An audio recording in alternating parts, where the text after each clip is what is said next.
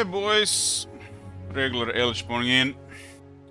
We started Last Defenders campaign yesterday, played for 44 turns. Had moments that I feel like I haven't felt since a while. Playing with, of course, the mods. The AI behavior is different. Basically, the passive is fixed, and they're more aggressive. Other than this, the minor factions have a plus 100% potential from another mod. And we removed Morgul, Torelos, and Clan Carrion for a better campaign.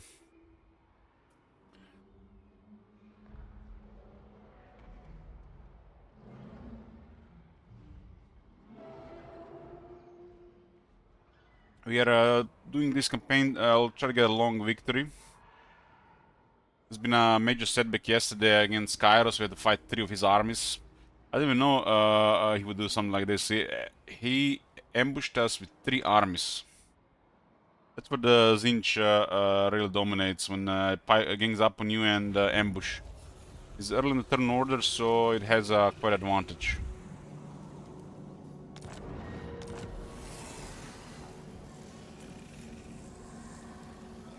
Scout got immediately wounded. We just arrived here. No. Target unavailable. The Saurus will get more armor and missile resistance. Also more missile resistance for Temple Guards, which is nice. This is currently the situation. It's turn 44. It's been a slow start. No snowballing really, and there were setbacks as well. But at least diplomacy is looking very good. We are here in the yellow. Got the Eastern colonies. In the current version of the game, they start as ruins. So invested quite a bit of resources to get this up. And got a Golden Pass, Kingdom of Beasts, and trying to get the Crater of the Waking Dead from Clan Morse that invaded Ironmore Expedition. We are allied with Teclis, and we are really trying to maintain friendly with Tic-Tac-Toe and Oxyotl. But the problem is Teclis has been trespassing a lot of military over the Tic-Tac-Toe territories. They don't have military access for some reason, and they might go hostile, and our relationship with Tic-Tac-Toe is going down as well because of it. Because we have diplomacy with Teclis. We also got treaties with Torek since Torek got wrecked. And we got non-aggression military access and trade, and we are trying to keep him alive here. Oh my god! Have you seen that shit? Holy Yeah, shit! Camp. What the hell? Jump. We're in a position here where not gonna be a lot of expansion unless we want to go hostile. But it's probably not in our best interest considering it's turn 44 and we don't even have a second army. Second army has been delayed a bit due to a setback and due to a greed of developing some buildings. But we ought to get a second army any turn now. Probably with the next Rite of Ferocity in 4 turns. So this +2 ranks and +1 recruitment is really nice to recruit a new army. This is the main army here. Nothing special, but it has heroes, and including Lord Croak, which Lord Croak will help us a lot.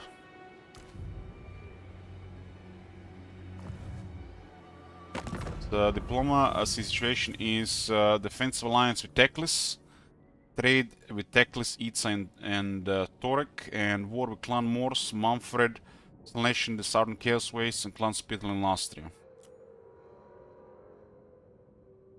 We need chill in the Eastern colonies for the next 30 turns so we can get their money back. The only reason the treasury is looking well, because we haven't recruited a second army. 44 turns without a second army is unusual. But we could have just been waiting for tier 3 stuff. We can also now recruit solar engines and the verification crystals. And feral Stegadon if we wanted to. They're pretty decent against infantry. We had some downtime here. Kroger would have been probably best to recruit the next army because of Draft Master and Renown and Fear. additional ranks so we could recruit a veteran army. Hey, basically this Viper. Kinda spooky going forward without information. Real spooky. They've taken this, but they've been plagued here, and we might get a plague ourselves. It would be really amazing if we get Libaras and Lamia. Really amazing. It looks like there's an army doing stuff in north. We managed to destroy one army of Clan Morsir. It was a decent army. And stop the recruitment of the setter. The west is secure. South secure, east somewhat secure, so just north. We have an amazing buffer area here. Just need to make sure that to avoid wars. Yeah, Lamia and Velbaras will be amazing to get. Almors has taken some damage recently, but you see the red bar, they still have a lot of military. Torek has recovered a lot of his military. It's nice that this war with Clan Morse actually opened relations with us. Tic-tac-toe is hostile, really hostile, because Teclis has been trespassing. What's happening here? Teclis likes tic-tac-toe, but Tic-tac-toe does not like Teclis. Look at the trespassing penalty. And because of this massive trespass penalty, because we are ally of Teclis, we have suffering penalty to relations as well. And they'll break non-aggression because of this. And we don't want to fight him. Teclis didn't get military access. I really wish the AI would try to get military access if they plan to move through another faction territory that is friendly or better for 5+ turns, because this is messing up diplomacy here. Teclis should also have a lower penalties on trespassing, you know, they barely touched this part of the stuff. Is here to help.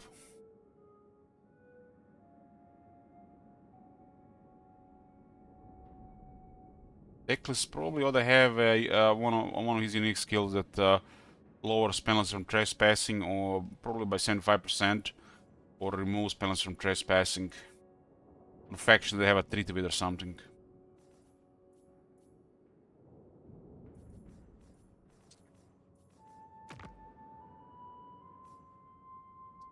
At least they're considering another faction a big threat here. This is an unpredictable thing that could happen. Oxyotl could attack us. The aggressive AI will go after the weaker factions, doesn't matter what side they are on. We got alliance with Teclis, so it will be a deterrent.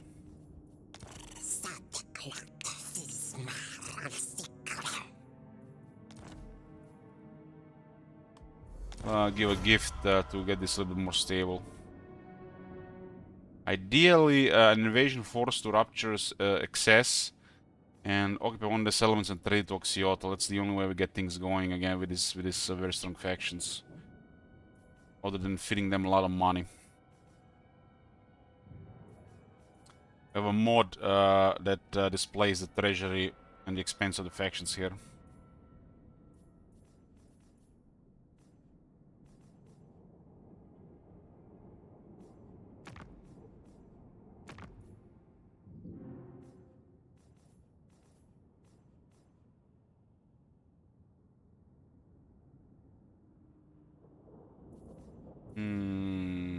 We gotta just be a little bit careful in diplomacy. A little bit careful with diplomacy, really. If you're playing Krogar and you're not a little bit careful, this campaign can be a nightmare in this setup. Strains territories are too big. But if you manage to get Croak, I think you get in a good position.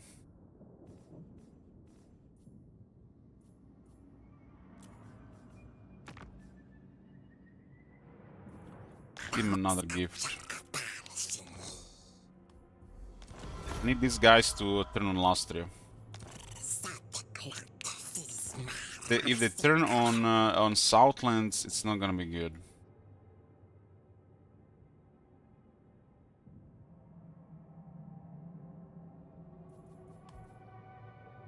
And Tlaqua. This is bad. This is really bad. Tech list, what the hell, man? Get a military access for fuck's sake.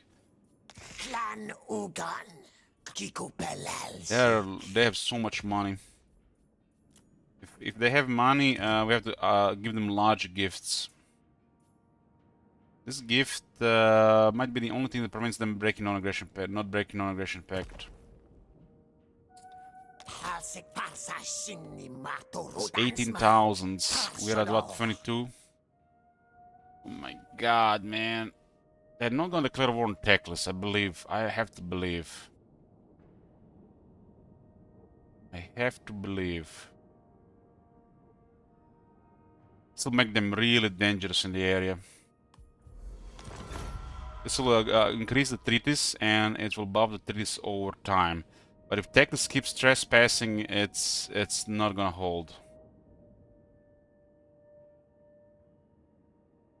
They're real dangerous right now, Tlaqua and Oxyotl. We'll try to keep them together, unless they get a military access or an alliance. Goddamn, nothing we can do. Gotta try. Money is okay right now.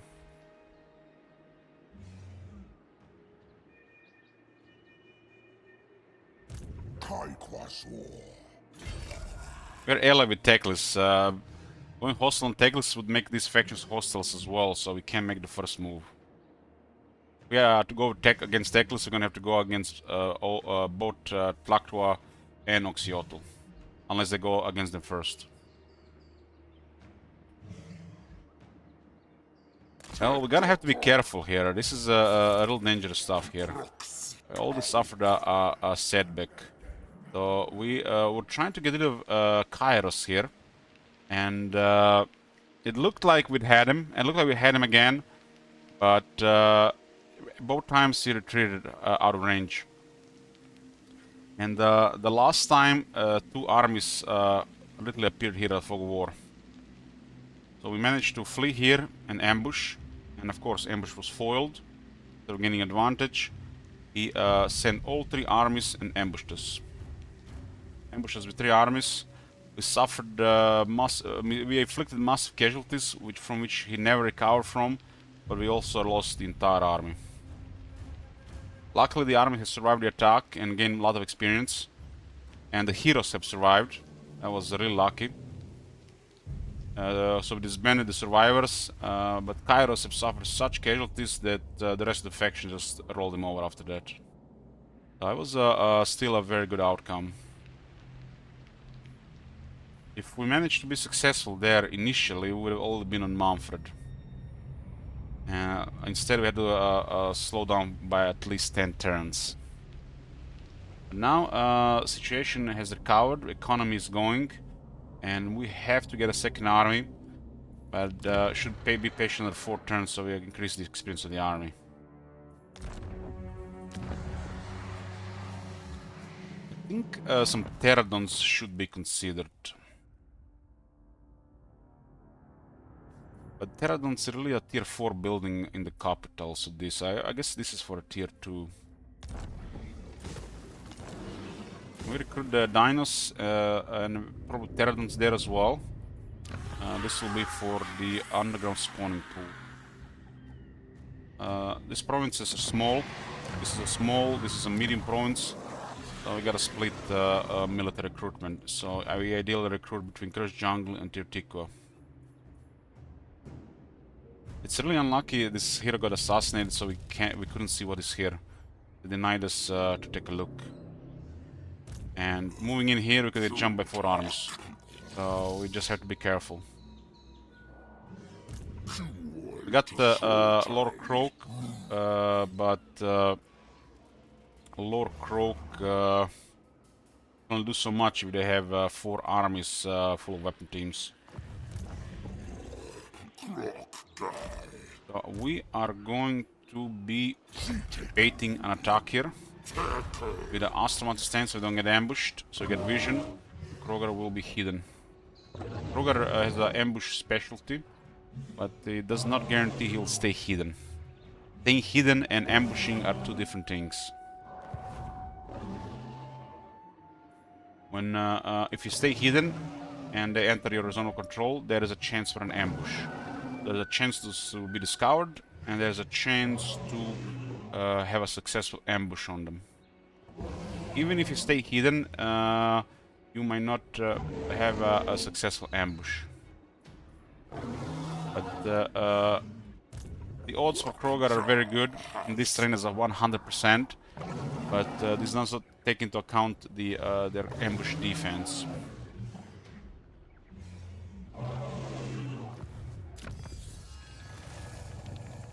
Okay, let's see what is next. We have access to more technology here. The research point surplus has been a godsend for these games. Like, been an amazing change and addition to the game. It took them so many years to add this. Basically, if you play civilization games, it's a research overflow. So if research is, it's like enough points, we no longer have research percentage. So it's like in civilization, you are researching a technology that costs, this technology costs 900. And if we put 900 and there's an overflow, the overflow will be added to the next technology. This is one of the best additions they did. And it's a really good sign for the future of the campaign stuff. The movement percentage, research percentage, it was all bunch of crap. We needed breaking points, and the movement percentage was just confusing people. It was never really a percent. We have guessed already Warhammer 2 was not a percent, but with Warhammer 3, when they were showing the flood points, it was like literally just confirmed. The remaining two technologies here are for Temple Guards. Temple Guards come later at tier 4. So we have all the best technology for Saurus right now. Fortunately, since Kroger got respect, we went back with this blessing here, which helps economy. I think it's the way to go right now, but we want this blessing. 10% for the speed for the Lizard army is really huge.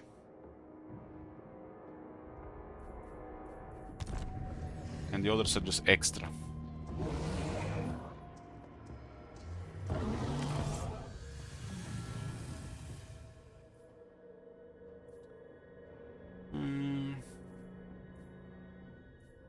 Two additional recruit ranks is pretty solid. Might as well just start researching the sequence of the enhanced instinct. Although kinda underwhelming. It's really underwhelming how some dinosaur technology is so poor. Look at the charge bonus for single entities. Horrible, just horrible. Should just be speed. And or mass.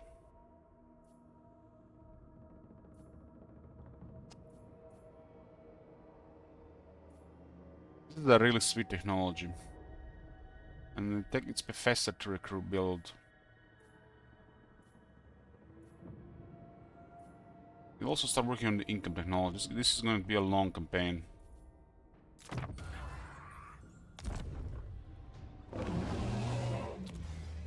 Can only experience the Lizardman in a short campaign.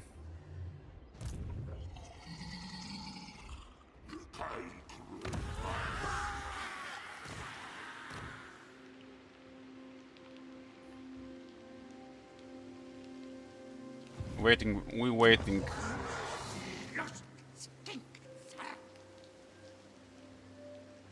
Alignment War is so nice.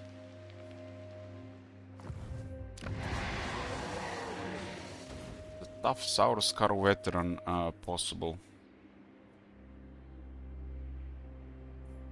The Crossguard agent is solid for emergencies because it has the highest base stats of all of them.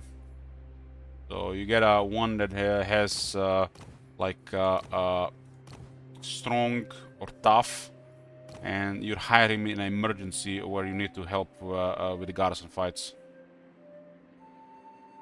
So it has a very high stats for this. As a general, they're somewhat lacking, but they do have their purpose.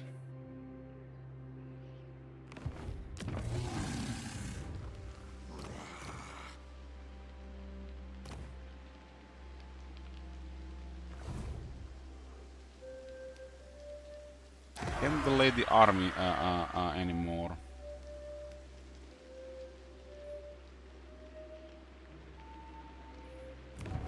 We got a Razor Standard here. Gotta do the quest bells as well.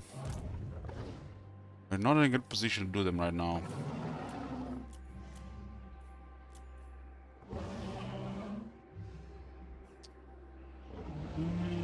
This is really cheap in this army, but it's very good for the emergencies.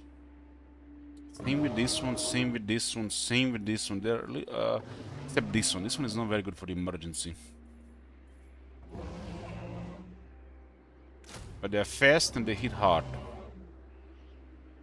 Oh, this is a better one to put in the army.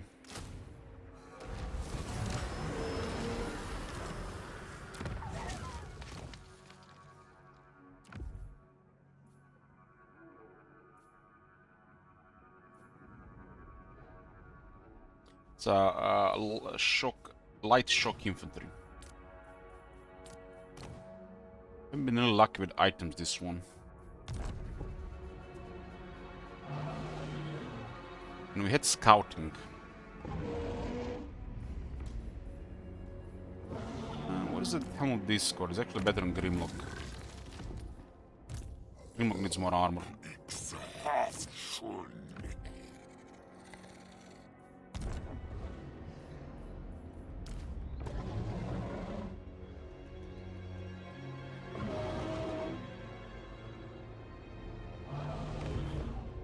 We have quest bells to make Krogar even stronger. Krogar is a very strong lord. Just needs a higher rank to get there.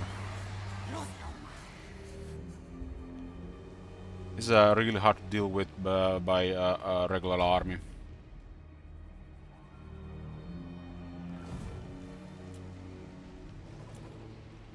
The old ones abandoned us all. It's time you came to terms with it.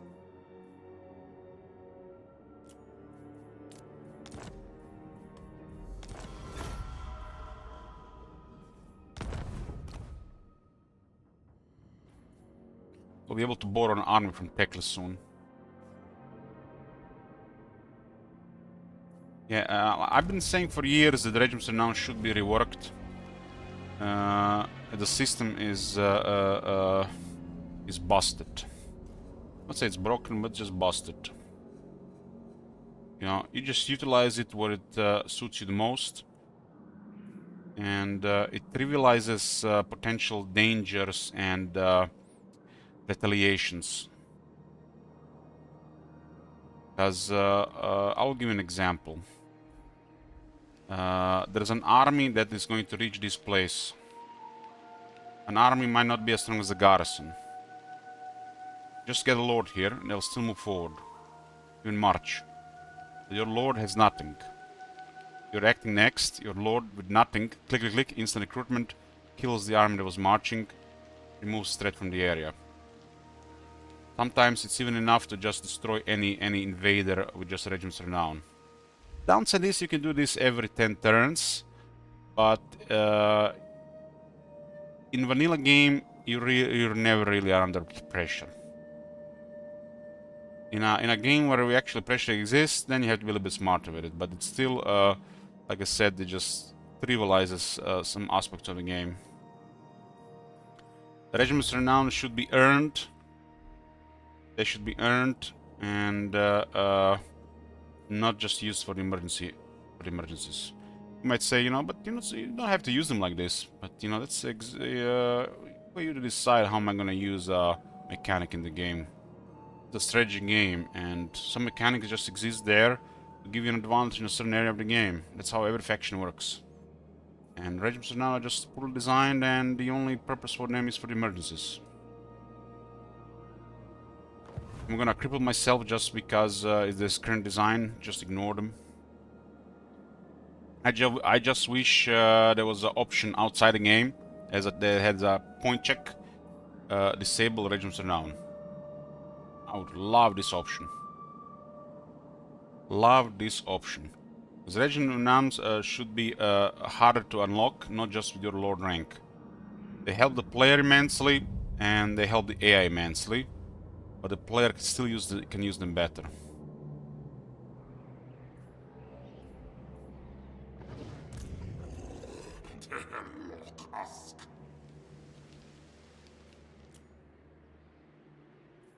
I would really like it that the regiments renown would be, you know, one time only recruit in the game, or 2-time only recruit in the game.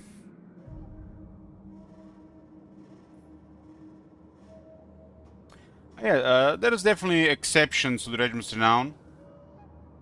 Some you really want to keep in the army, but some for emergencies.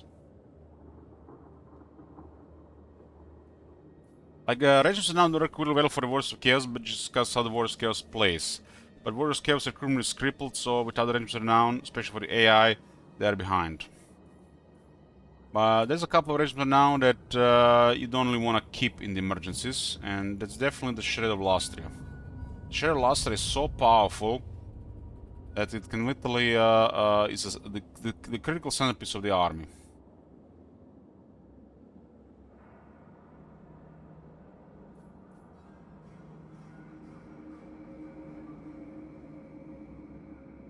Yeah, I hope they rework the regiments renown. I do not like how they work right now, but it is what it is. I wish also there was an option to disable them, so we don't have to use them every campaign. But they literally made the new content and paid content literally around regiments renown, so I don't see it happening. There's a chance they might rework it, but I already said at the start of Warhammer 3, earlier in Warhammer 3, they have to rework ancillaries, traits, items, have to rework regiments renown. These are important things to rework.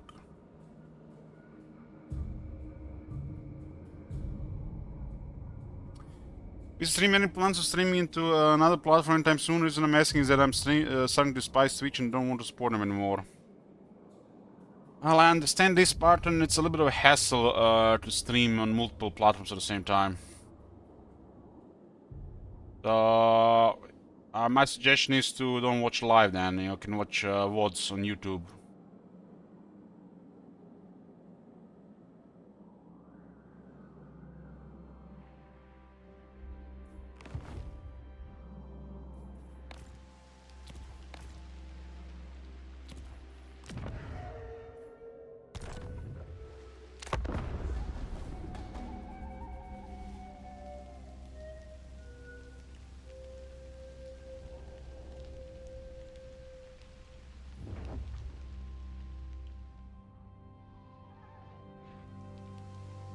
Teclis is gonna really piss off factions if they keep trespassing.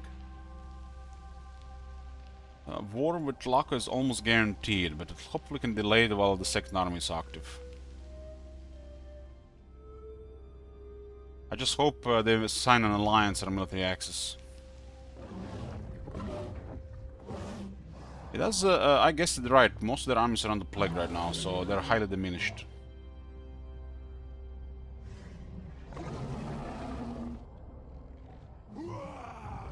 Hey William, good morning.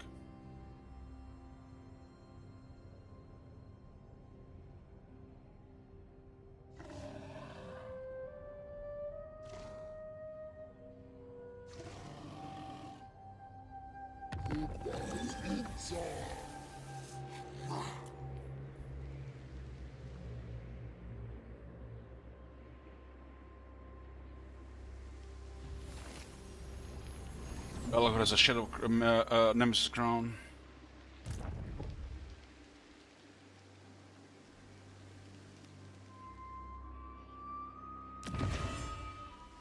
And if only you did a military axis, man.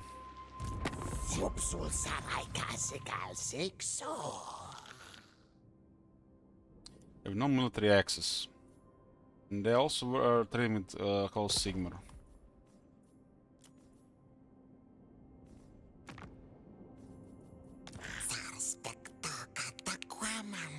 That is so expensive.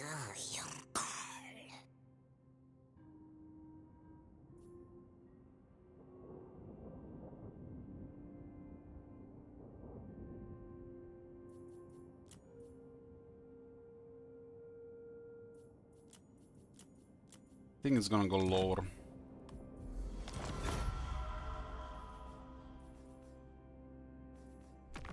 Van Morse is rolling right now, but it looks like the Bloody Hands are the largest faction in the area. Everybody's threatened by them.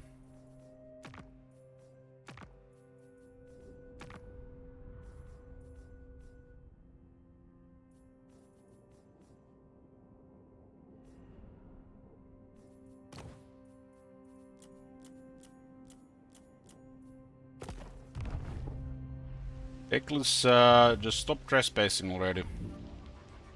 Get a military axe or something.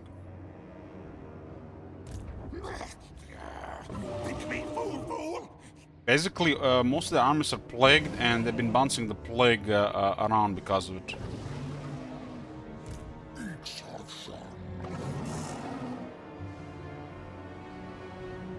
There's an army waiting for us in Labaras, I think, and we can't see right now.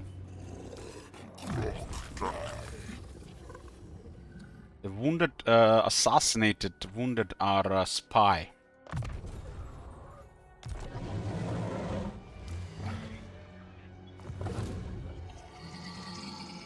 Very important information, though.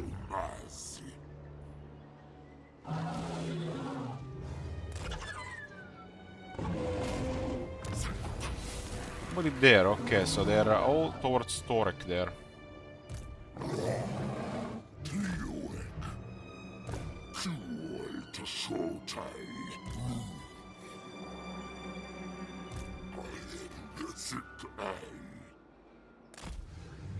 Hopefully we don't get the plague.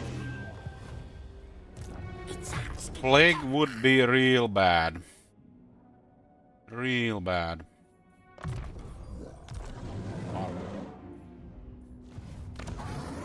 The armies could also just go down for a Cetra, then I'll be also annoying. And start recruiting an army in 3 turns. The Eastern colonies are finally making money. Finally making money. It was a time and money investment to get this one. It's a bad climate and it was all ruined, so taking a lot to get them going. You know, the trade will matter, especially if you have definitely at this point.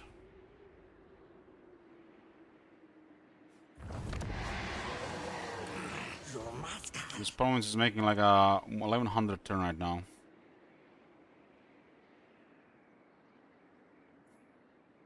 Good, good. We'll get another. We might actually get away without this, considering Kroger. We have actually a couple of elders now, so it's +2 control. His weapon is going +3 plus technology. Got +2 here, and we got a spice and industry here.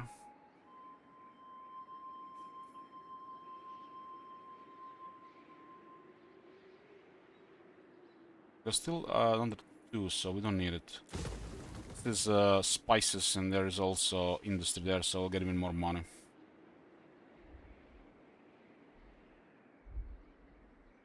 I'm gonna have to keep it on. Actually, remove it next turn.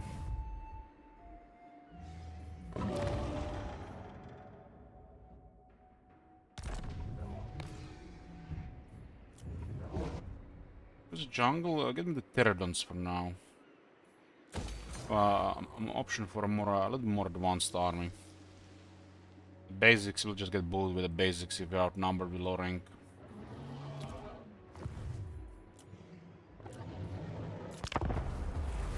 Gotta get the clan Mars under control.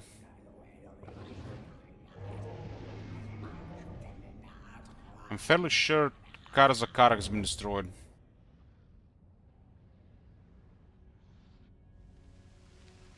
Nicholas is going for the Slanesh faction, but there's still a lot of trespassing here. God damn, so much trespassing.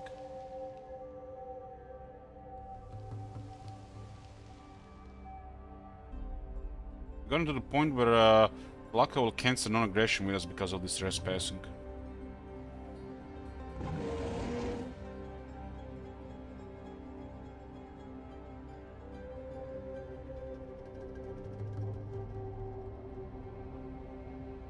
We're getting in a very strong position where we're secured our territories, but there's still a lot of work to be done to achieve long victory.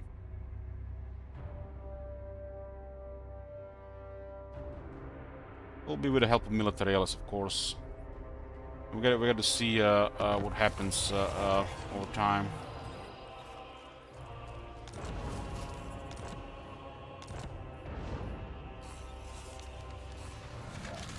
Countered Walkmar. I Colin. will decide whether you are worthy to stand before the sons of Sigmar. At war with Skarbon. The best way to keep the good guys together is to make sure that you have all the same interests. So it's easier to initiate non-aggression, trade agreement, and military access. This is the basic diplomacy. And minimize the chance of them going hostile on you. In this, with this mod setup, they will go hostile on you, even you are one of those factions that they're not usually fight against. They're stronger than you. Teclis is our main ally. I don't ever see us working against Teclis as Krogar. Even start diplomacy with him, and he's like ideal buffer. We could join war against Skarbrand in exchange for non-aggression. This guy's at 26, and Carcassonne is in the game as well.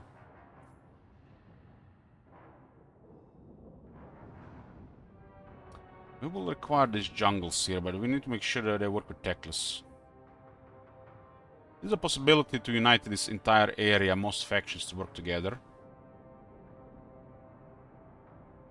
Carbon doesn't look like it's a big threat, and this definitely makes us closer. The earlier you sign the basic treaties, the more they will give you over time, because you sign this treaty and you get bonus relations, and this bonus grows. As long as you have the treaty, it will grow. It's the long-term benefit of keeping the treaty.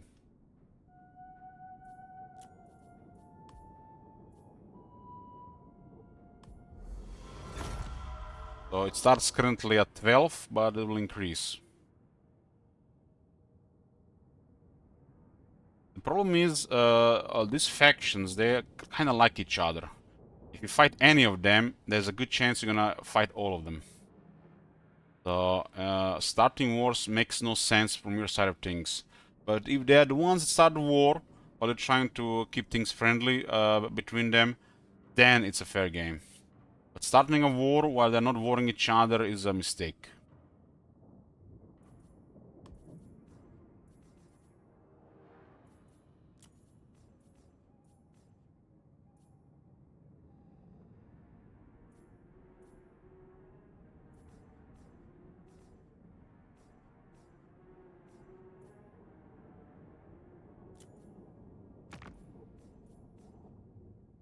Tetra is loaded.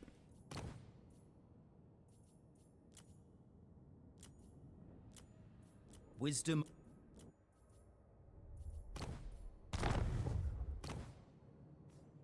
We'll be able to we need military lines to request the army.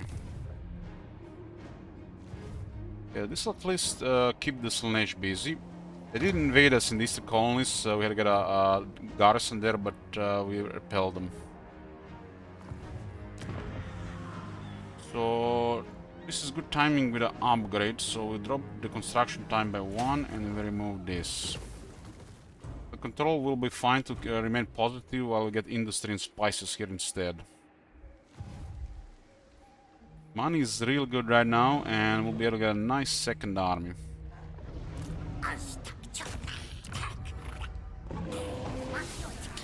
You can see they're getting plagued.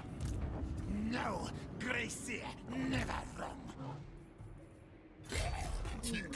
wrong. Getting control of Cradle of Waking Dead would be amazing. The Baras and Lamia are required still.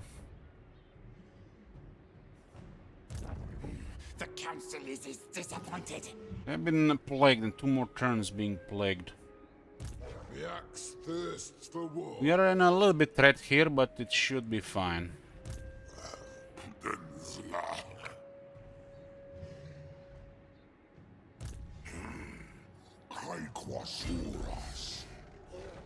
It's 1 turn of plague here. If it spreads on the arm, it'll bounce on the settlement, it'll be 5 again. Damn.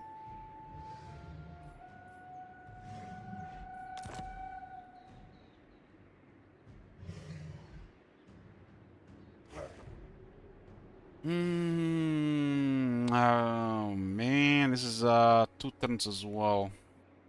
I love how they got crippled by their own plague, but they still make things complicated for us here as well. Beautiful thing to do when you have multiple armies, you don't even have to use the main army for stuff like this. You don't have to use your entire movement with them.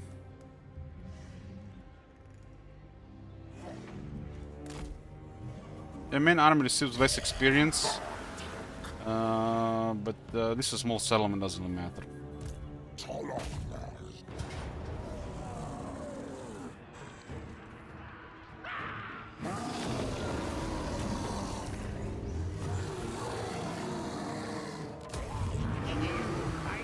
The plague can happen on the attack.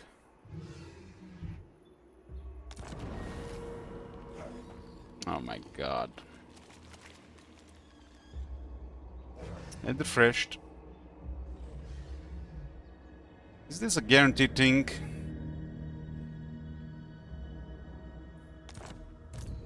Because the army didn't receive the plague. So if there is a battle while this settlement is plagued, it will just spread again.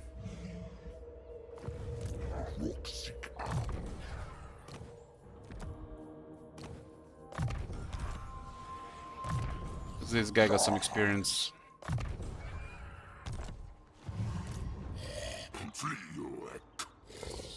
This is not on the main army.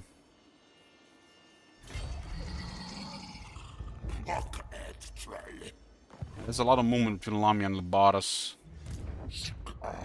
Require most likely 150 movement, something like that.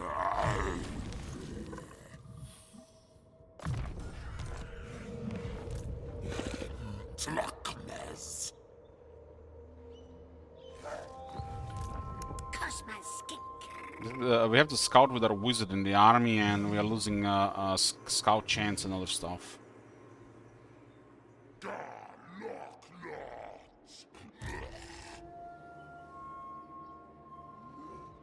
Can't reach them even the next turn unless we get closer.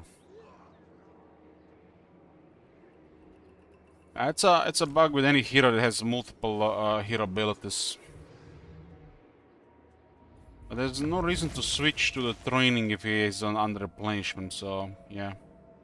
Hero ability is bugged. If you put him with replenishing the army and another hero with training levels up, it switches to training. The only way to fix it is to switch him on the army again, but the moment they level up again, it'll bug again. So he'll work fine when he's rank 50.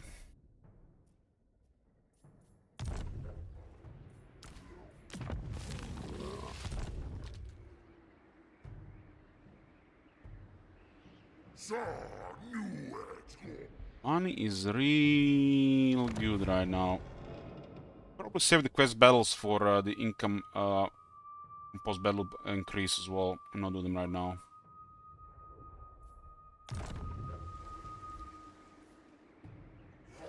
I'm going to hide Kroger and hope these guys move in. we get a plague, it's gonna be a setback. Getting Lamia will be amazing. It's good that Torek has an army here, so we'll cut off additional reinforcements from Clan Morse. Just have to be a little careful here, because it's 4 armies around, even if they're damaged.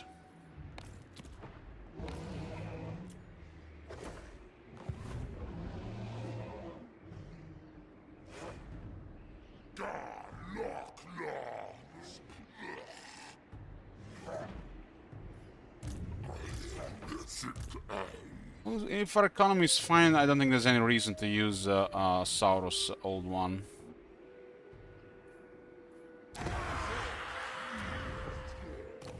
Or blood. But there's no reason not to level them either for more.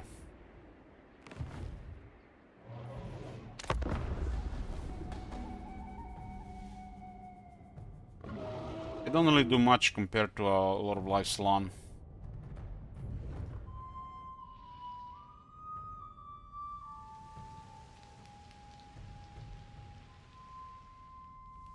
The game also gives a very easy access to slants, which is slightly off if you ask me. Should be more of a flavor of a Hexadal faction. All the factions have a mega cooldown on the slants.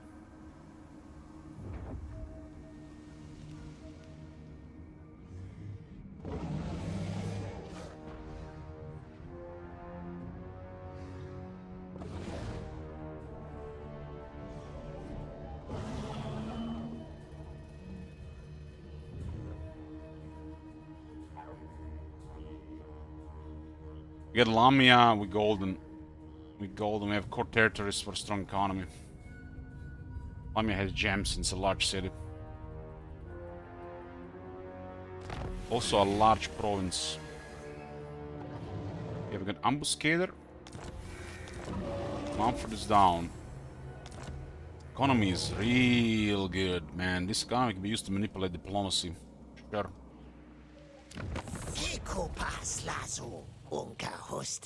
Please tell me you've signed a treaty. Penalty has dropped significantly, but they don't care about it as much anymore.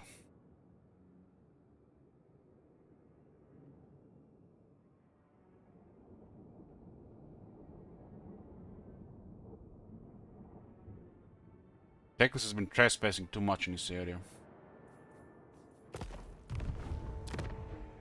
I think the Rite of Awakening should have a way higher cooldown on other factions. It should be a Hexadal specialty. Maybe Hexadal and Itza.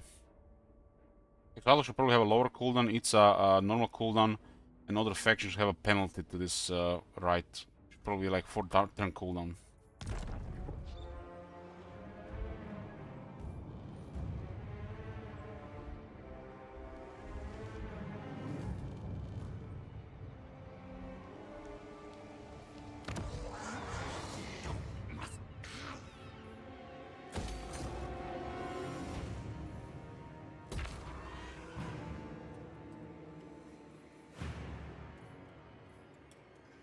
This is gonna be pretty sweet here. Turn 47, we still haven't made money back out of this.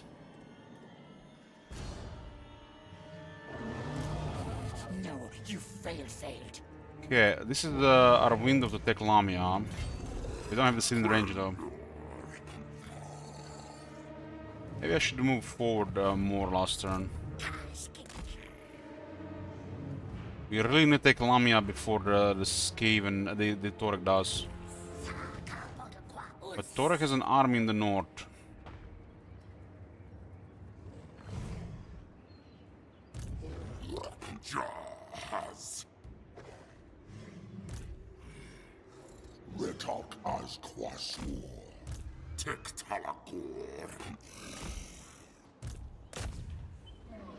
Oh my god.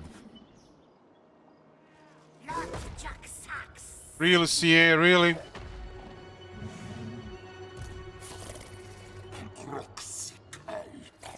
Please limit retreat. This is supposed to be patched, man. Limit retreat range, especially in bad terrain.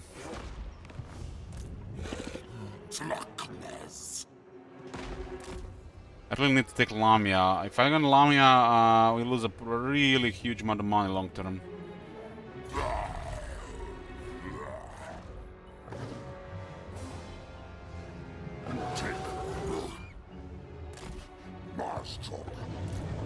No, need my warp token stash. It's a sword. Plan scheme is destroyed. So the movement from this side is rougher.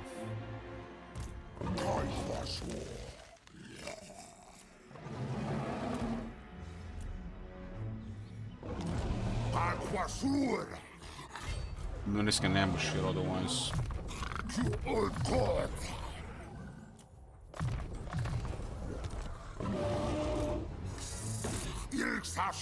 We get Lamia, we're in such a good spot.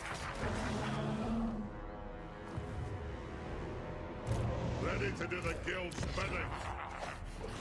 The plague is spreading dwarves as well. That is mega if we get this. Mega.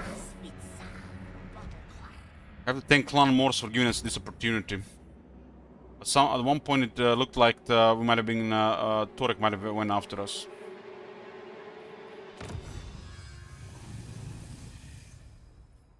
Industry 5% more income. Next army will start being to recruit next turn. Next turn. And we just sent the Lord, we just lost the Lord that will recruit him.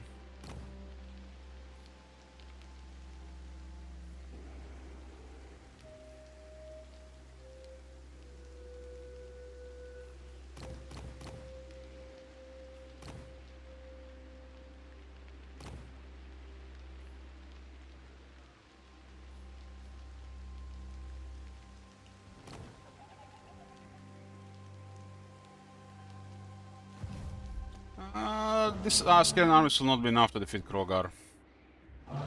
And there's Torek here and Torek here, so there's not additional military in the area. They have a really bad shape. They've been plagued, they've been in battles. So we'll be fine. I hope they go into the city. But I'm expecting to ambush one of those armies.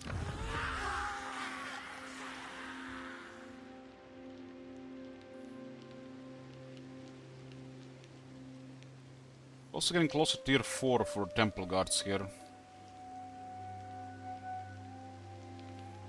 Secondary army can still be Saurus, no problem, but I think we can wait temple guards for a secondary army. Oh, we gotta get second army now.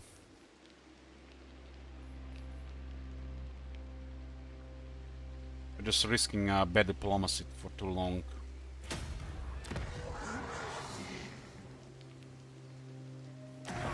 Switch to alignment of war for recruitment. We'll recruit some Saurus here, and we'll recruit Pterodons and Dinosaurs and Kingdom of Beasts. This is actually going to tier 4, nice. 4 construction times.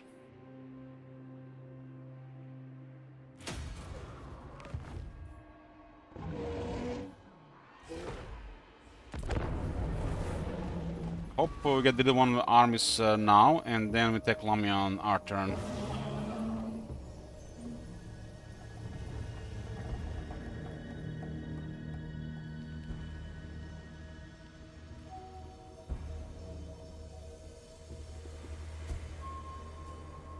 One province will start recruiting Saurus, and another province will upgrade to tier 4 before switching to recruitment to recruit later.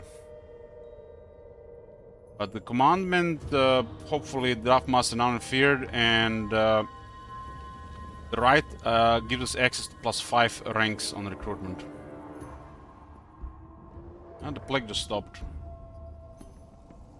Lizardmen have easy access to veteran troops.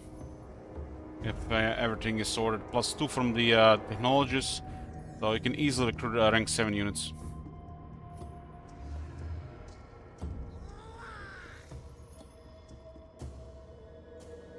Good sign that the Misty Mountain, the other region, is still under Torek, so they're cut off.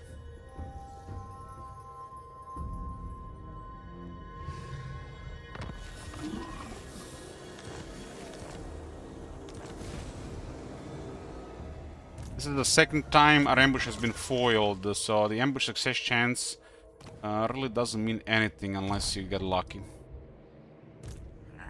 Against council orders. This guy's going around. No. This guy is also rank 21, that makes him dangerous. But we're just about to recruit an army.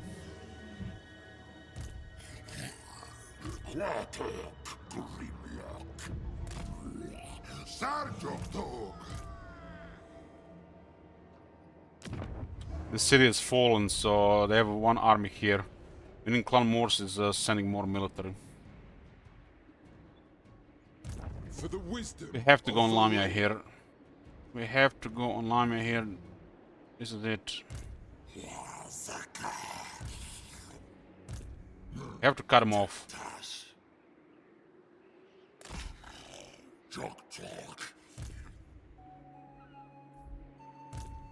This guy's only rank 1 in scanning, huh? We got a rank, we got a tough here. Conning is shit.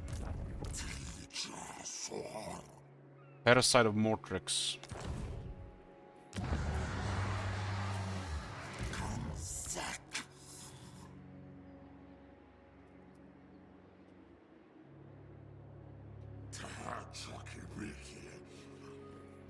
Okay, Paras and Mortrix have been upgraded with a proper trait. Even if they're on the campaign map, you should always leave them an option to go into the army. And tough is amazing for the Lisbon heroes. Especially for the Carnosaur.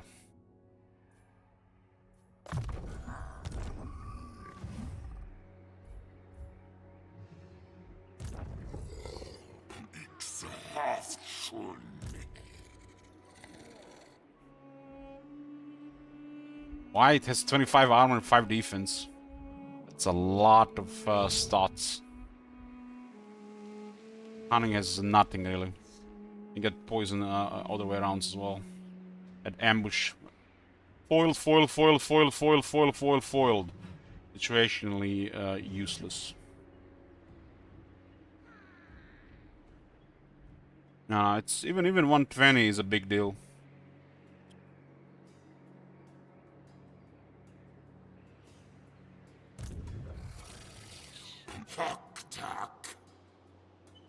As long as they have units in the area, our ambush can foil. That's how it works. Doesn't matter, even if they're like here, there's a chance to foil, as long as the units are nearby. The closer they are, probably the higher chance to get discovered.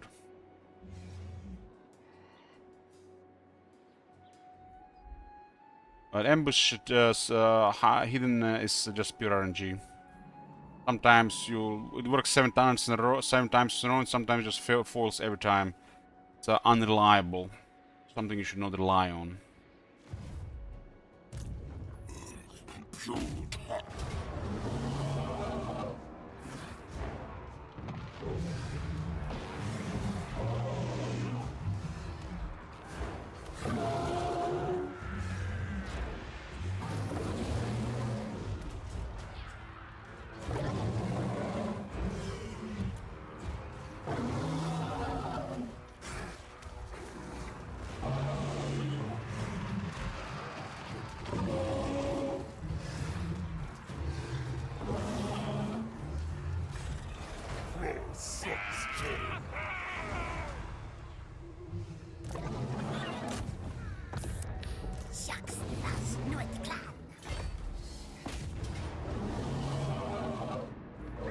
Will grant us massive vision when we take the city.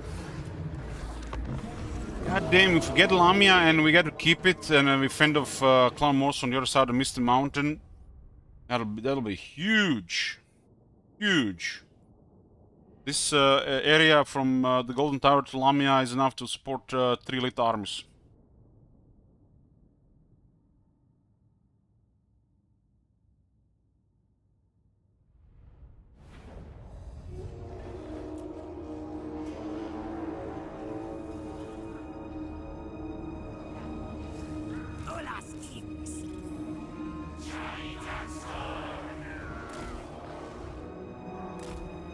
You guys are fast. Would even have 50 speed if you had the better blessing.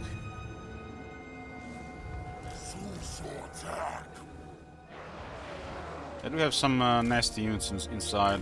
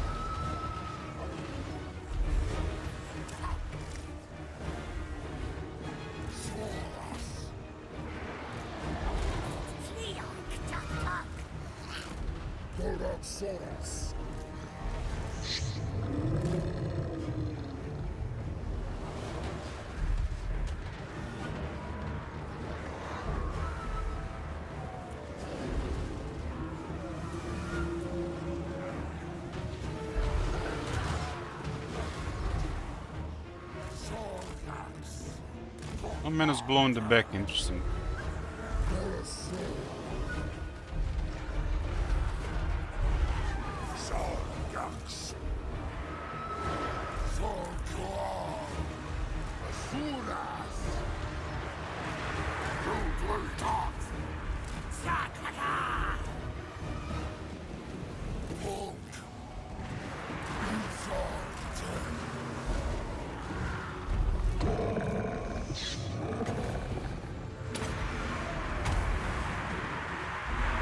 It's a real cheap spell.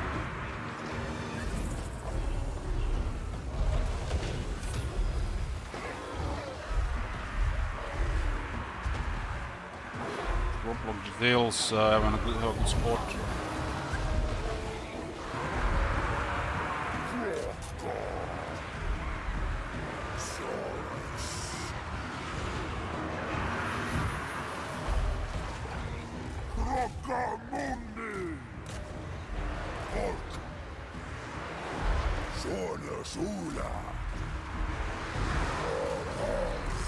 Oh, looks like we're in. We're in.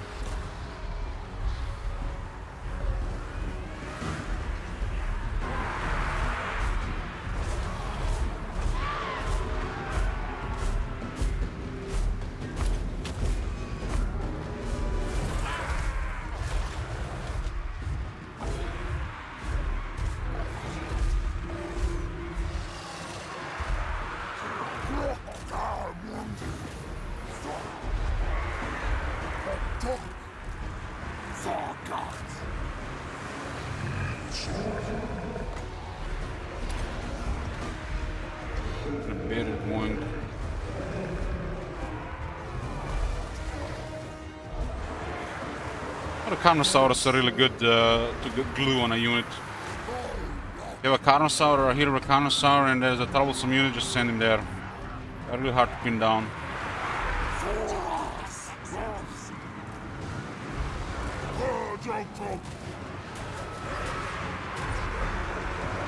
Doom Flares, Bullying Spears.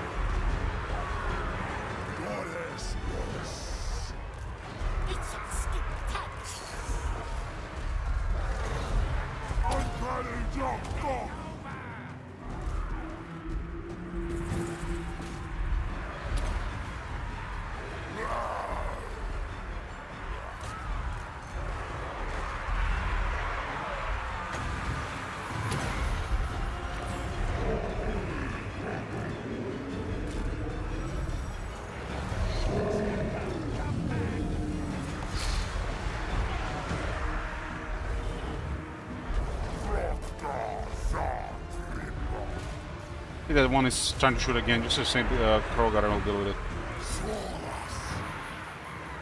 Suritsa.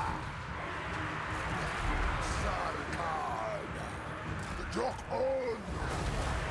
Stop. Moon deep!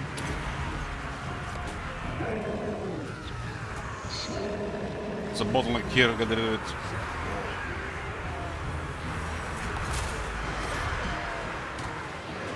Suras.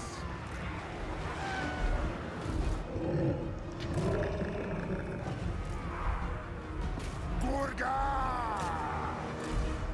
Geo.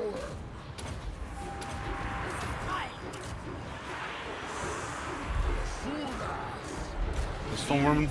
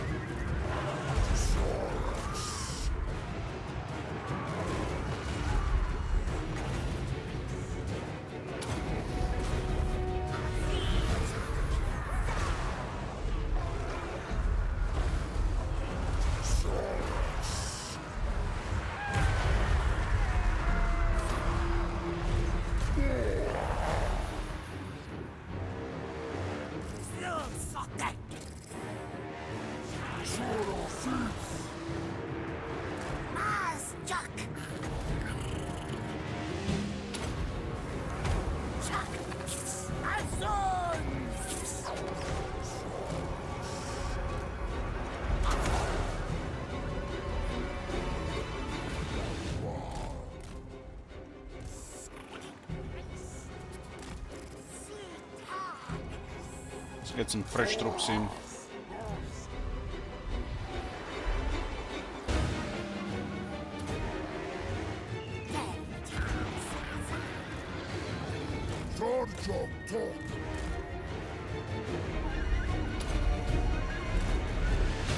Let's get the pit fighters.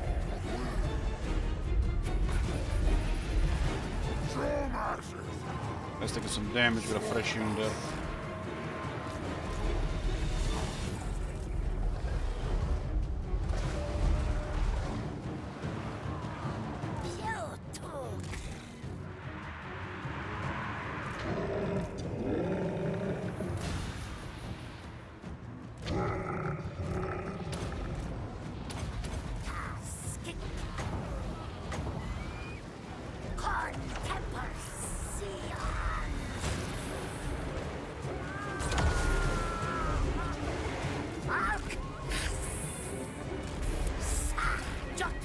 Hey, Parik.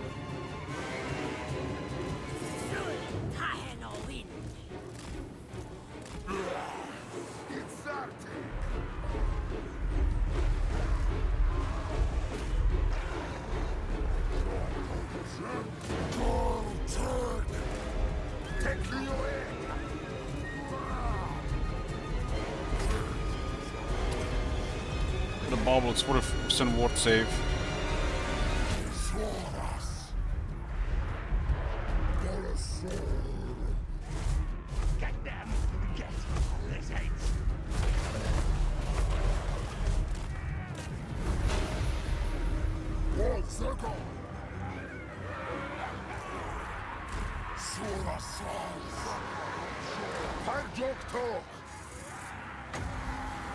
Good night.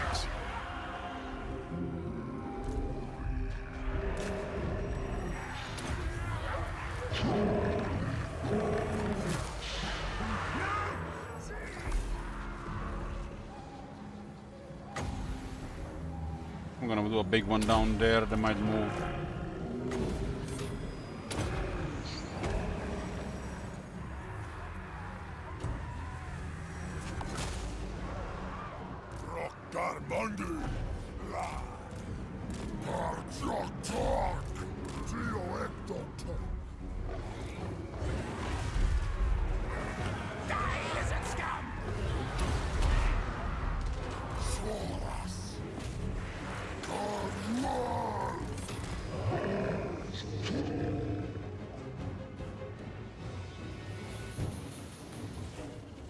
units arrived.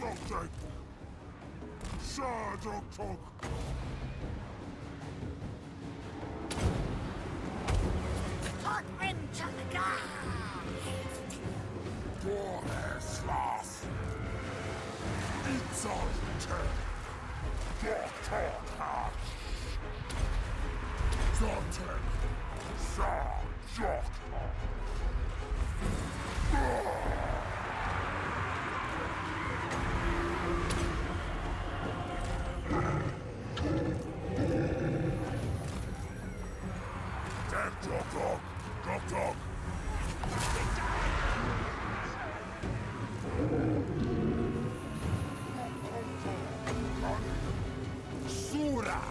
Plague monks, huh?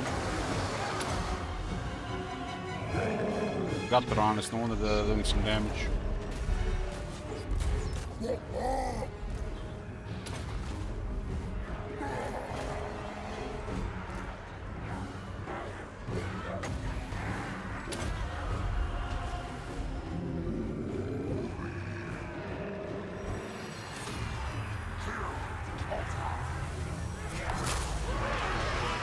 Thing has 58 missile resistance, still was getting melted by a average shooter.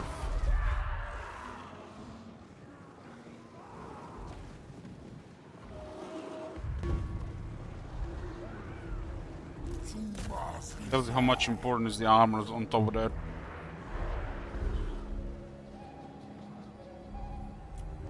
Be nice to get a potion of healing somewhere.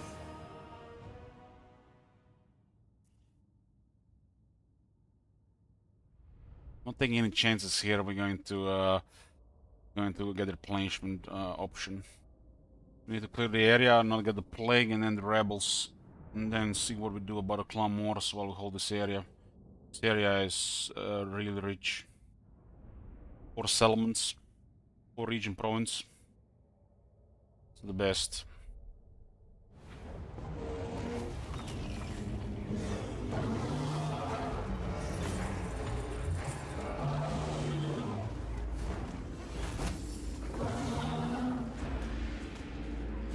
Yeah, there is calling. I'll find it. Just give me a couple minutes. I feel like there should be a command for a croak for that one.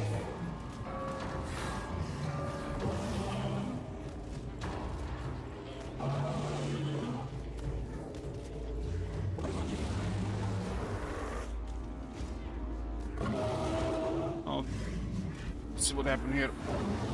20,000 damage, 39 on Croak.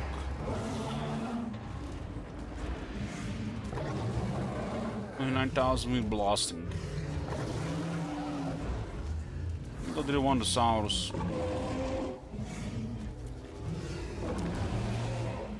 Well, get a 6% here, just in case.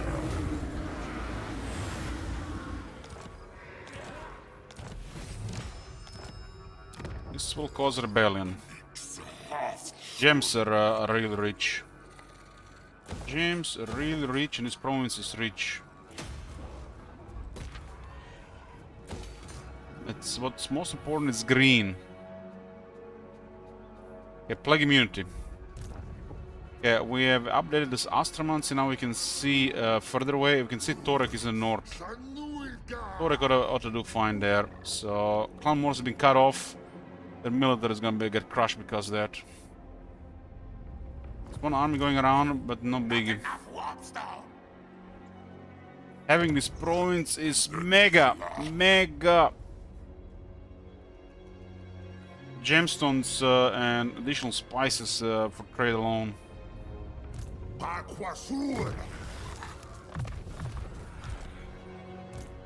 No, Gracie, never. I think that this two will flee.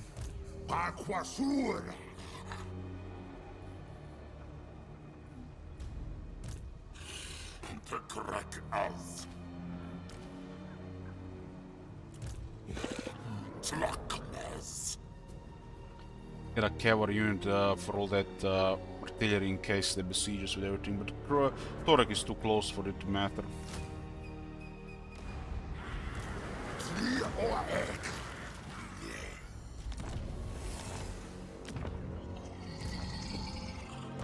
Kroger rank 22.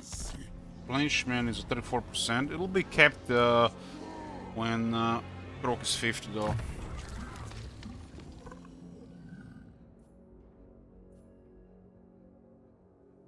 These things are way too expensive without upgrades. We also want to get our conduit and the Shield of Suffering. Well, Chosen of Zunki is immortal.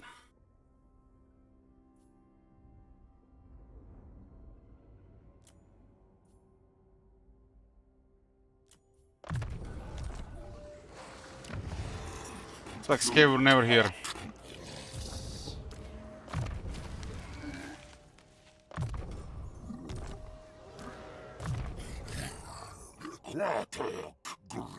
We do have Distorted Skaven, so we have additional damage against Skaven.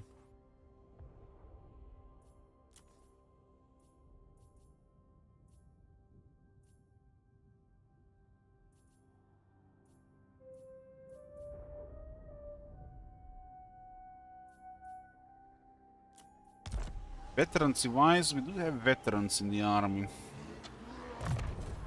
It grants them additional 10 armor.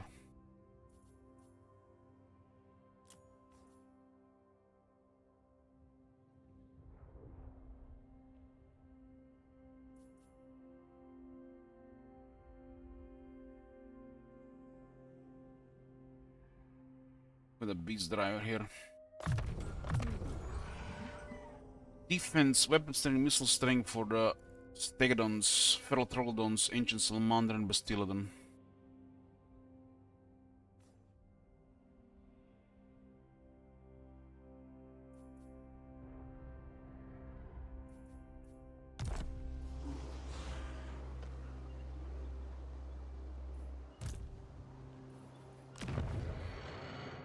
Oh, should have done this before the battle. Could have gotten 25% more money.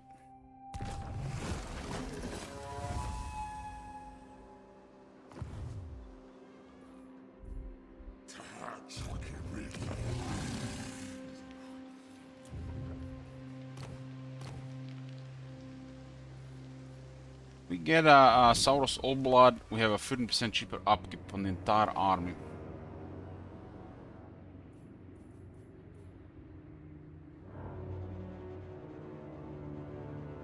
If Perceptive works, it's even better than before due to new items.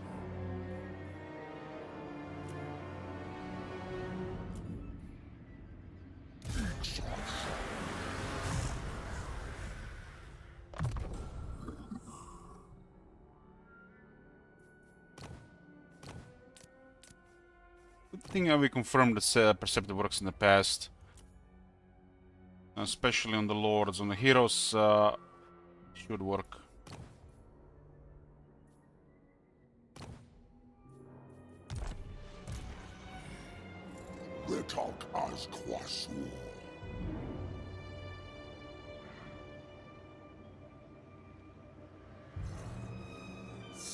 Any spicy items yet? No, that's they're rare actually.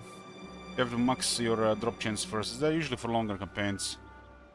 What else this name top manages? Like, did Haha put you to that?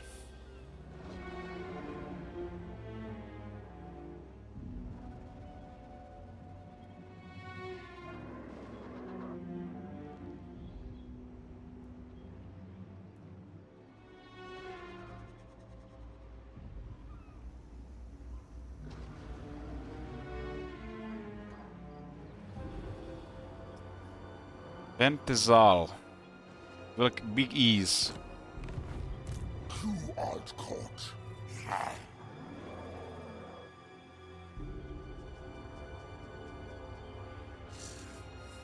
His is long.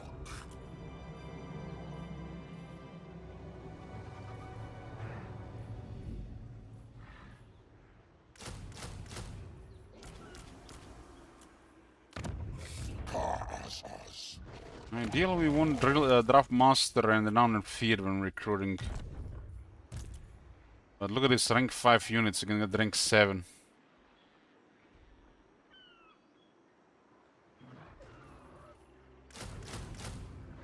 Get the spears.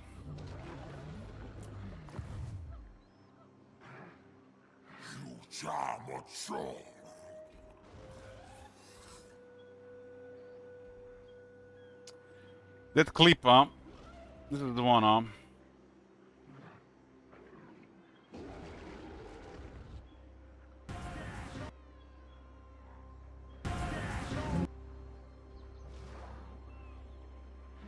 Connection, add, command.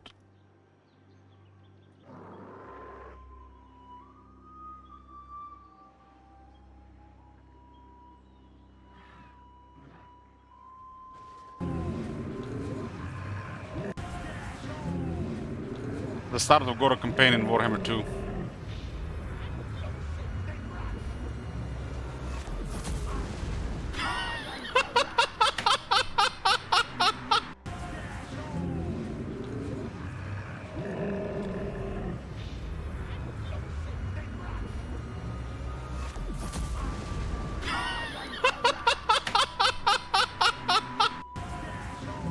You know, they say Krog, you know, it's hard, so many rats.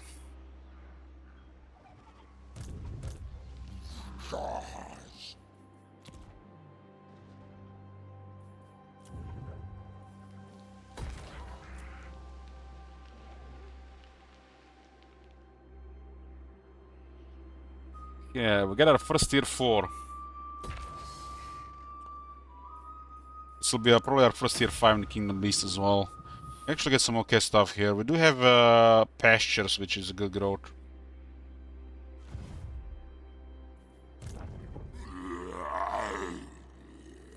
You gotta send, I mean, this guy here, I mean, he does have, give us 25% scouting, and Krog has a lot of battles, so he has to be in the army. But for this guy, we ought to get maybe more perceptive heroes.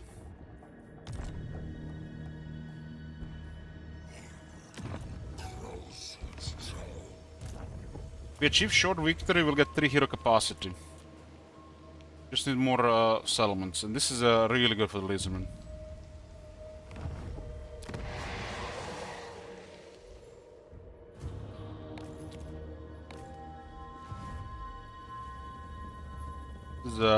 This is very nice. Very nice. Very nice.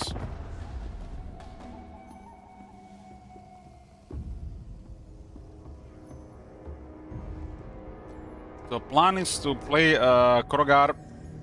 I'm gonna play Krogar towards long victory, so it's a long lizardman campaign.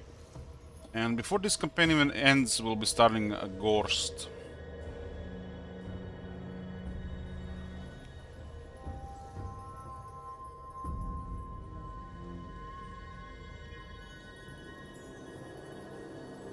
At some point.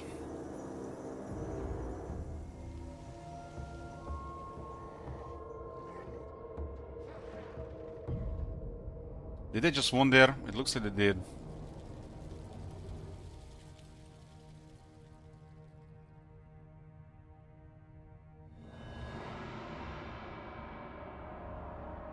Yeah, plus 3 hero capacity in the short victory lizardman is amazing.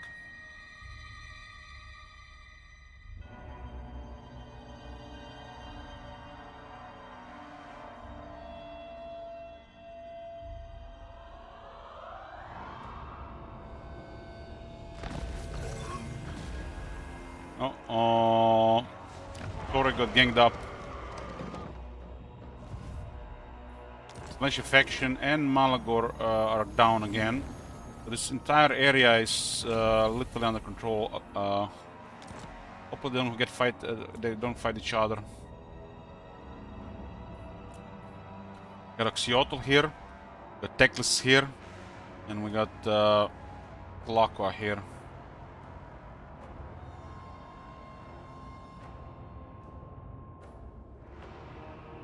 Very well. Speak, if you must. These guys have no enemies right now.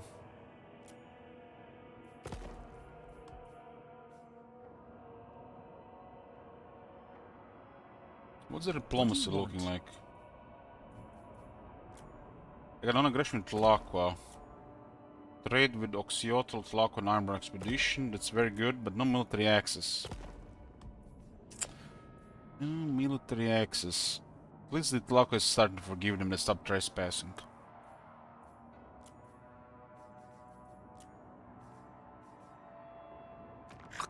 Ghost of Ajax have no enemies, it's no good. No good, I wanted to go to Lastria.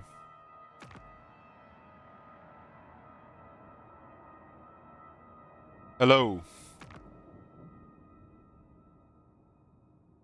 Well, Volkman doesn't like us treaties with Techless as well because of all the trespassing. Quick has military and Torek lost his army. At least from what it appears there.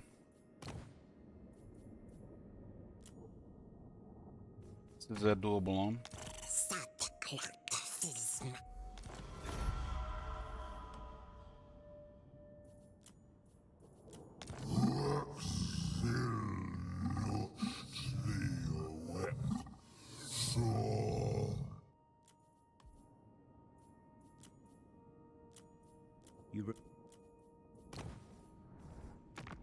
No enemies with Laka, no enemies with Oxiotl. Laka could go for Clan Morse or Eggs of Corn.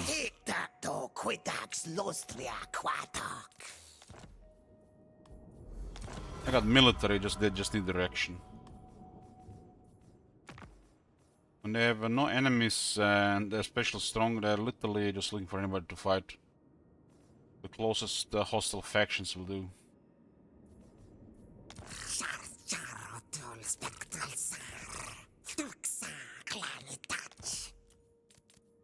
This guy's a little bit further away on. Theodor wants to go to Lastre, I feel. There's no reason for him to attack Techless though.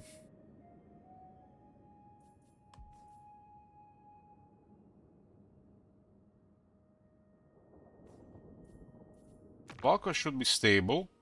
We just need to get military access at this point. We've been so strong this entire time, it's hard to get military access.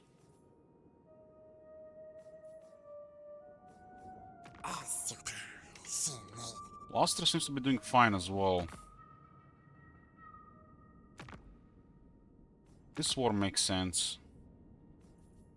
They're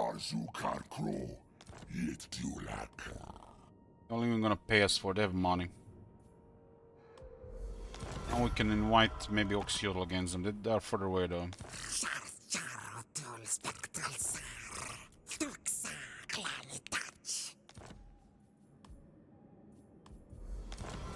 Yeah, so they don't, there's no chance they go against Techless and us. And this is also prevented.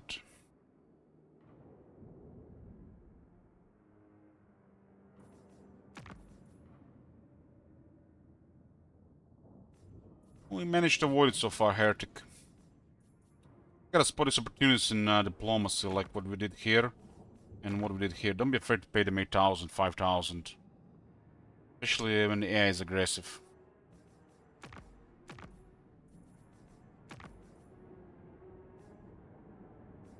The lady has no time for empty words. We have mutual and neither do I. mutual Hurry and interests. speak. Mutual interests, and there's distance.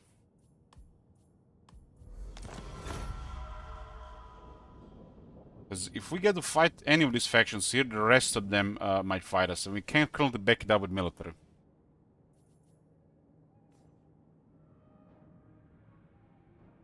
It's very hard to keep them all together unless playing Techless. But try.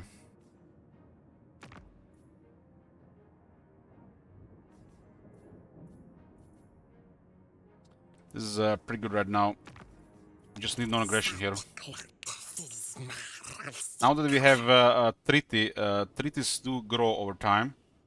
So, like every 2 turns +1 relations, they might reach like a limit how much you can get. Like let's say, trade treaty could start at 12 and end up at 30 after a long time. It's enough to make the relation stable. Confederations are important here, so we can do what we want, especially for a longer campaign. Primary enemy is Clan Morse, and the other nearby enemy is Scarbrand. Thanks to Clan Morse, we managed to get Ironbrow Expedition to work with us. And we actually got one of the best provinces in this part of the world, the creator of The Walking Dead. The best province in this part of the world is Dragon Isles. And this is an objective as well, the Dragon Isles. But this opens a new front. Can't really go there with Texas being out of control, with Clamors being out of control. We need more military. This would be the best province to get. It's the richest province as well.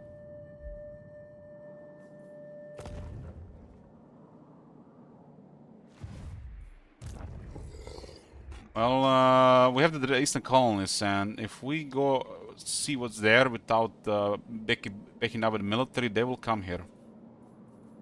They will come here. I want eastern colonies for money. It's been a huge investment, and it's finally starting to pay off. Turn 50. Crippled us economically for a while, especially because we couldn't get a battle against Skaven in the jungles of the gods. That battle with Manfred did look pretty poor for this place.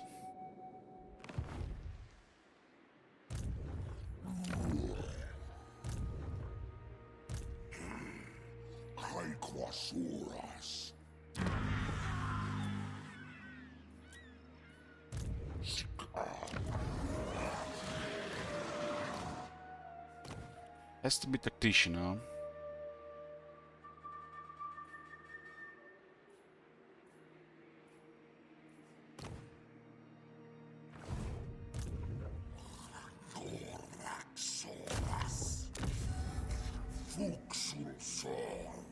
Can't let these guys get a foothold here. Council orders. Take talk.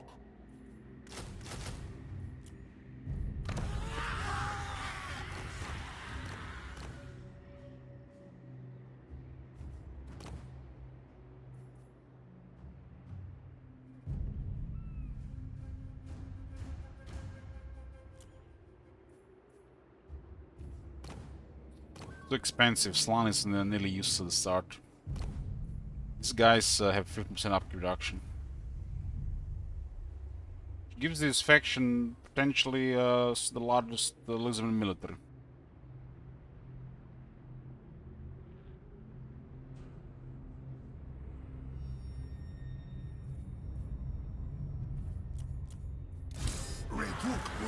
Every army that's led by a Saurus Oldblood has a 15% upkeep reduction. It's big. Real big. Combine it with other upkeep reductions, like Geopolitical sustenance, renowned feared, some to units, some technologies. Get really cheap armies.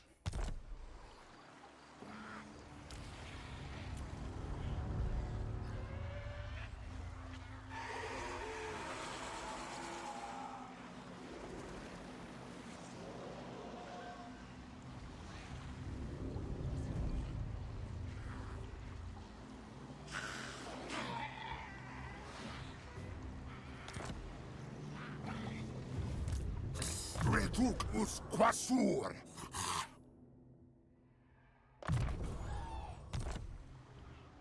This is a poor army. Blame you.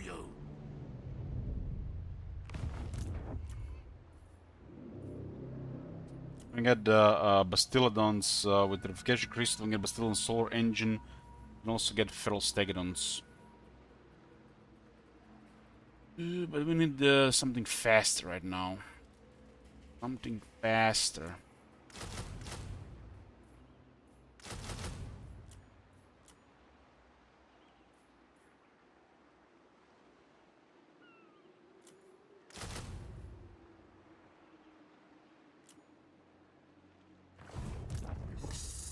Il s'achonne.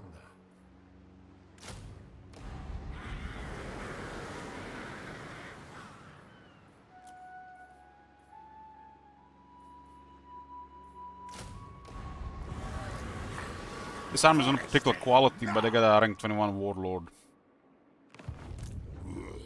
Calquasuras.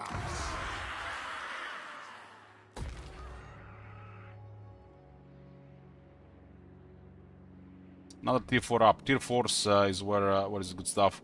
On tier 4 we can finally on tier 4 we can start using the geomantic web. Because there is no room to build geomantic web building before tier 4. Because you have no slots for it. On tier 4, you can finally start using geomantic web and make the commandments more powerful. They'll have the base, but they can be upgraded to some really strong effects. It's just a boring effect and comes in late, but it's better than nothing. Geomantic web doesn't exist on the tier 4.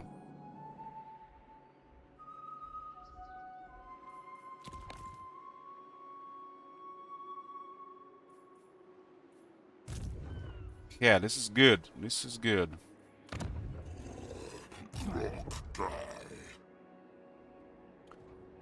We should definitely push more damage on Torek, on Clan Morse. And I hope this is adjacent with Mr. Mountain so we can transfer the settlements. Settlements will be bad for us, but would be guiding Torek towards an expansion. As you can see, this place, Devil's Backbone, has border with Blightwater via mountains.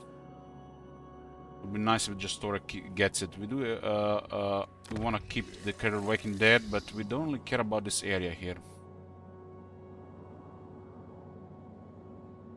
But we'll try to help Gotrek get a foothold into the Badlands. You seek the favor of Iron Peak. I'm listening. This is worrisome because Carbon could go to his territory and attack us, but we joined the war to make the relationship with Volkmar stronger.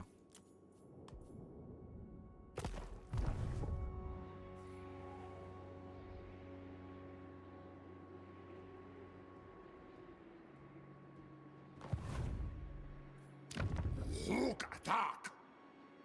Guess I forgot to switch to this. We could have saved a little bit more money and get more ranks, but that's no big deal.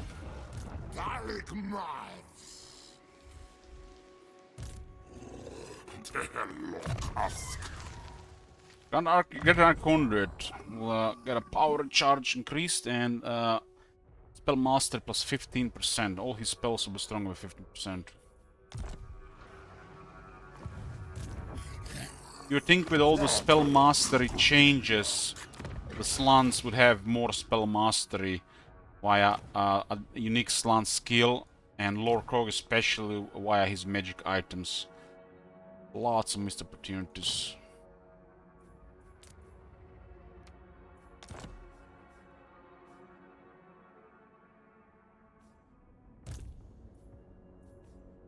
Lizardman Answer game is so poor.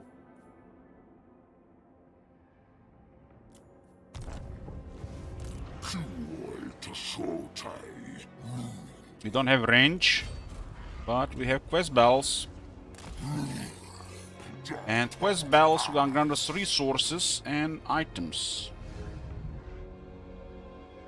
Both items and Krogar's are good, and his head bonus is good.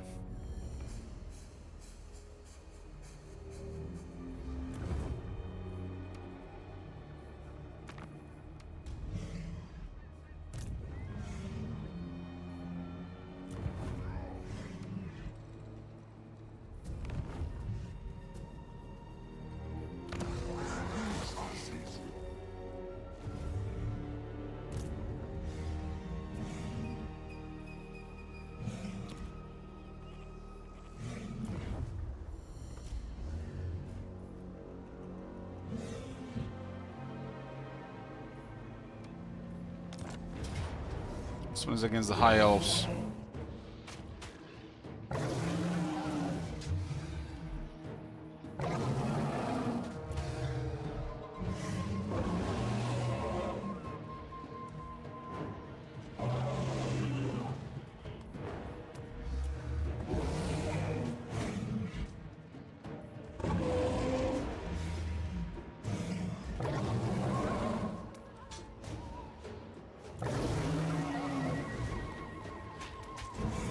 This is such a poor banner, but we have nothing else.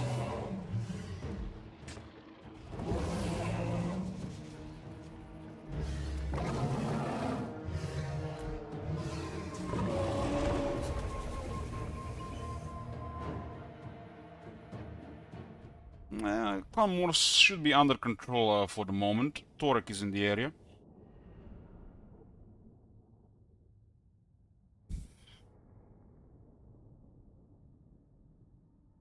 We just need to get a defensive alliance, Torek. So we can replenish our territories, and we win his. Another deterrent for the smaller factions.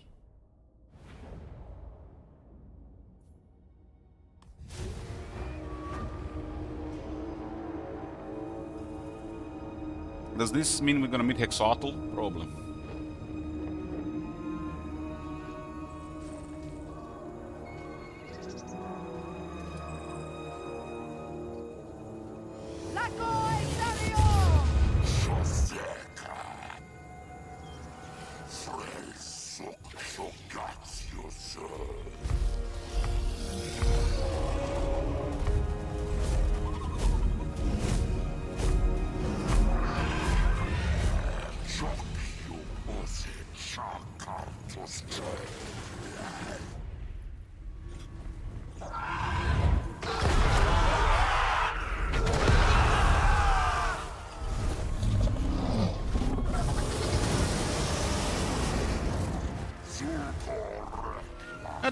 It's not really a big deal, Corley, with the Welling banner. But they have nothing else to use.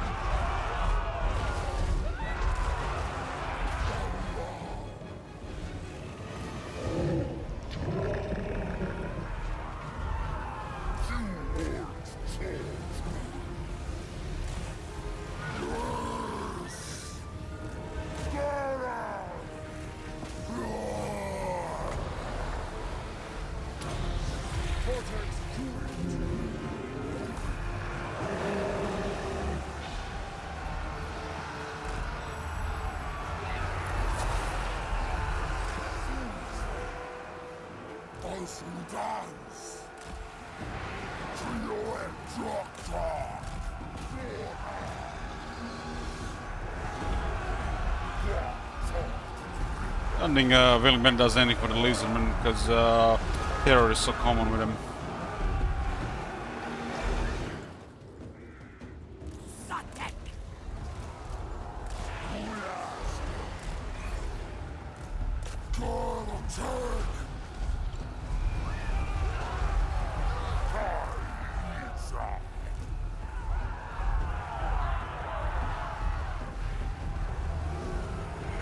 That's a lot of damage Kroger taking there.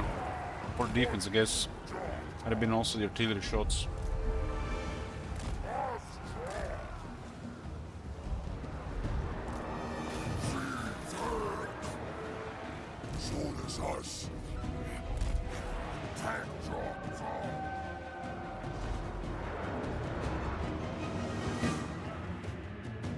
That's going pretty good.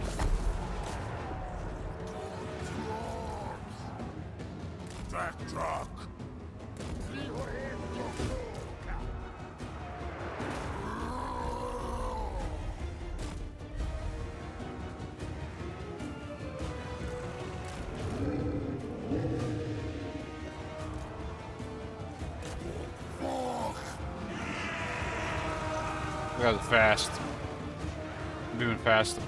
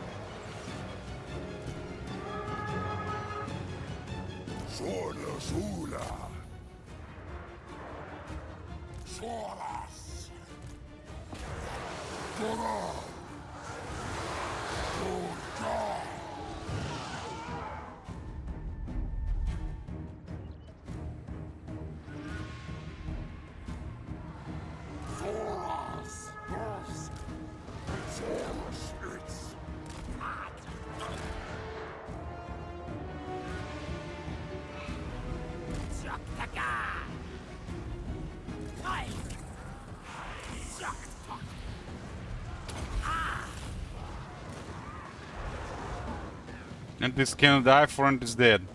Nice.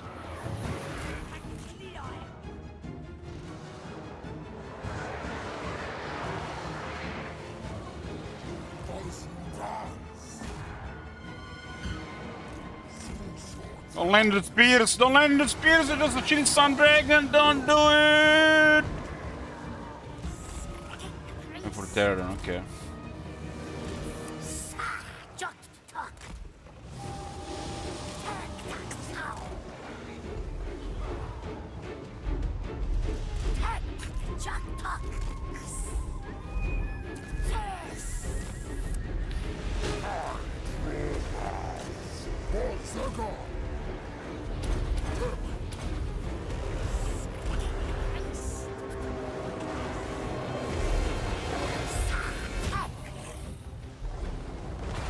Carnosaurus kill dragons.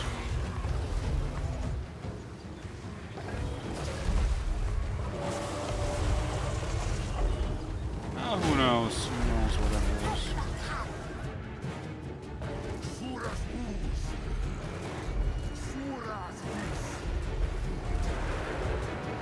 They used to go down and not just wait like this.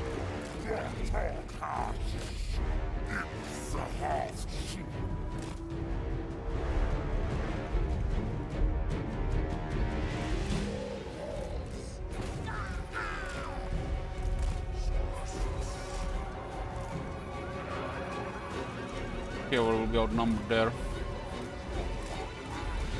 Oh, white lions! Come on, catch him before he recovers.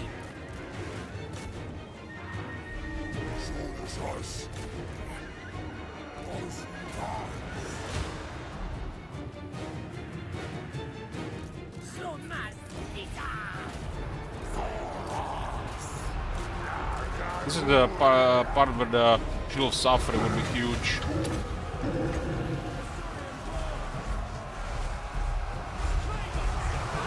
They got better info than us.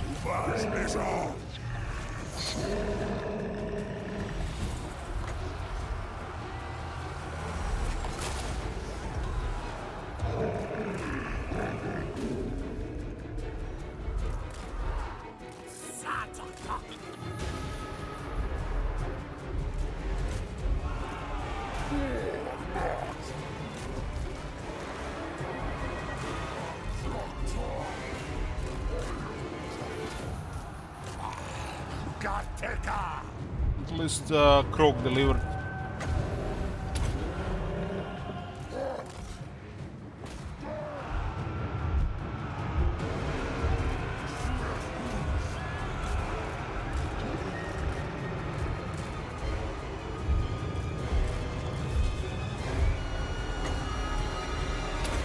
If I start using this when they're not pinning, they'll just move out of the way.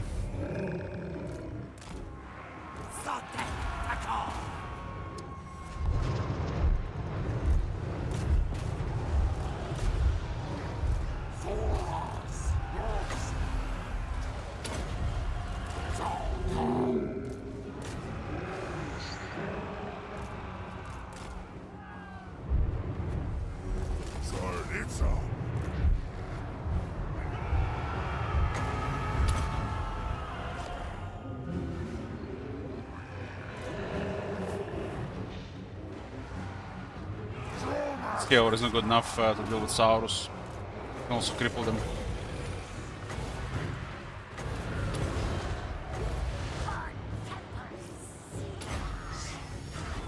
Over their armor attack.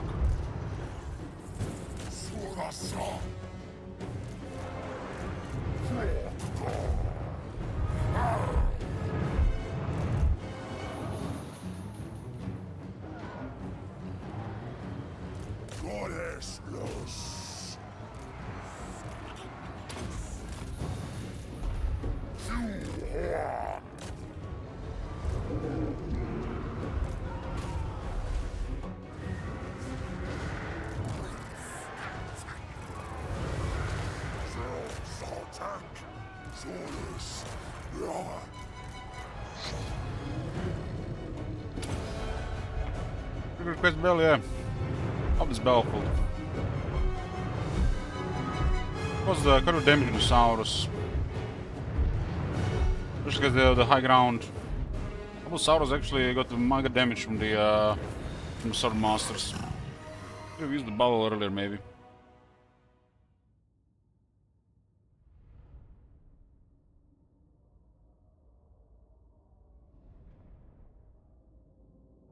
We had a Cold One cavalry and Stegadon in the army earlier, but that army had to be replaced. Suffered heavy losses, and we had to disband it. So we switched on more Saurus on the second version because there's nothing else to recruit at a time.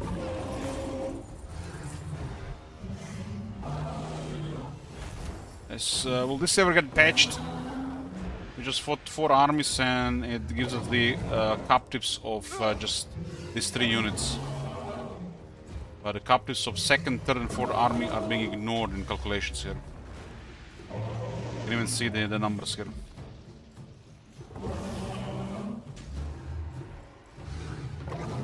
This one is good as well, but we'll get it from occupation. It's only good to get a trait that lowers the leadership. Hand of Gods. It's his weapon on his left. His art on his left arm, right? It's actually a pretty good item. Hand of Gods is really good because it's an enchanted item. Got a ward save, more money from battles, more attack, more defense. 10 AP Kekwi, and it gives him magic missile. I guess it's this thing here. We get the spear as well, we get 10 physical resistance, which is okay.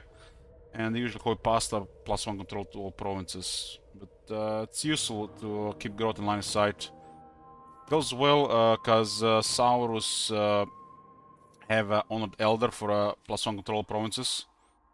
And Kroger has a weapon with another +3 all core provinces. And Lizardmen actually have 2 technologies +3 control each. And their core buildings add control. Which means we'll have a nice max control eventually. And get benefit from control bonus. However little it is. A little bit line of sight, probably should be doubled. Growth higher will not matter much. So 5% cheap recruitment. A little bit line of sight. They sort of have more bonuses, you know, like high elves have. They sort of have more penalties, like high elves and dark elves have as well. Make it a little more incentive to prevent low control and get high control. Lizardman is one of those factions that can get high control no problem, especially this faction. It's also because their core buildings have the old style of Total War. The control on the core building. They discontinued in this a lot of factions for some reason.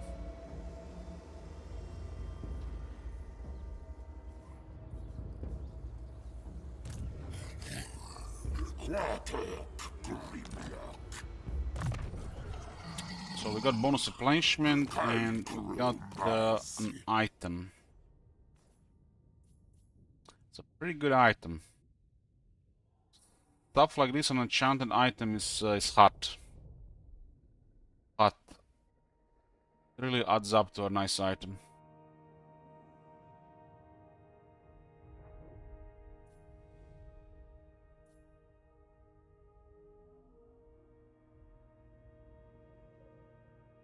Yeah, definitely needs defense. You can see what the spears did to him. And some of the shots. So that really needs defense.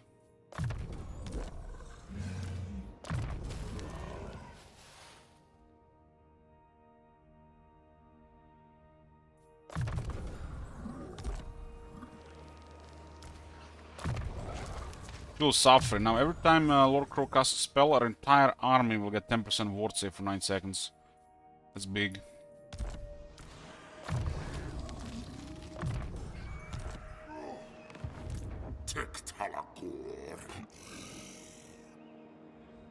We should bait him into Lamia.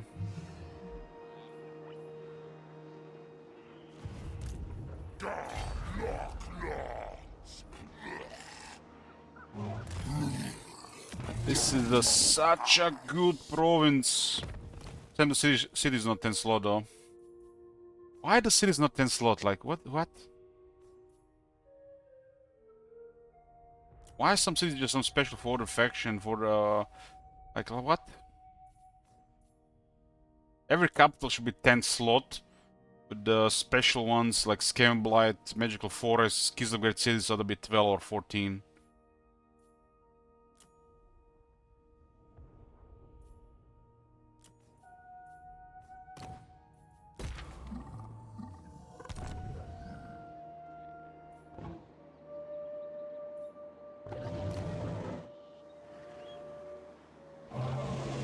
This is a lot of money considering we already recruited.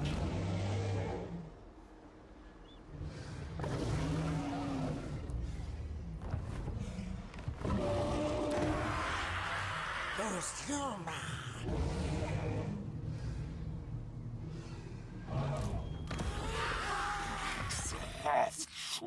Well, probably will be 10 slot, man. 8 slot Lamia feels bad, man.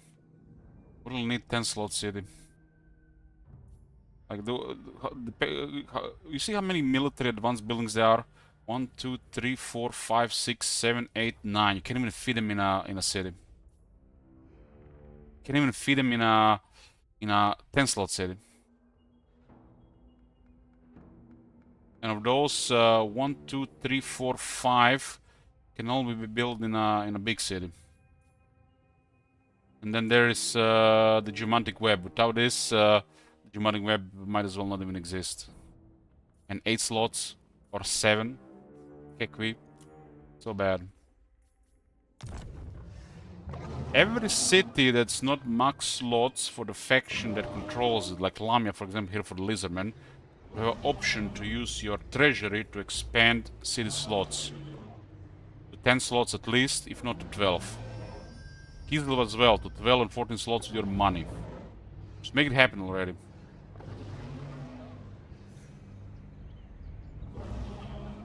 Make the slot number 9 cost 5,000, slot number 10 cost 10,000, slot number 11 15,000, slot number 12 20,000. Fucking hell, man.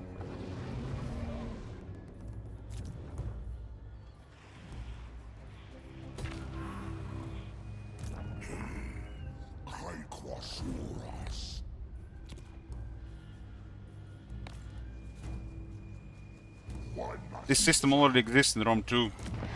Instead of, you know, you expanding the city, just getting growth, so as a core building you would use population to expand the city size. Just increase the size again. We've seen it. We've seen the cities can get larger. You look at just Scam Blight. This is already in the game. They just need to enable it.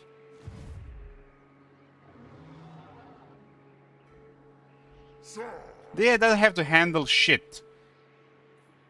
High difficulty turn 25, they get solve for free. High difficulty turn 50, they get solve for free. High difficulty turn 75, they get solve for free. Just for them should just be enabled depending on the turn. They don't have to handle shit. Dream will just auto open depending on what turn it is. AI will not cost anything. Same with how technology unlocks for them. Technology should even unlock for them even faster. Depending on difficulty.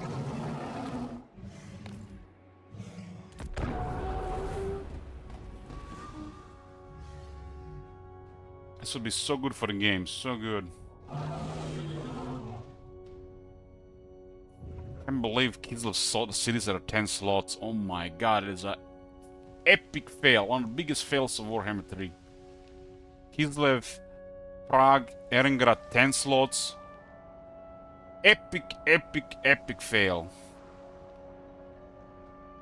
And there are buildings in there you can only build in there and nowhere else.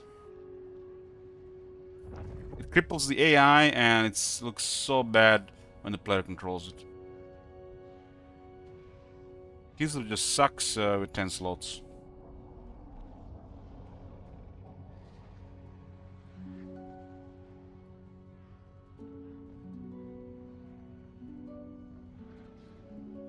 They landed in the jungle.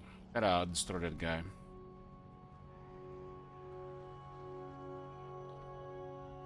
think we created one too many regiments around there.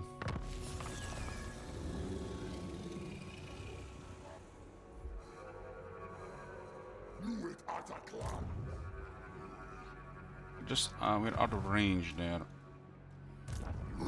Guy, Van Diesel. I'm gonna call him Diesel.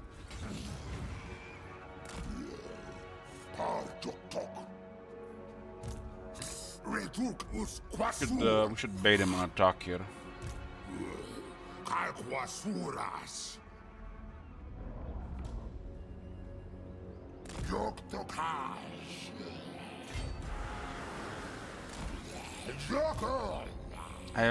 don't like it if we go for this, but it's no big deal if they do. As long as Temple of Skulls holds, be good. It's an outpost here, so it's very nice.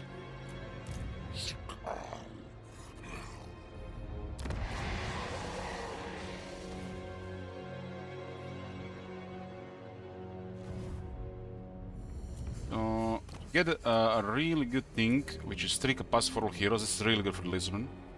And 18 settlements more. So what's going on in diplomacy? Relationship with Tlaco is improving. Theodol is improving. We do have now trade with both factions. We paid a lot for it.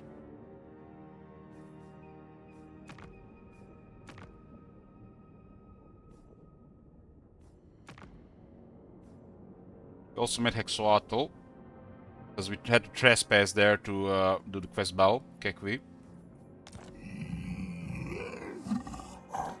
Hexoatl is fighting humans there.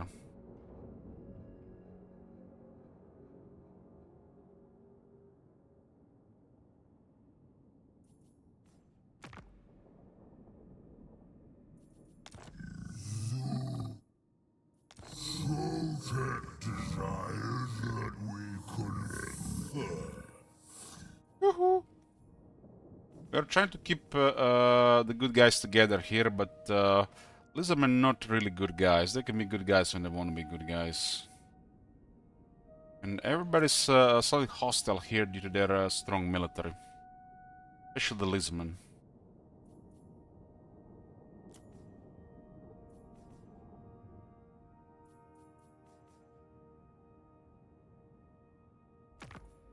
And there's still the war with the Ghoul King as well, huh?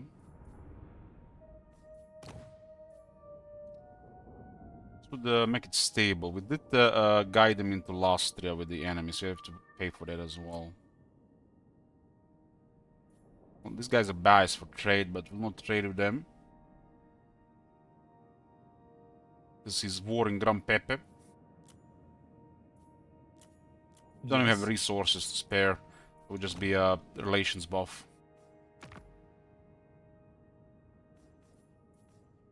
Well, the situation of Southland is very nice. We just need to cripple Clan Morse a bit, and we can take a look into the Dragon Isles. Dragon Isles is gonna be a mega province for us. We just need to get more military.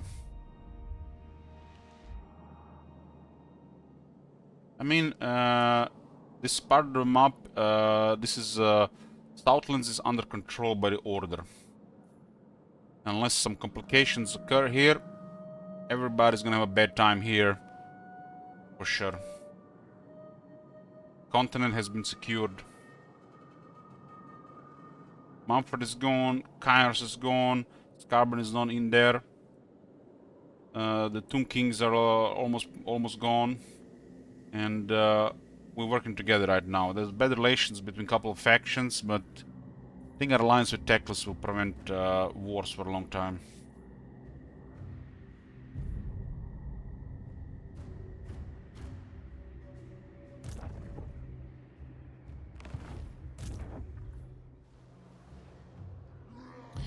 I need a spy.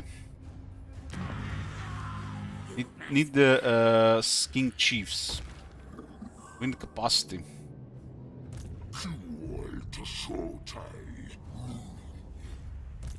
In these dark times, perhaps we should stand together. We are together, just send some troops there. There's buffers all over the place. We buffer for the AI is buffer for us. Clan Morse is a little bit out of control there. Who else is fighting them? Aqua. They're also trading with Clan Rictus. Teclis did somewhat stop trespassing. But I just wish you got military exits for more factions. Wisdom a well, lizard man. What brings you forth from the swamps of lust? As Teclis our ally and he's trespassing a lot, those factions will like us less. See this? This is because of Teclis trespassing. With the read this, oh, they hate us because they decide to hate the player because they're ally with Teclis. Now, this one actually has a reason for it. The reason is our ally, Teclis, is trespassing like a madman.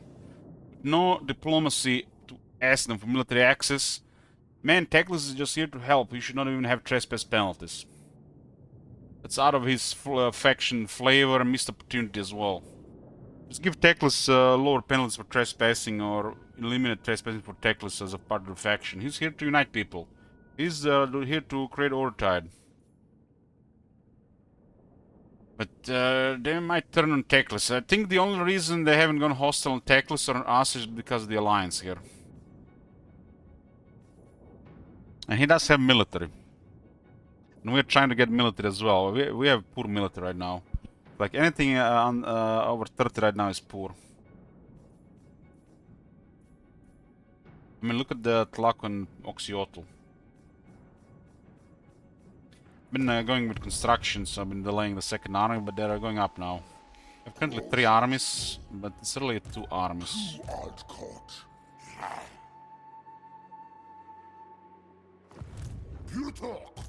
Yeah, he's not instructed into trespassing, so that's why it makes no sense.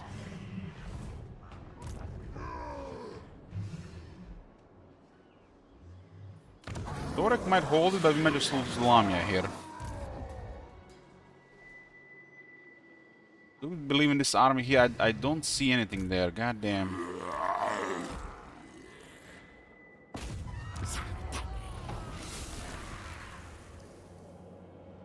I'm gonna drop scouting so we can see what's going on.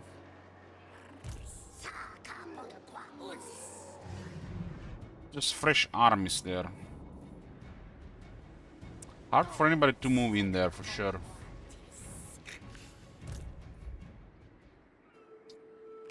These guys go north. They just did force land. That is a weak army, but they have a okay general.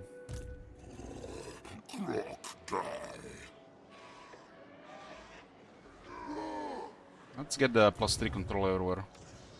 Don't even remember this quest battle.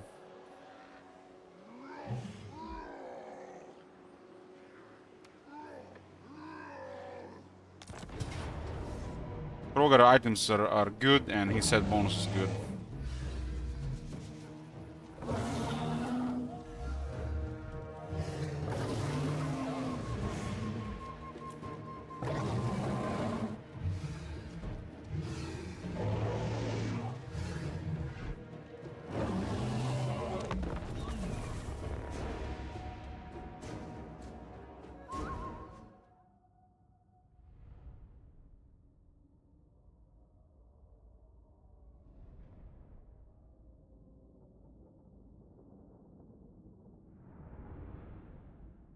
And it reminds me of some of this else quest battle.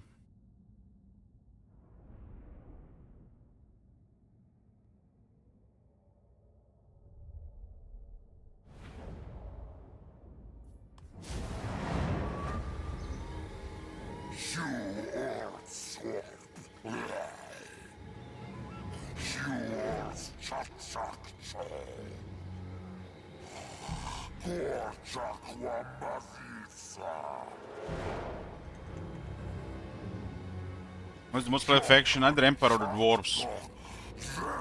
Faction specific, probably Khal.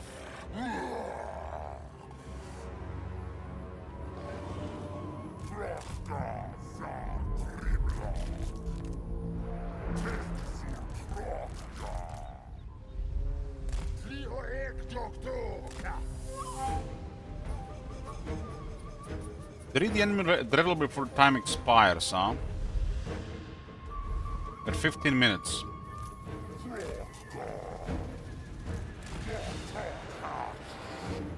The enemy Dreadlord is on foot.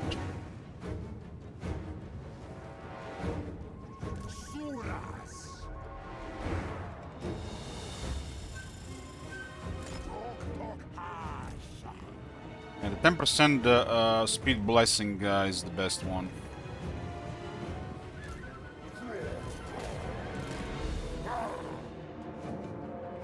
10% speed is a lot for Lizardman army.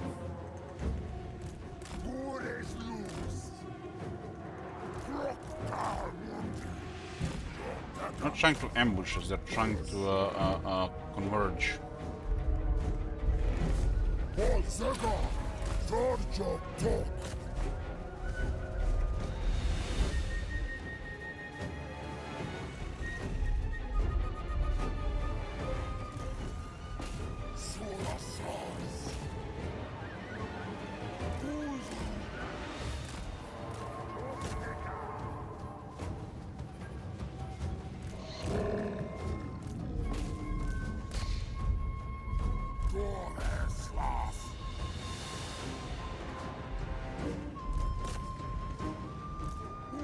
Two more cavalry units would have slaughtered all these guys already.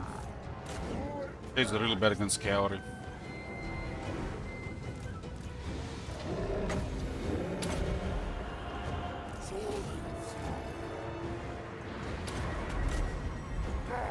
See how they move immediately. Understand, cast this as a pinch.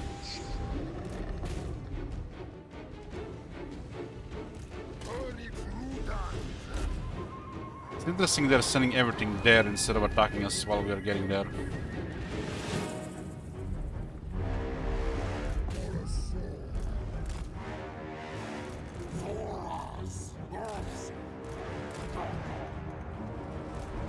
The guys have been literally just rubber banding around, we couldn't even attack them.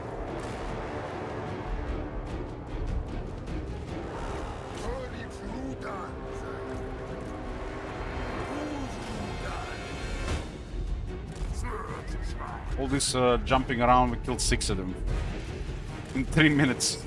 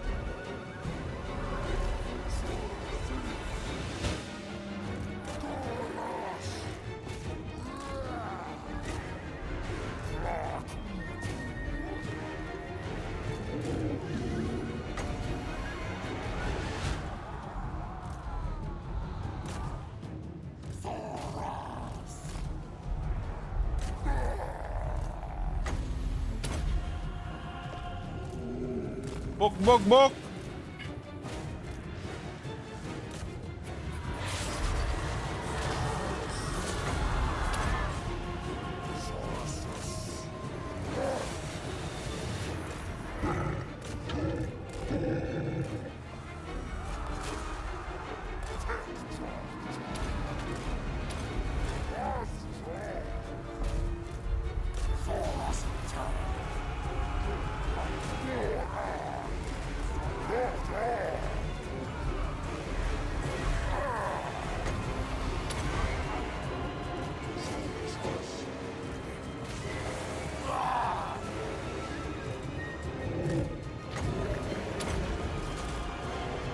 What the one cavalry does to a bunch of shades, it doesn't even work if the cavalry's on their ass.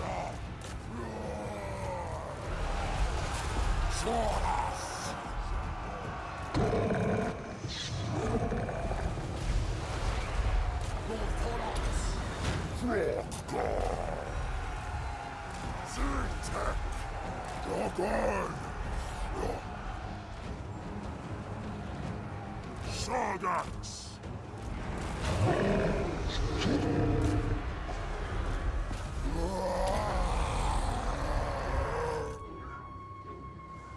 I love when they start fleeing, we get the predatory fighter. It's actually is a quite cool thing they added.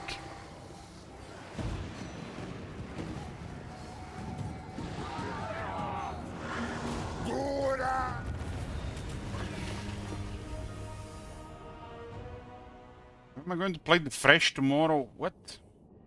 What's the fresh?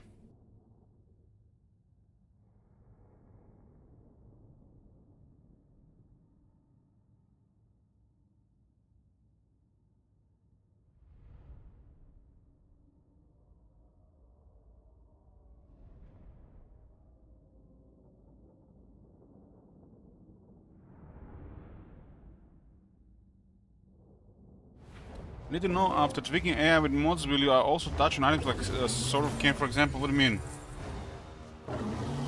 What's wrong with Sword of Cain?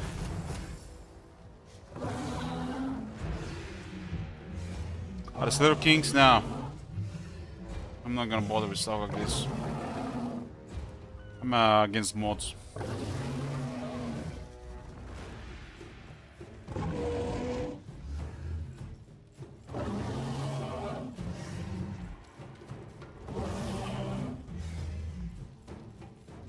Fixing the AI is one thing, messing up with all the stuff.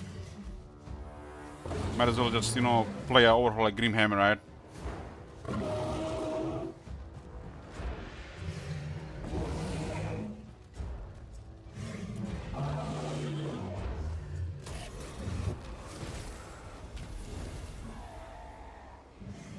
Got his weapon.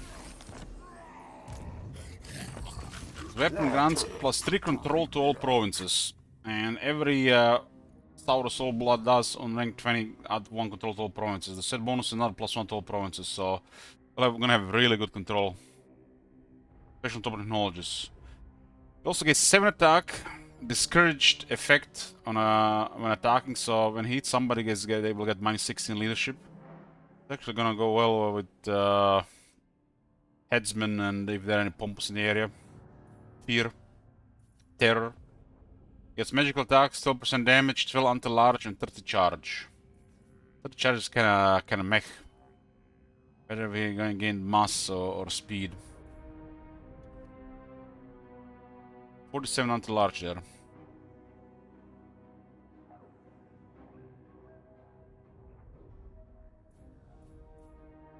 And with the set bonus, we also get additional 10 physical resistance.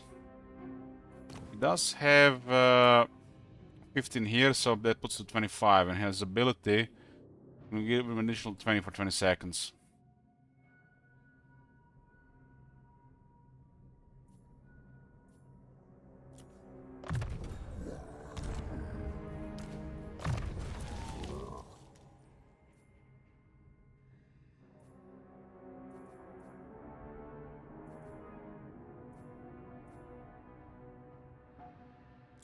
Let's get a boom booms up.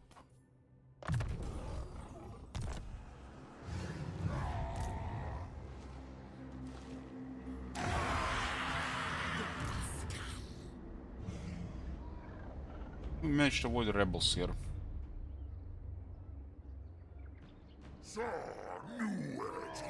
Going north is not really safe without additional information or more military. I want Torek to go north. It's Arctic.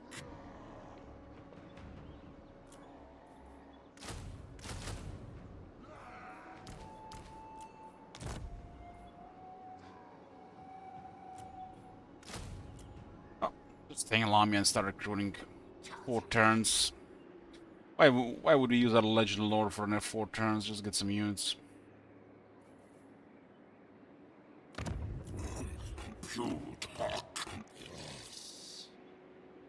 Another perceptive one just rolled, you know, random, right? Just random. You can also respect Krogar.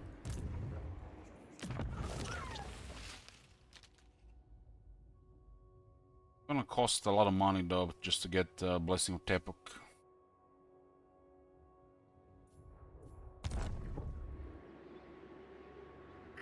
To it, Mazitsa.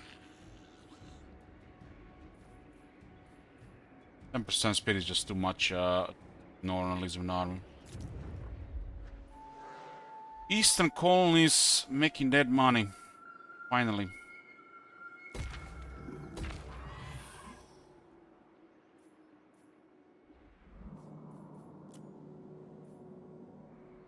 Tier 4 building. Oh, look at this resource building. Just resource, nothing else. A single line of text. This is how resource building should look like. Even this is lacking. But acceptable. This is just sad. They have this on timber as well.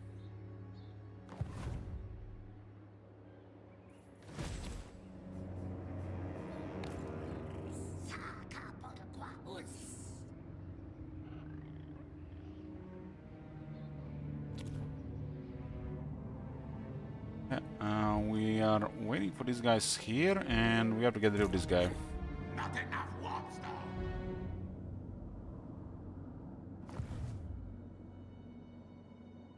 though. RNG have struck in the Southlands, but we've been giving them money as well.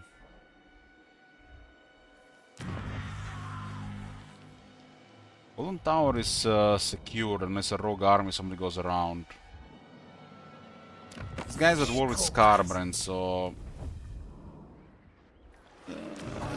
it's unlikely they come here. So I'll remove this, although it will increase the odds of they coming down here. There's 2 Temple Guards, so it might not be as much. This place will take forever for tier 5 without another growth building.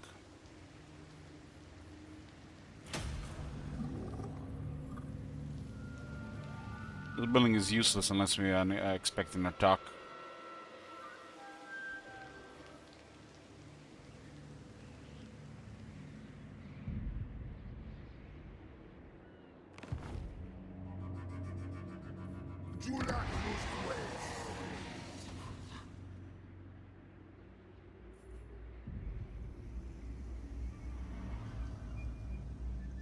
I don't understand why they say -3 upkeep for skink and chameleon skink unit. Just say for all skinks. Stop confusing people. That sells as skinks, right? Just minus upkeep for all skinks, and they've been probably just skink infantry, right? So just -8% for skink infantry.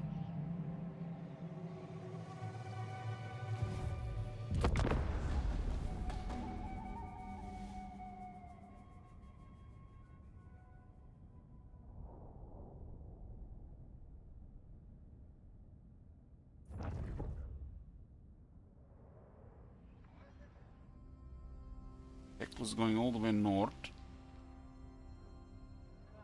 Press passing as usual.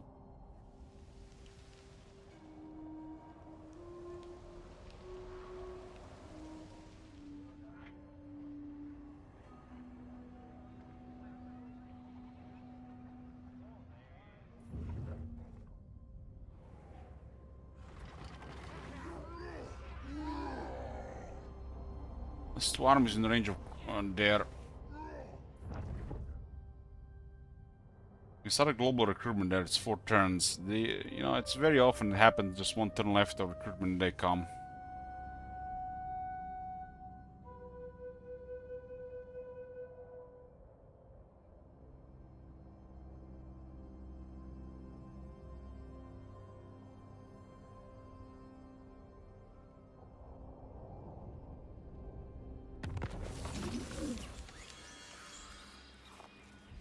These guys are targeting the southern regions here. No big deal, they are low tier.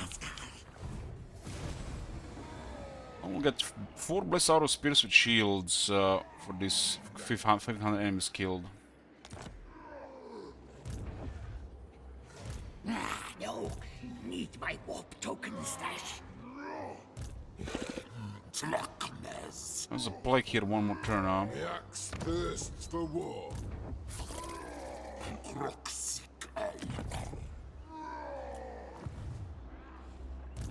Even assassin cannot. Not. No, Gracia.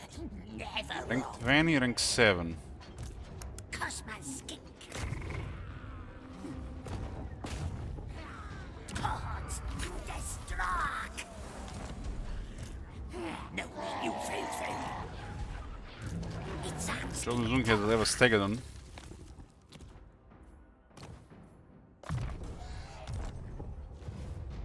Well, it got us another turn and Torek might move more, but this seems like a waste of time. You art caught. We can't even go after them because we have two smaller forces that just ambush them. Ilksashun.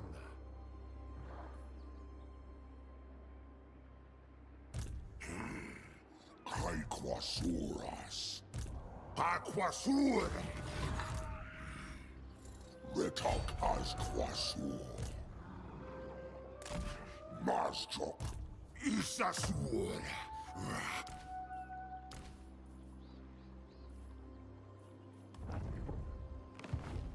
Kaikwasur.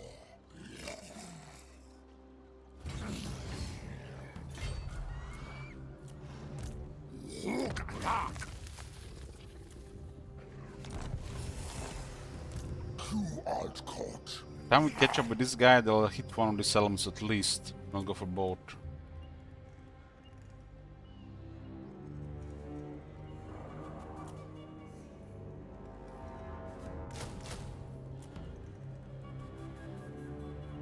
You it Ataclan.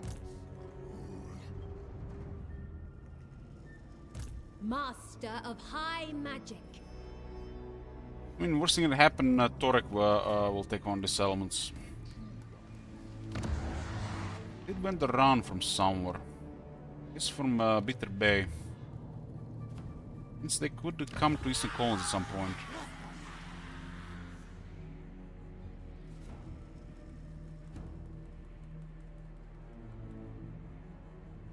Which of the 5 factions on the 500 list do you hope it's gonna be?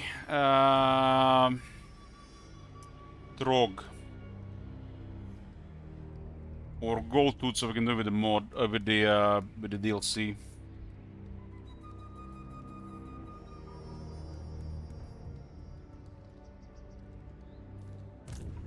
But it will be with mods, will be a different experience. Hey Toka. Yeah. I mean, might as well just it's another interface mod.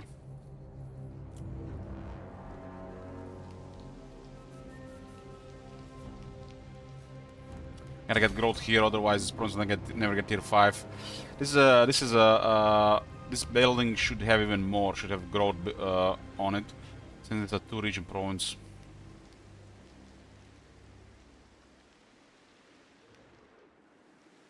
You're literally forced to build both growth buildings in the province if you ever want to get this to tier 4 and 5.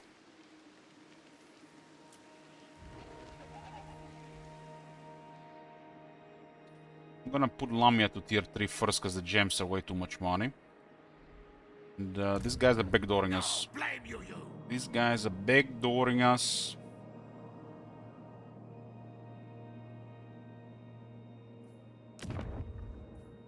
Well, lizard man, what brings you forth from the swamps of Lustria? They're currently looking for enemies, huh? Carbon could do. He's already at war with Tic-Tac-Toe.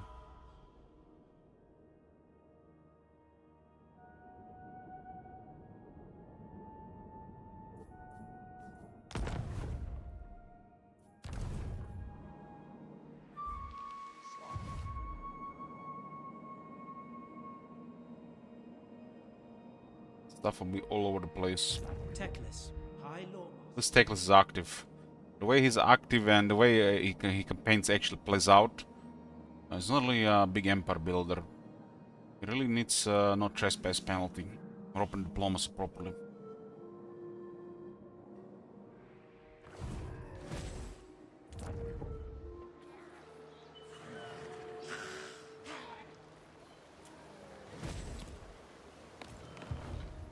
The most important thing right now is make sure we calm this down. Then help Torek get back into the Blightwater and get rid of this army. Think me full? You're full.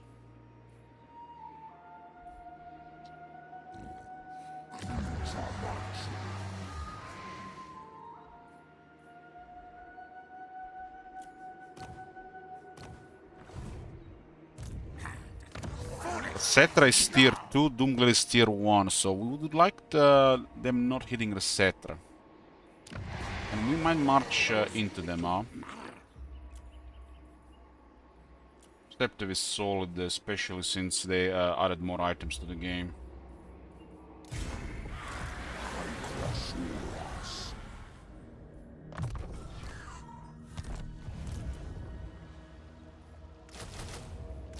You guys seen this? It's turn 51. These are our ancillaries.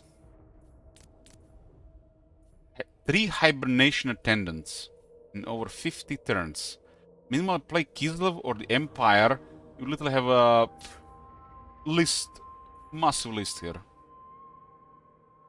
And you wanna see what we really have? This is useless, and this is almost useless. These are ancillaries. Turn 51. What the fuck? Meanwhile, you do like 3 turns with Kislev, you get like 10 ancillaries. It's not like we don't have heroes.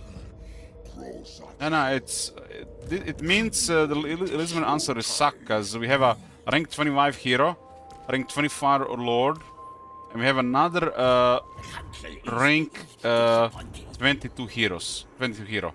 Every time they rank up, there is a chance for the ancillary. Every time. But there is nothing lit to unlock.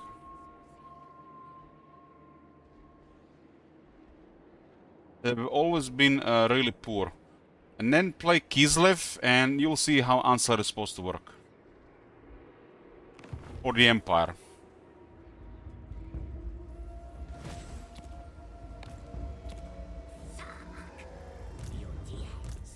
The way the ancillaries work is not the same as the magic items work. Every time a hero levels up or something happens that in a different way, they have a chance to get an ancillary. But there should be a lot of ancillaries that can be unlocked by just leveling up. The Lizardmen just don't have any. Compare them to the Emperor or the Kislev, how the ancillary really should be.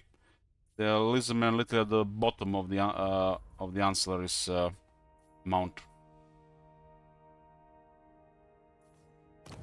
They've never really added any proper ancillary system for the Lizardmen like they did for Kislev and Empire before them.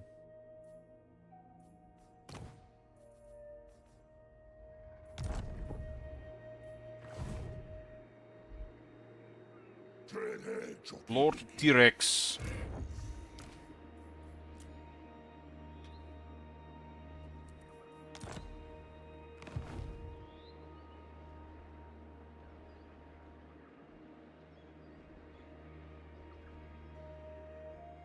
This is my standard Lisbon experience, Cookies. It's literally every Lisbon campaign.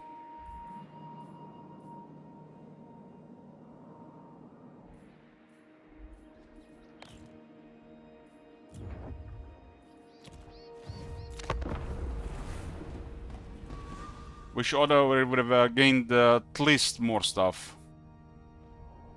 I do get rid of the useless ones, but we haven't been getting even the useless ones.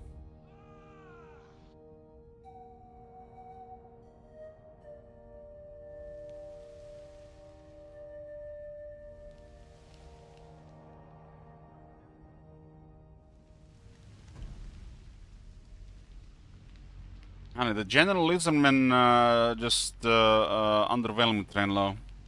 That's what I'm saying. The general Lizardmen underwhelming. Their mechanics, their ancillaries, their potential is just nice. The potential just what could have been, you know, just I mean, compared to Kislev, man, Kislev should just be a golden standard how the ancillaries should be. But with every faction with their own flavor, and just go with pasta of the ancillary, you know, like between the factions. Like Dark Elves are fine, High Elves are fine. There's a lot of other factions that also suck with ancillaries. Greenskins could be way better as well. Vampire counts. Nice. They came to us. We want Southlands. Since we can really challenge this, we have to keep Southlands under friendly relations.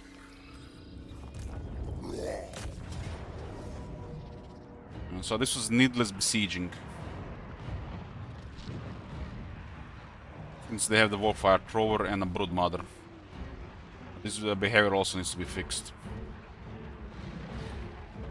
They should have attacked immediately, but they besieged us, so we call this needless besieging issue. This one needs to be corrected. Yeah, loses initiative momentum and snowball with that. You see what happens every time you do global recruitment? Oh shit, it's 2 turns left, man. No, now there are 3 armies have arrived. Global recruitment is just inconvenient and sucks in general. Only good for the AI. Just cripple your legendary lord for 4 turns, don't do anything with him, and you might get these units. Most times you never get these units. Unless you get an army here in a safe spot, start recruiting lord, army, and do global recruitment at the same time from another province, then, you know, it might be okay.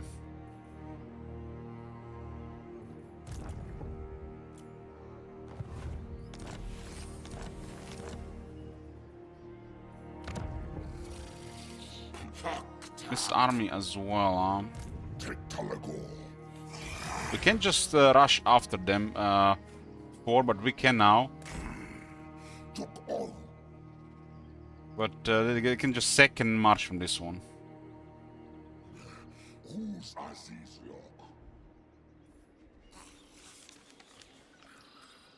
See what's going on, Bloody Hands.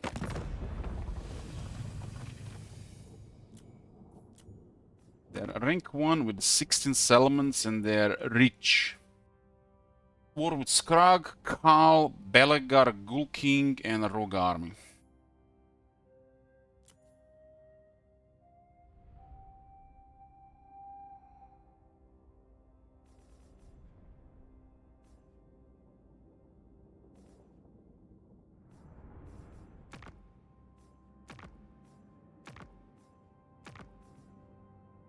There's also Mother there. Warring World Walkers ally with Ult one. I don't think Tlaka is even sending stuff here. I guess they're going maybe for Scarborough first.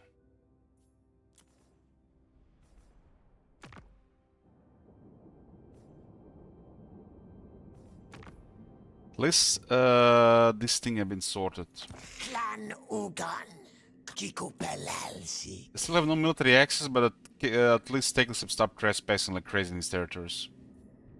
You can see they don't really dislike us because of techless trespassing.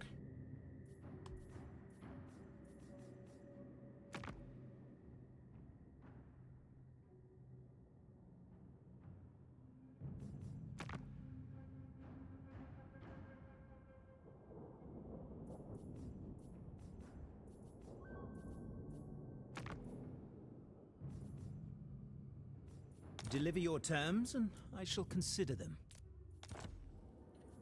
Pay for this one. Like right now, the only way we deal clan wars is through this bottleneck, and there's just too much right now. These guys could go eventually around after Scarborough is gone. We have to clear this army here before we can reach more, send more military north. At least there is another army of Torek that went around. Nice. So Torek is bothering them while they're sending all their military on this bottleneck. This is very important. I could totally expect another army to sail from this place. Might even go for the Pep Islands. This army did went around and it's bothering us.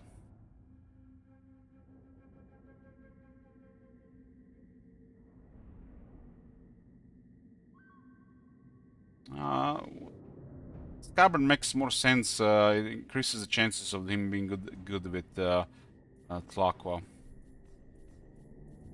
Don't want the Southlands fighting each other between the good guys. Yeah. Especially with the clan wars like this.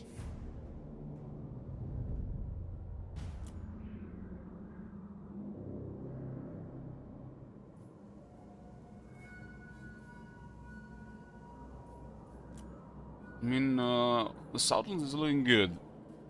It's just Walkmer now. Stateless is trespassing in Walkmer territory now.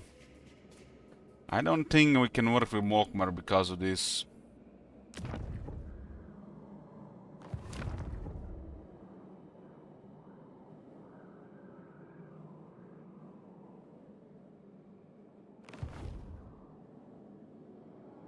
Lakua here, Teklis here, and there's Torek here. At least this area is like its own thing. This has been just a bunch of trespassing. Geopolitical is not in Southlands, and he might be going into Lastre, so it's fine. We're just trading with him. But this is definitely gonna turn into something else. While we're doing this, the North is just cooking into big powers, and we also have to come here.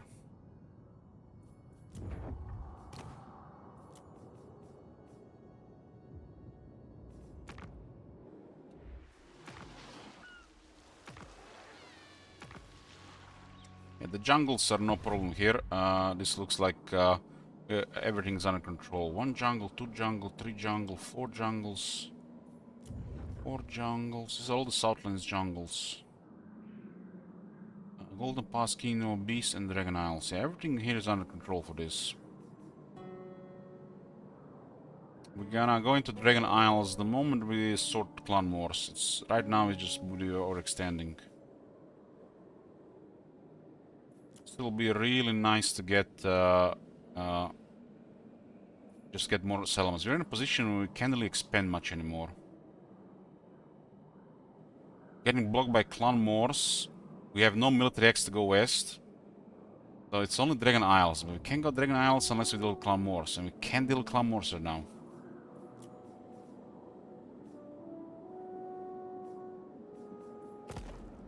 Stagnation. You feel it, my lord?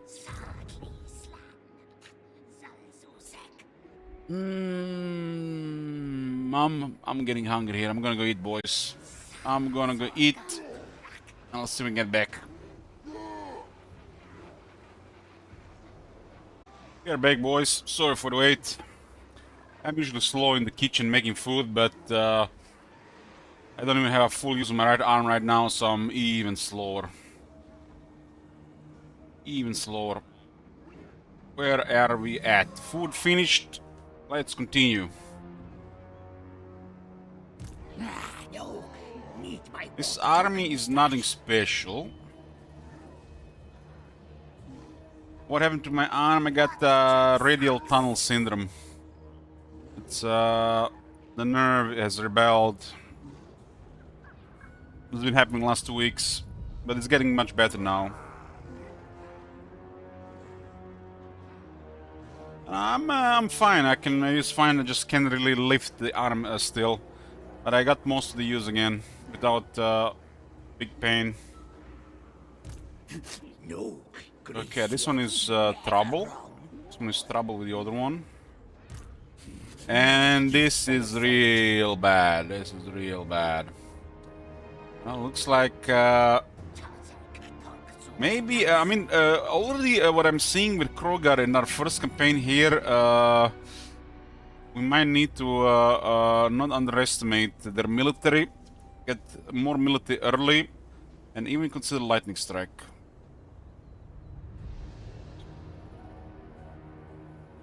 Like 101, this army is fine, but where you are outnumbered, it can be really bad.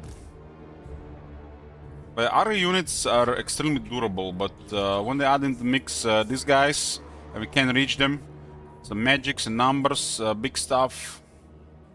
It's bad news. I've been really careful with my diet. As the painkillers can only help with the symptoms. You need to rest and sort your diet as well to get rid of the cause. So 2 weeks to get in this position. That's almost a record recovery. I've heard some people having this issue for like 2 to 6 months.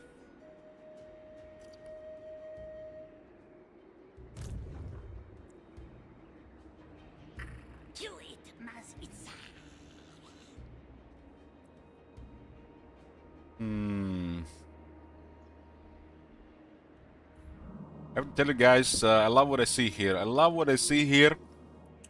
We're actually getting resistance. We're actually getting resistance instead of just snowballing. God damn, we got a better Lamia here. I don't think we can handle the city. Like, what's the best thing that can happen here? We drop the recruitment here. We get Regime's Renown. And we hope they fuck it up by not surrounding the city properly.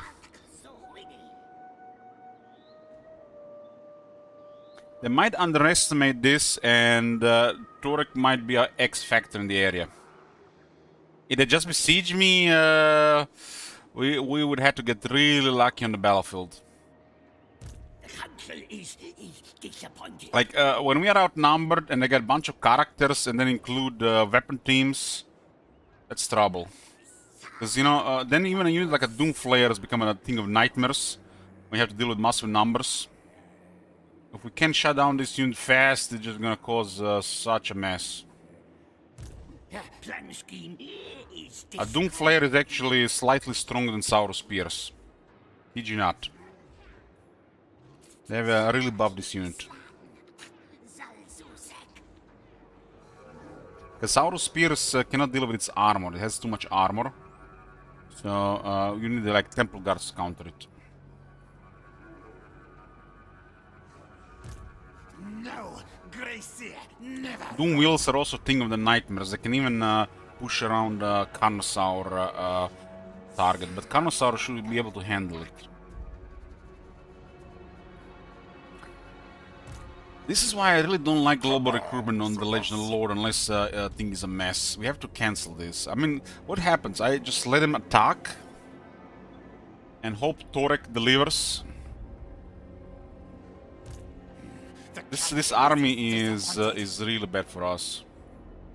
And what's so bad about it? They even have movement range and replenishment. That's an excellent AI arm for the Skaven, because they have this and this on top of quality.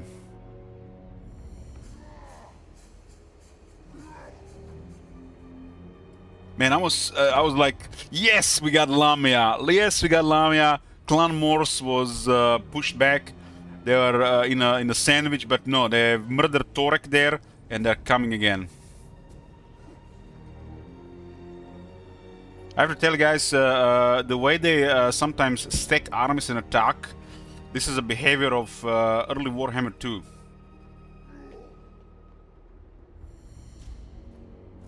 In a Warhammer 3, they tend to just send army after army after army and not really respect your strength.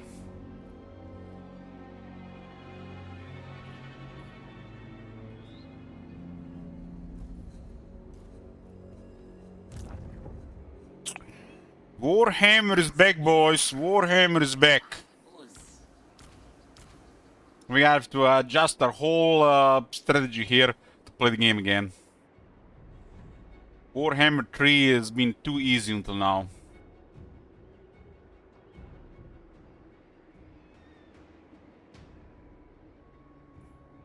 For the wisdom of the With an alliance with these guys, they could have gotten replenishment here. Greetings. What do you require of Karakazul? Diplomacy is also harder. The only guaranteed way to do it, if they are weakened, which is hard in current state, or trade settlement. Trade settlement is still a big power swing in diplomacy. Everything else is, seems to be harder because they have extra military. See, I did buff like the difficulty stuff, but didn't fix their behavior. Well, the mod not only fixes the behavior, but it makes them more aggressive.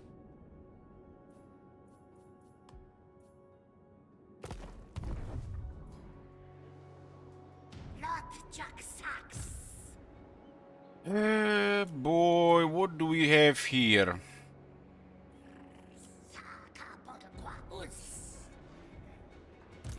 Will not, cannot. Plan scheme is discordant.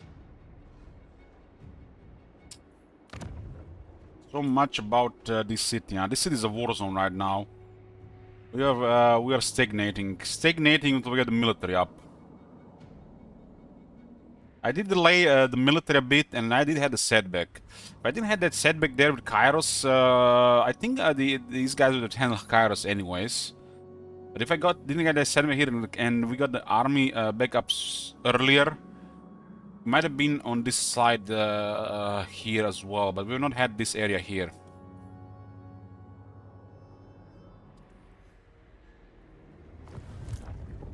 But the setback might also put us in this position.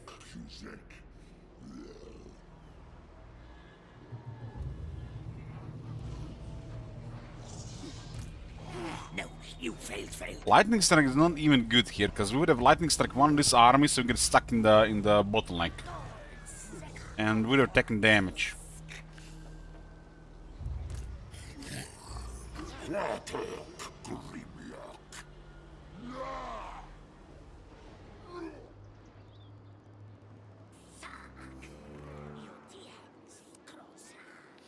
The axe thirsts for war.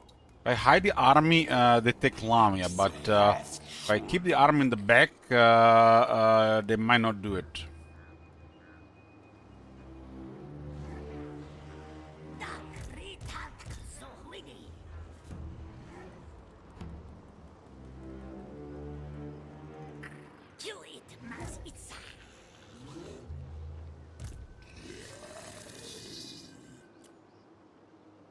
These are okay options here.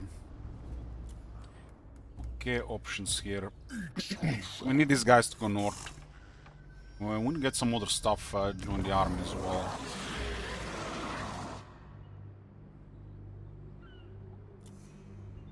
We don't want a tactician all blood and a determined all blood. We need to put him somewhere else.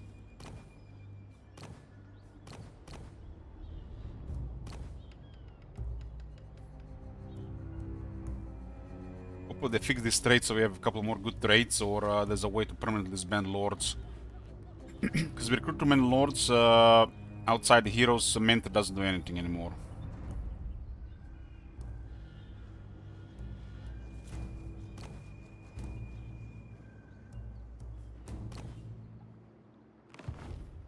This guy's getting to a good rank for recruitment, but we still need more ranks.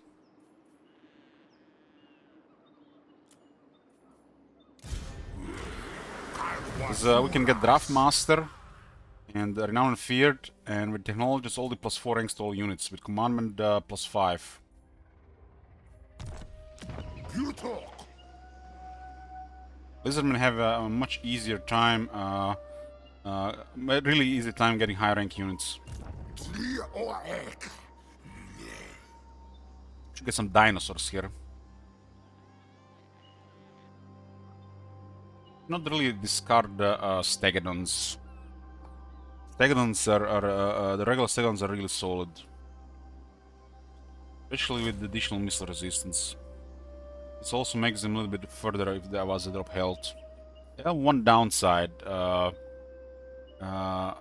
base leadership is not great, but I'm still below average. This is the downside of feral units. And their speed is not great, but it's just enough. But the lizardmen can increase their speed and leadership.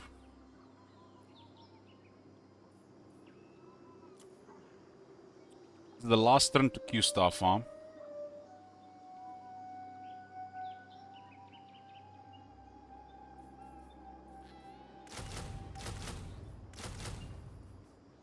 Fortification crystals are not the most amazing, but they can give us edge and they can annoy certain units. While the solar engines are pretty good.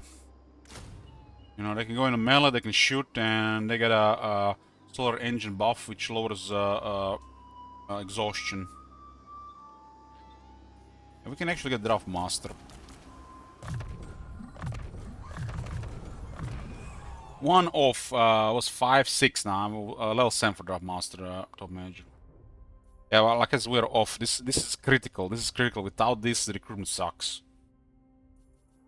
Guess we can get bonded thingy though. We don't want to pay for armies and we want to recruit them faster and high rank.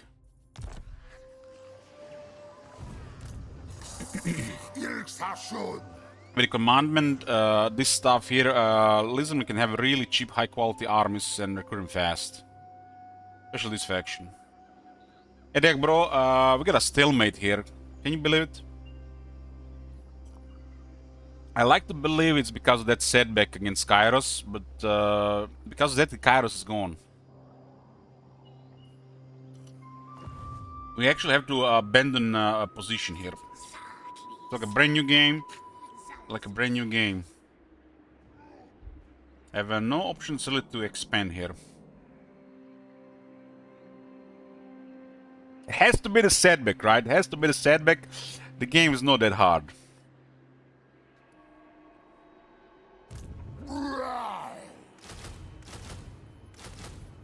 Let's add some more advanced units.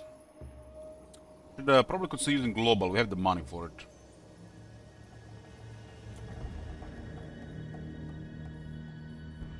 I've added the mods we've been testing to my list, but I'm probably just going to wait for a 6.0 update. Yeah, but there is no guarantee this army will catch this. There's no guarantee. They might just sack and flee. This is the needless besieging, otherwise they should have attacked already. There's a brood horror here, and had a wolf fire thrower, the garrison would have been toast. So this is the needless besieging issue. They should have attacked.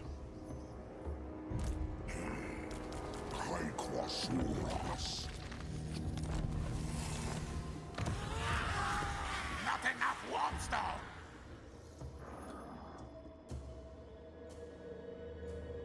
Needless besieging and besieging damage garrisons are things that need to be improved, so they happen less often. There's definitely for the AI a reason to besiege, but not like this. Garlic mines.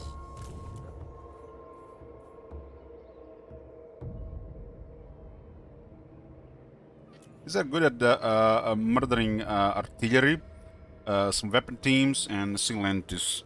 Well, this is more against infantry. I don't think we need help against infantry. The army scrap though. Our garrison is really bad. It just skinks.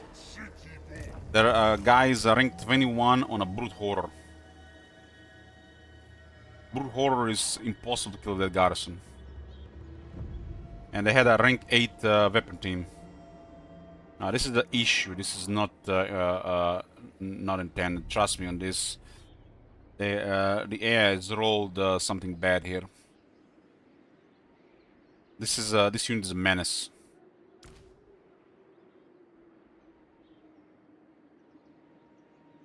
They have enough units here to trample any 8-unit garrison.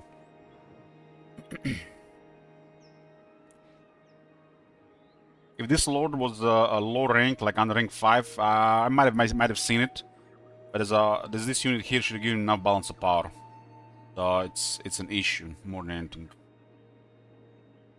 This needs to be definitely improved in the game. You old god.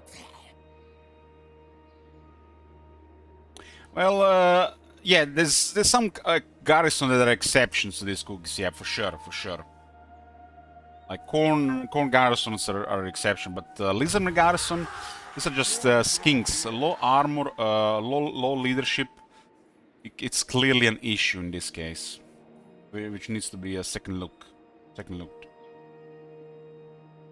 I think this is an issue the same as in Occupy, Loot, Sec, Raise. How they decide sometimes what they do. With needless besieging and you know, this needs to be toned down. I mean, these things are part of the game, and the logic behind this should be definitely better and improved. While besieging damaged garrisons is just broken. It's definitely broken. While the other two are just issues that can be easily improved.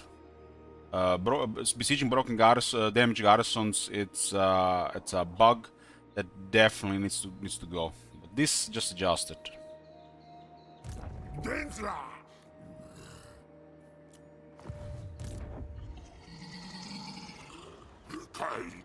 Well, our army is way more powerful, so they'll flee.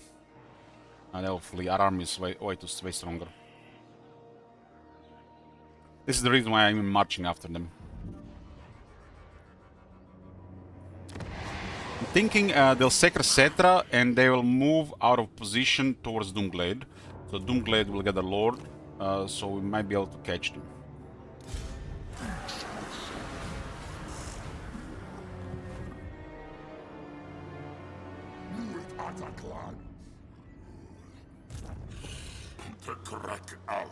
Oh boy. Hide or show our face? Show our face and wait for military. Hide will not do anything because they take Lamia and they... what would be the idea behind the hide? They take Lamia and their secondary armies march towards Elbaras. Where we destroy them, right? That would be the strategy behind the hide. Strategy behind showing our face and camping. They not occupying Lamia. They have enough military to occupy Lamia and they put all the military in Lamia. This guy is away 3 turns. So the best move here is hide this guy. Hopefully he stays hidden. So that's a chance. They occupy Lamia again. And the secondary armies march towards Elbaras. Otherwise they'll take additional turn towards Elbaras. And we destroy one of the secondary armies and then the other 2 armies are no problem. We can't win against that. They would have to fuck it up or move one of the armies. No, need my warp token stash.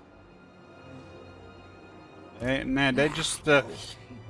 I don't think they would even attack. They would probably besiege us for 2-3 turns before they attack. I mean, look at this. There's even 3 chieftains. This one has... what is that, a bomb breaker? Plan scheme is discordant. Another bomb breaker. We would have to rely on them fucking it up, and I don't believe so. I don't think they're gonna fuck it up. Losing these 3 again, that would be too much.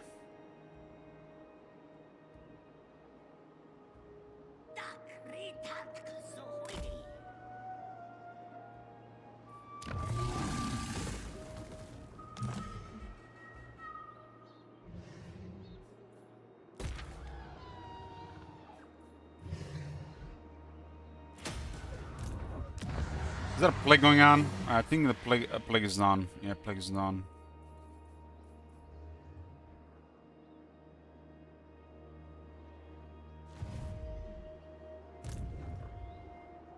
I have to repel clan Morse and try to hold this province.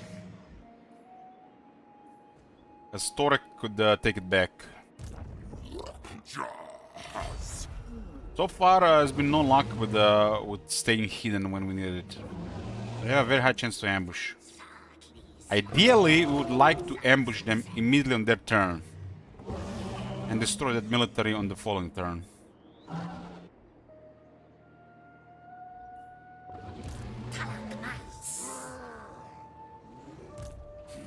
Managed to block their army last turn, but not this turn.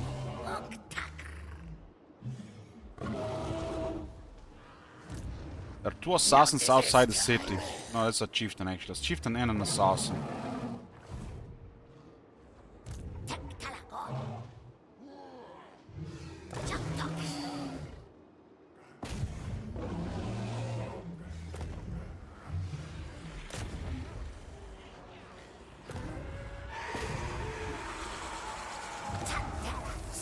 The chosen of Zunki delivers. Will be exhausted for 2 turns.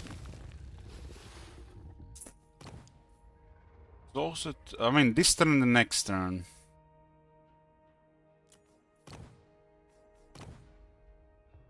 I mean, this guy had multiple successful actions and a single answer unlocked.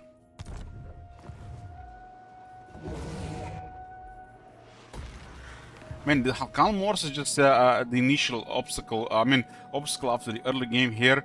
There's some bad, even worse shit cooking above them.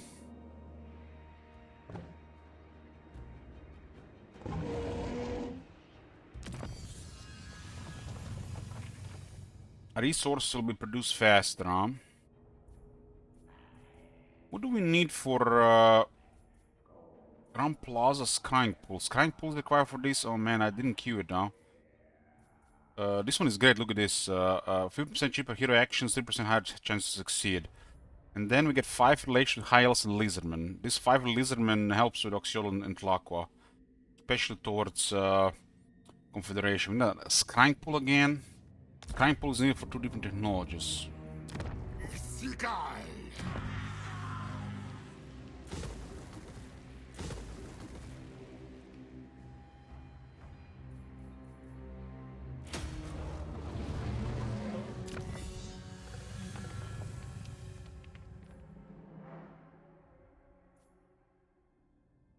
Plus 2 rank technologies are a big deal, because you get plus rank from Commandment, plus rank from the Lord, plus rank from the right. Recruiting veteran and melee units is really nice.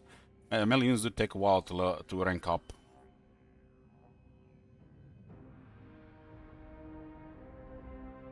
There's also lowers recruitment with Saurus, will give 2 ranks for a bunch of dinosaurs.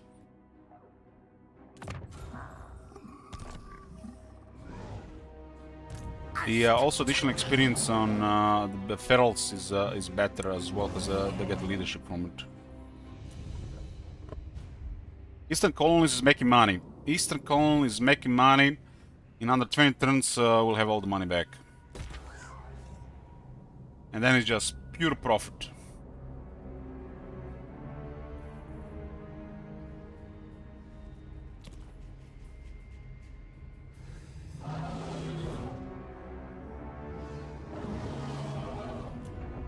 Amir.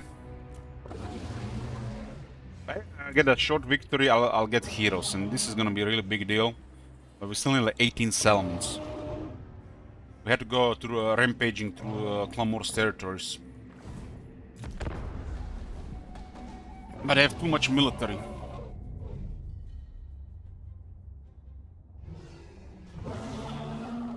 What do you think about the Zephyr Contra Gladius? It's a much more polished game. In a different universe that they've done really well with it. So better than Gladius for sure. Pretty to look at as well.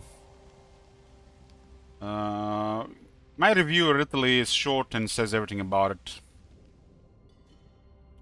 Highly recommend it. Expect like an 8 out of 10 game delivered at 9 out of 10. Apparently the person who done the voices there, that was actually doing the voiceover mode for Gladius.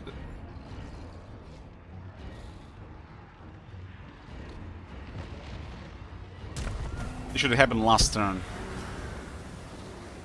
We had this and the Lord on top.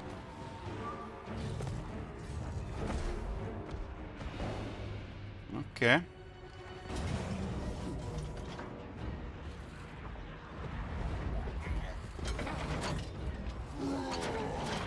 This is actually interesting. The scam artillery is not easy to kill though. If they put their army in 4 groups, we could actually go after one of them.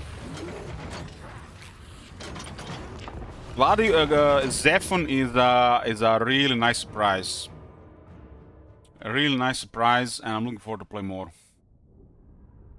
It's like they delivered. They delivered, and it's like already from the start, great stuff.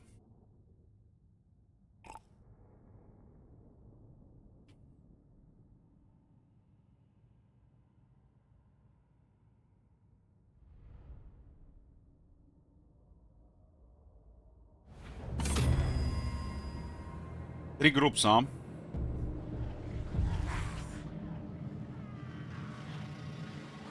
I'm thinking we might be able to destroy some artillery.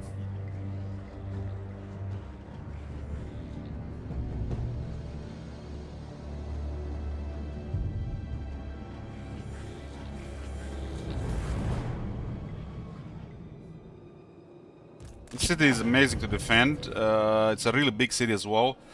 But this is only a tier 1 garrison. Tier 1 Elizabeth garrison is horrible. I mean, Elizabeth garrisons are some of the weaker. That's why the additional buildings should provide more garrison, like Scrying Pool and Star Chamber, stuff like this. I'm having a good think. I think we have a decent chance of destroying some of this. But if those stone vermin touch these kings, they'll melt.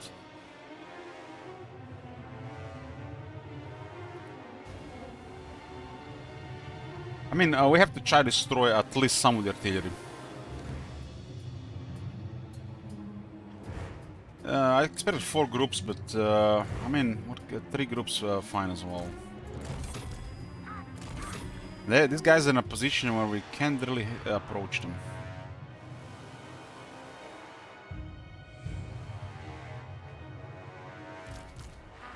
I sent only 2 outside the red ogres to murder them.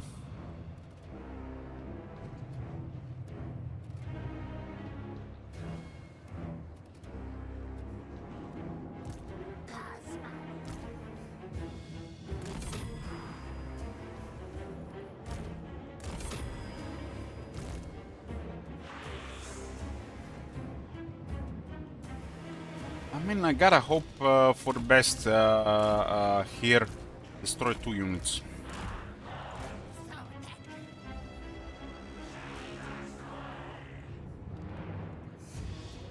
Stone Worm is too much for the skinks.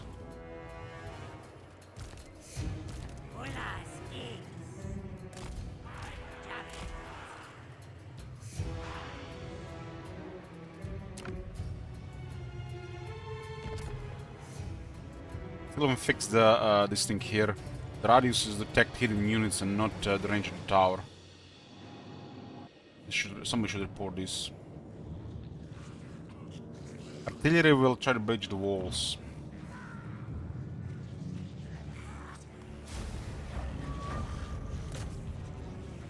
It's very hard to kill a Skaven artillery unit. They have too many guys on it.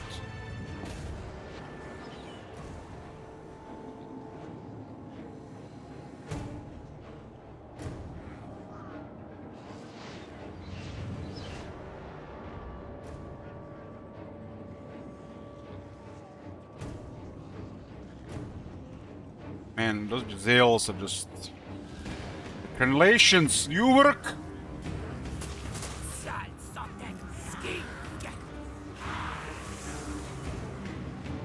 It's a penetration there for sure.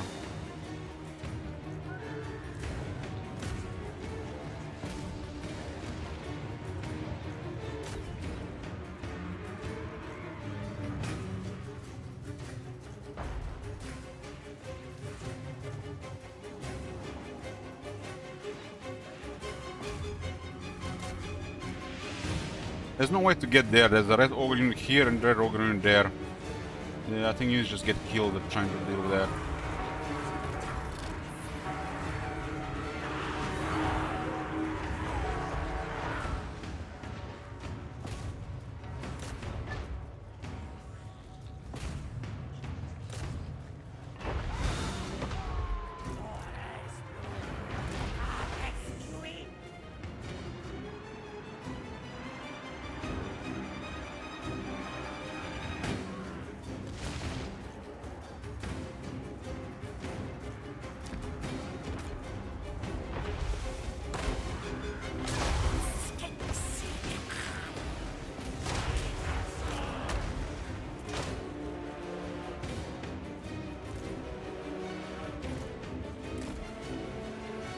One of the implacable is almost down.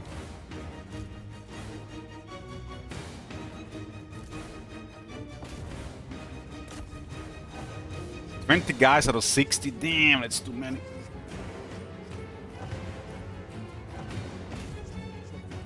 Route, route, route! They got a bell, they're not gonna route.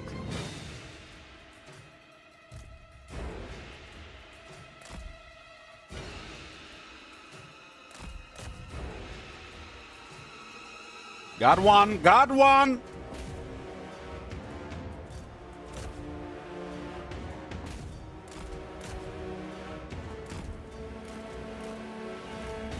The second one coming, but there's a gut runner nearby. Night runner, actually.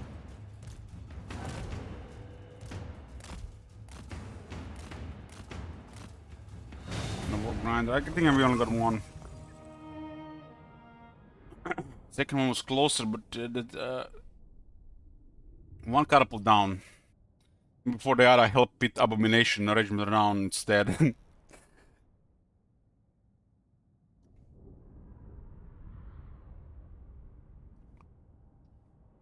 That's why that wall was melting. They had that sniper unit shooting.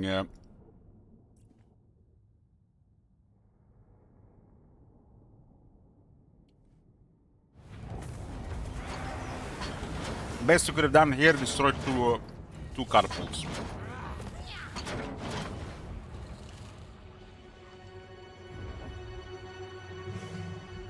Oh man, no luck. But there's options here. I wanted to kill one of their armies this turn. Ambush foiled, of course, oh, foiled. Every time. What the hell is the point of all the high ambush chains on Krogar if they find him every time? I mean, it's just a chance, right?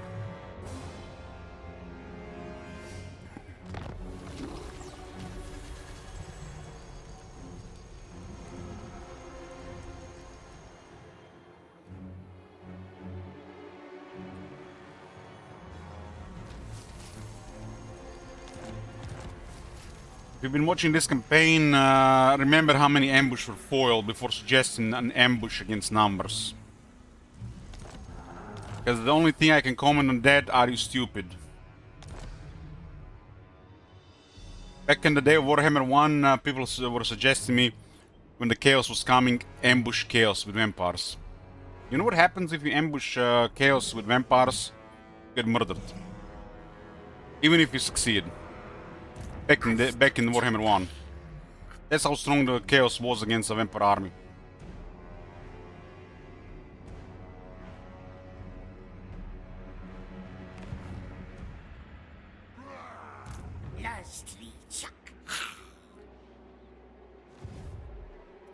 Check diplomacy first.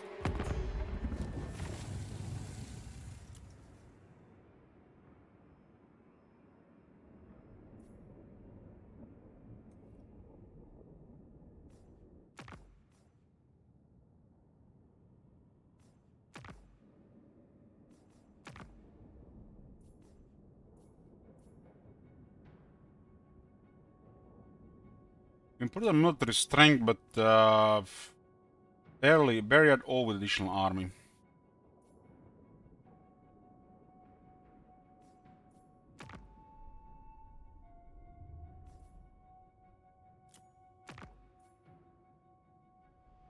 This is not allied yet.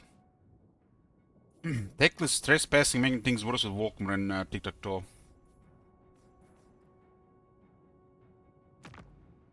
Let me guess, Tlaco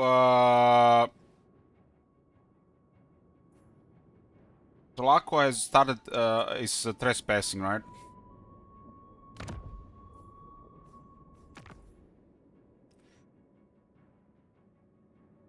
Well, they just consider them the next thing, huh?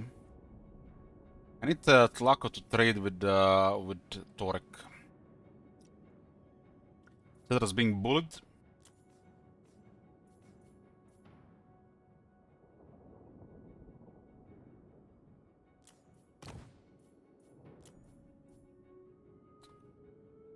Nothing good here.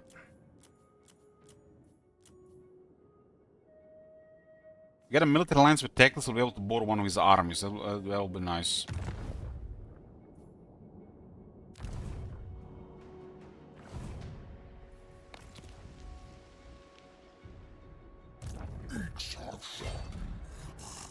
The chance we might actually have a follow-up here. Think me fool? These guys, you know why they did this? Why they sacked and then went back to think of occupying? Because wherever they could have moved from that position was not enough to flee this army. Attack. To all God. Lost the local recruitment here. Ilksashun. High Elven Archmage.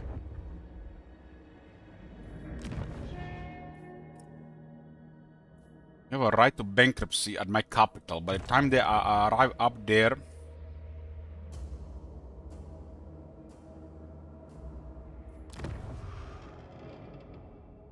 50 turn cooldown. Feral Carnosaurs, Stagnants, and Bastiladons. Ooh, we might be able to afford it for several turns.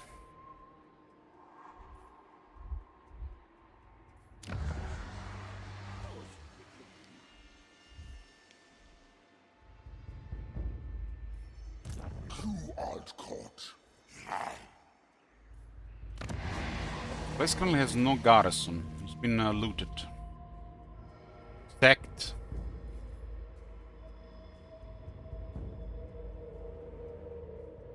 Actually sacked. Sacked hard.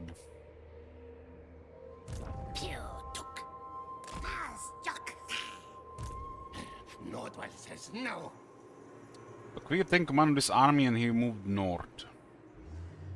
There's a Torex army up there causing a mess. I have to rely that I have to hope this actually is enough to split their military.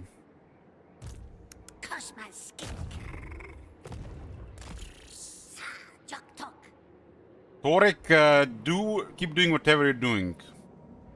Got their attention.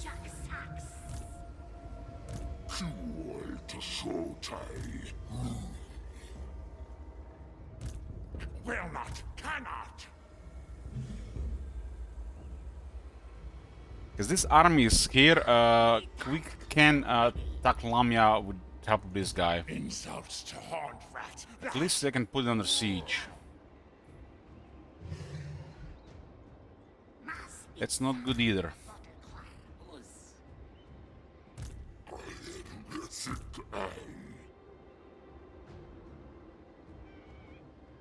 Attack this army here and hopefully the reinforcements are coming in a bad spot.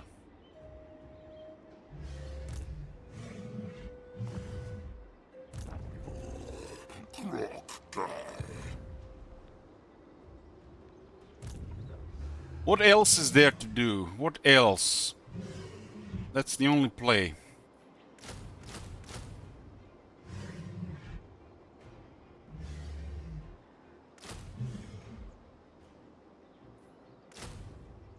Some big boys.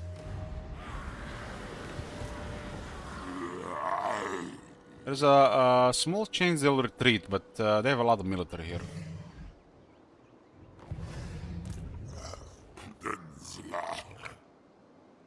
They're still positioned to mess up Lamia even after we did this. Because of this thing here. Because of the Warlock Engineer granted 25 movement. It will not be possible otherwise. Yeah, there's a retreat, and then we destroy the army in Lamia. Well, it's better than nothing. Better than nothing until help arrives.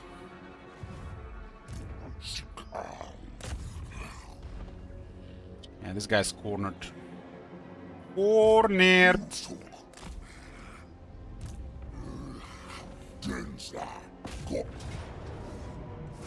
Thorin has been destroyed by bloody hands, I assume. At least we caught the backdooring army.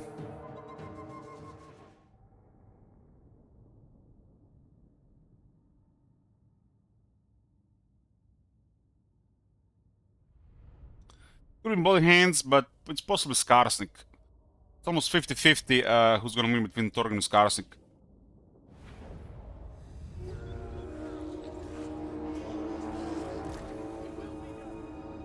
Rangers are pretty good against Thresh, Skaven. They got the anti-infected bonus. We do have Terran Riders. They're very good at to harass an army that does not have good weapon teams.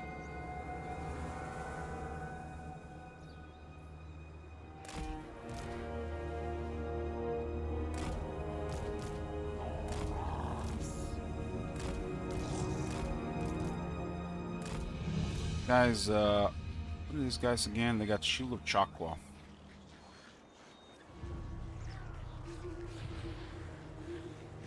For a poor ability. To at least cap their miss resistance for this duration. As aged like fine milk.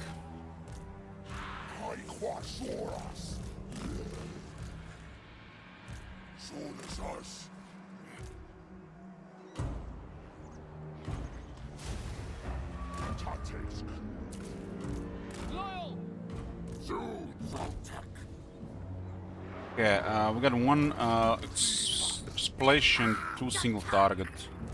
We can harass a couple things here. Roll the shots.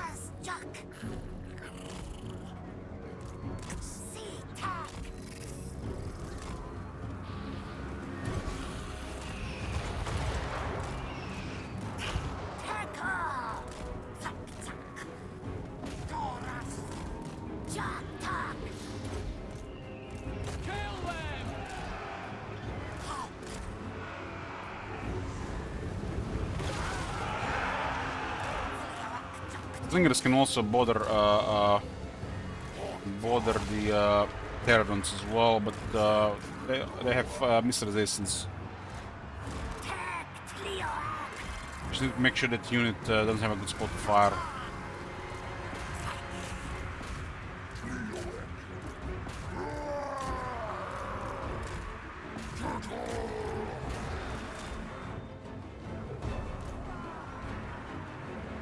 I think we knew about that brute horror. Just let it have its thing. Nair does do his thing.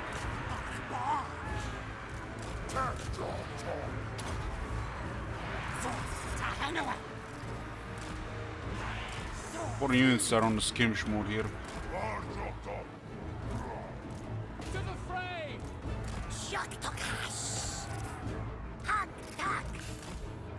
I think let's try to clear that thing. If we can clear the thing, get extra money. It's very hard to kill that thing.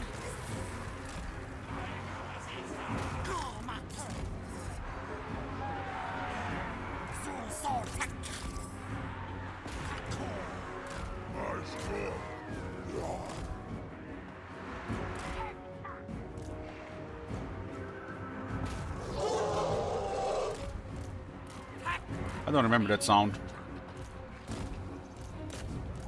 Ever a spear on a large unit when you need it.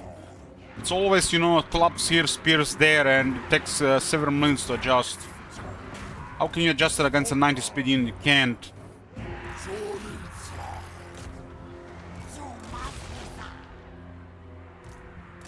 It's unlikely this unit would have been here if it was a spear unit, of course.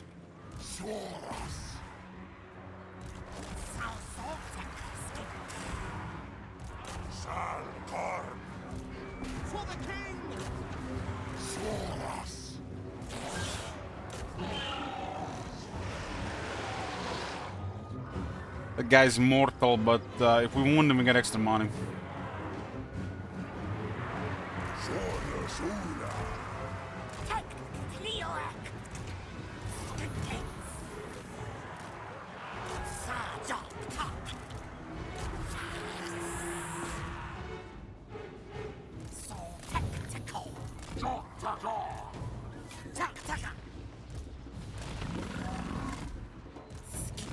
It's hard to wound him because we don't have a large projectile here and he's regenerating.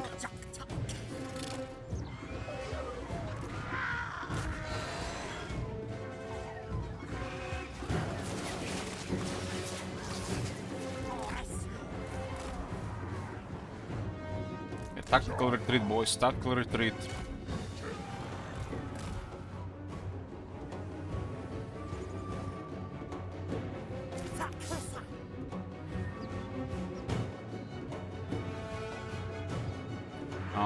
the damage too hard. Shall be done. Attack!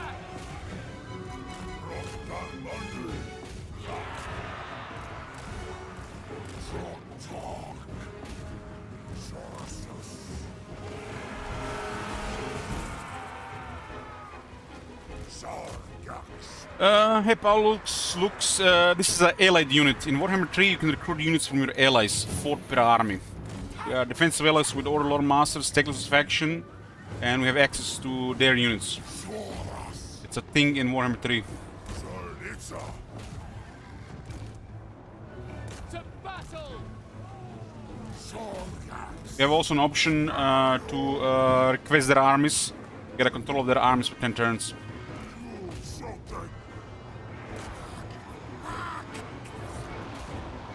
You have to have a military alliance for the other one. This is all acquired by a resource called Allegiance, which you start to generate passively by being allied to a faction or with missions by helping the factions with some requests.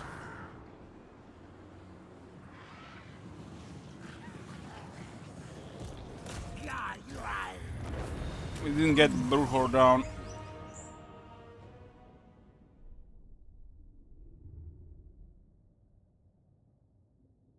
The Rangers are a really solid low tier unit against the Skaven.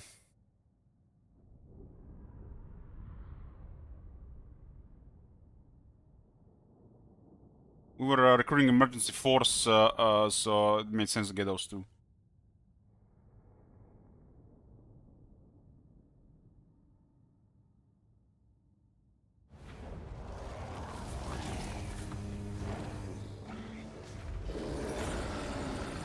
Since we didn't wound the Lord, we don't get the extra money. But if we wounded the Lord, we would have gotten over 1,000 extra.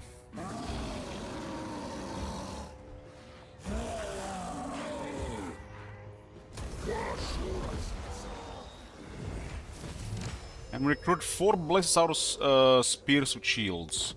They got more defense, more armor. They have more armor. What's that, the regiment? They got more defense, more armor, and a forest rider. And of course, more health.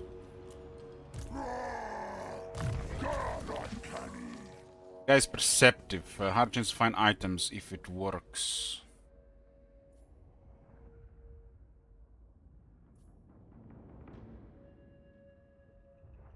And Chikan is rather poor. Doesn't help with the staying hidden.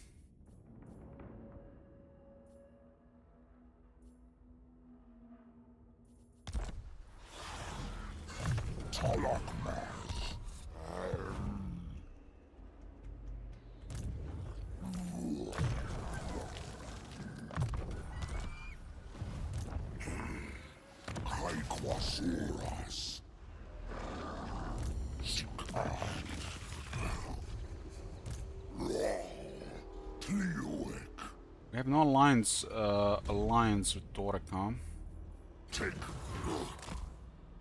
We can replenish this territory.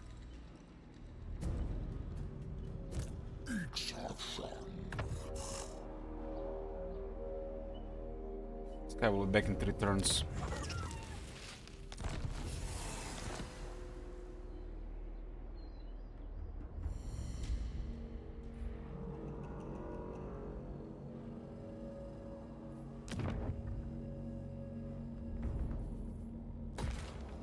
Well, Eastern colonies are making money, over 2,000 as a trade.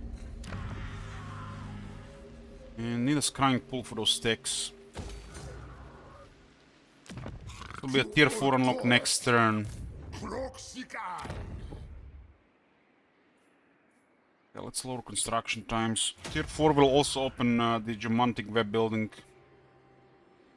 It's the only time it's worth building.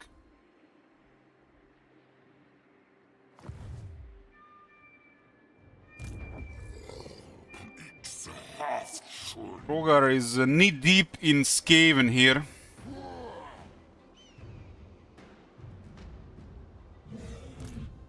No, need my warp token. I think we need to sack this. sec this one.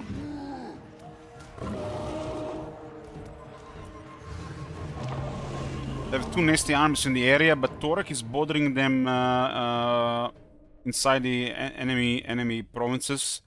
There's a pretty good chance they might split some military instead of sending everything one direction.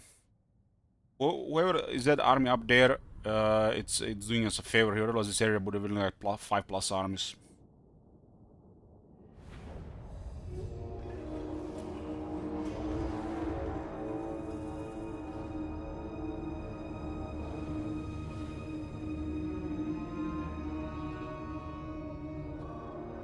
We know the behavior here. We know behavior here. And we know behavior here.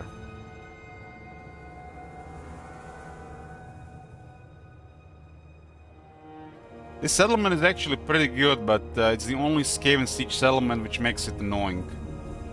It's just annoying. It's like they haven't learned anything from Warhammer 2. We didn't want rework sieges. We want just more variety in castles and layouts. Something fun, exciting, not just all the time, every time the same shit. Skaven had this same problem in Warhammer 2. At least in Warhammer 2 there were 2 layouts. And in Warhammer 3 there's 1. Wow.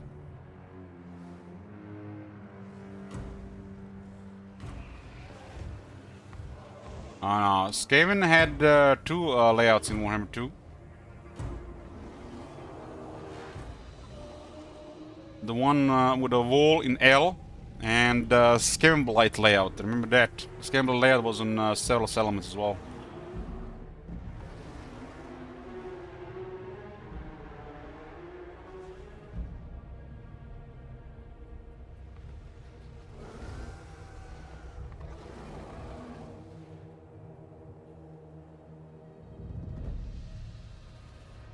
Was just one long wall. Remember Skaven Siege? Skaven had that layout. I don't know why they kept those layouts in Warhammer 3. Why they just made this crap?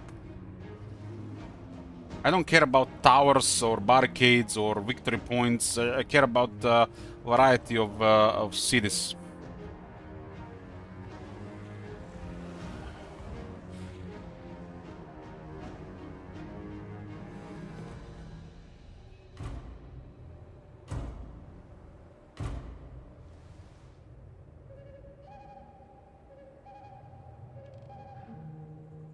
There's no such thing as infantry dangerous with Lord Croak in the army.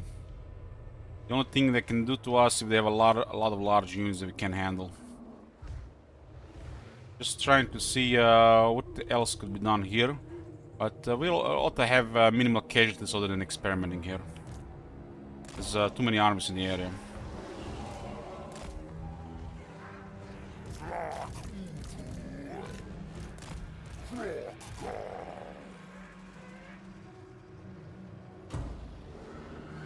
I just love how he gets so deep there. Elich 2019. Oh my god. What? Where's that quote from?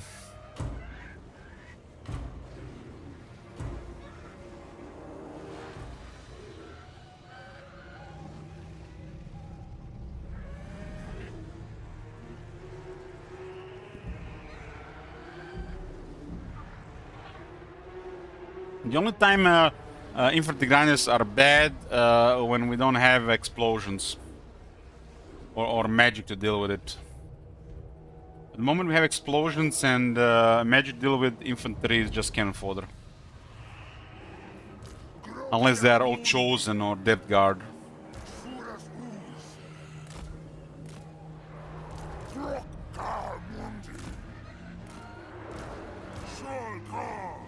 We're gonna be facing a bunch of artillery fire here.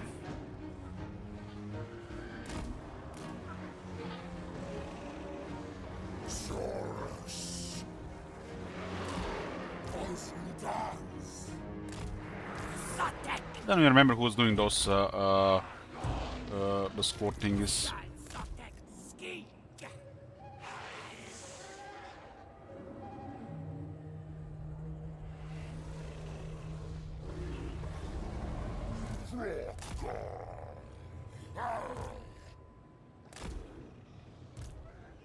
Goddess lose.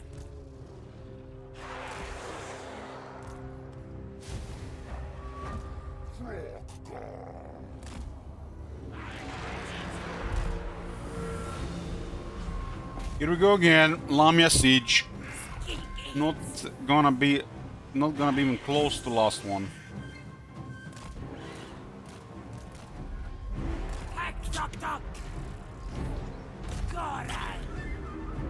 It's our soul.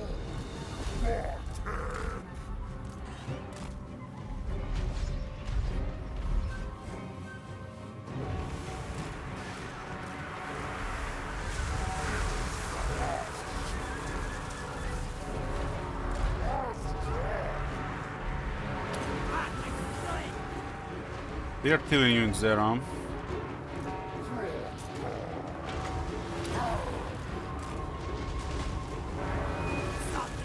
Soon you can go damage bow, but you can move the rampage. I think they got stuck in a bad spot here, though.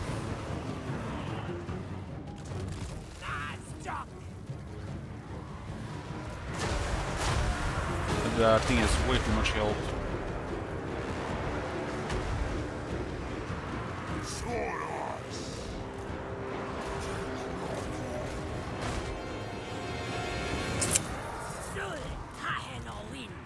See what we can do about those artillery units.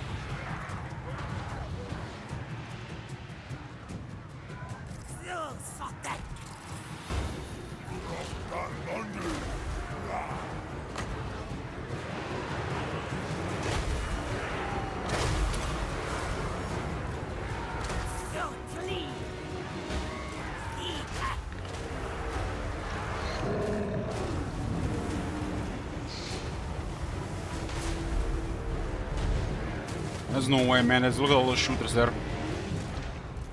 We're just gonna have to take it. This guy units will be toast.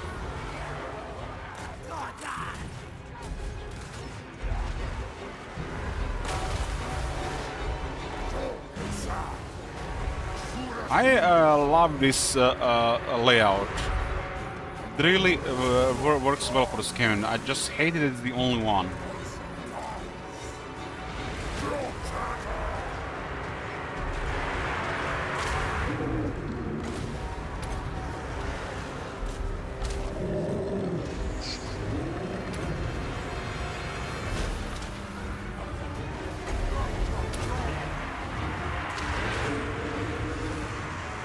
Very good spot for us here.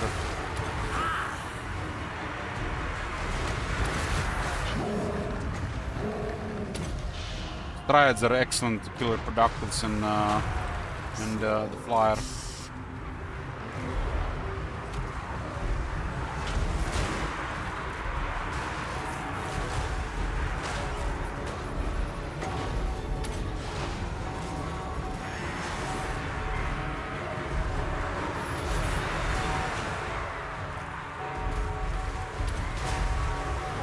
Stop the bells! Stop the bells!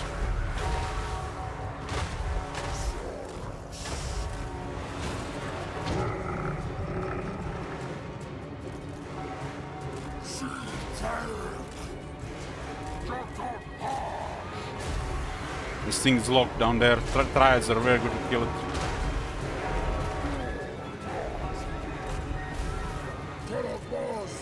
Door bug down.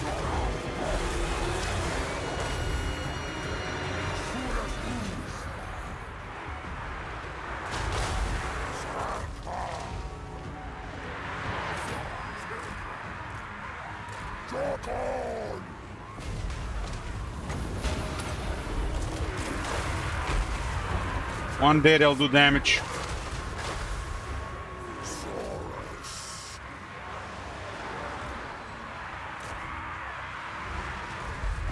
He's coming back with 55 health.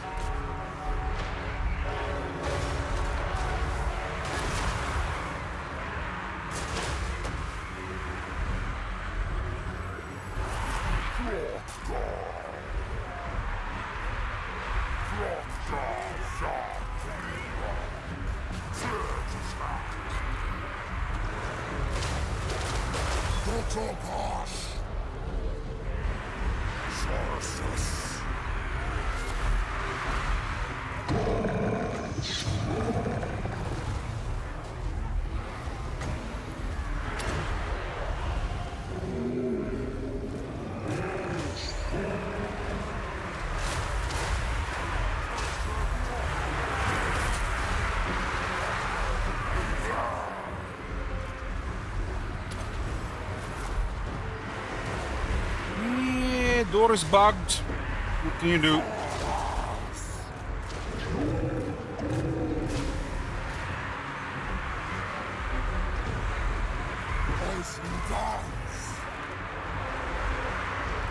Soltec. Yeah.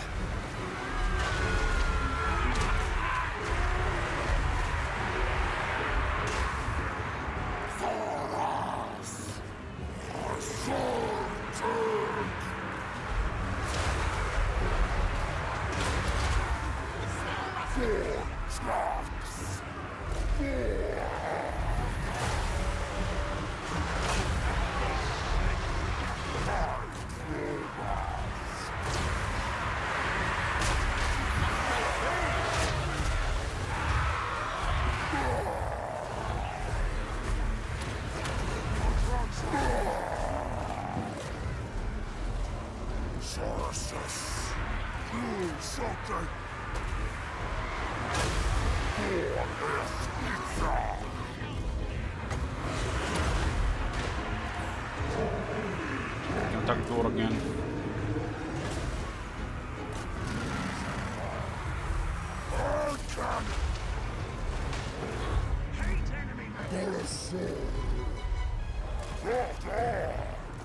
This is why I was going for the plague catapults in that last battle, because this is just crazy. Nothing we can do about it.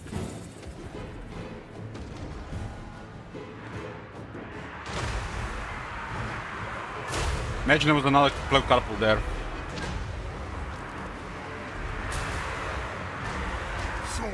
Ice.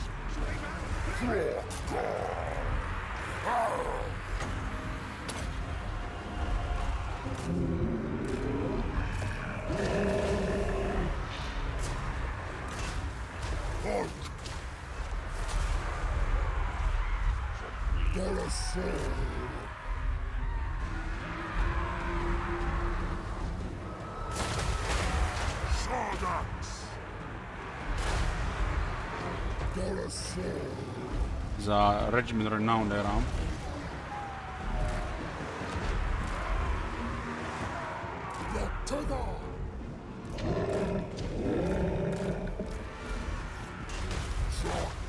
We lose a rank 7 sour swords with shields.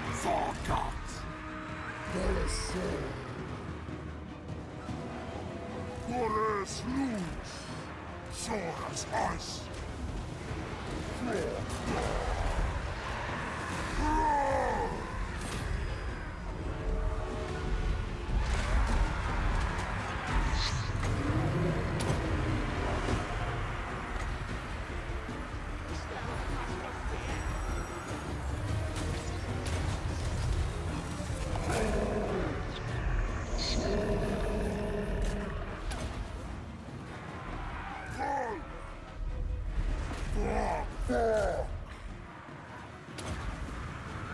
Oh, we're in. We're in. We paid with many lives, but we're in.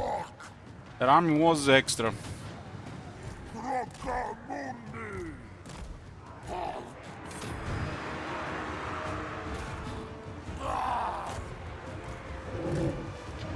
Croc has the minus 8 attack debuff. We'll get in there.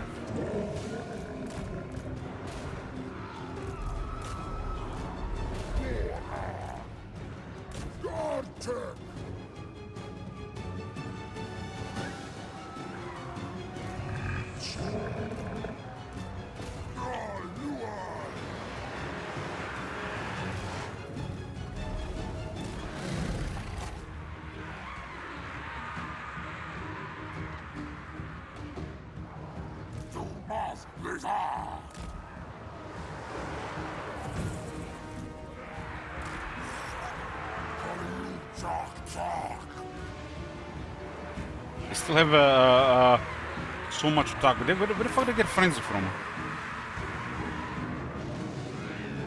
The hell, they got frenzy?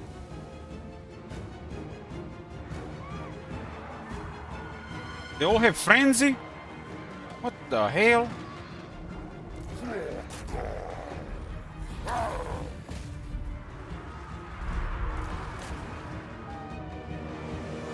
Quick gives the rats and vermin frenzy. Damn.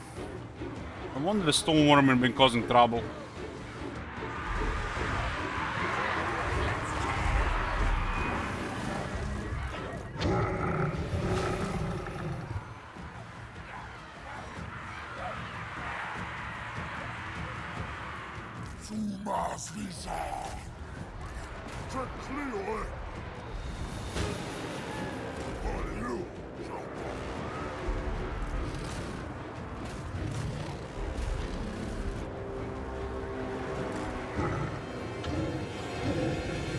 Yoo-hoo!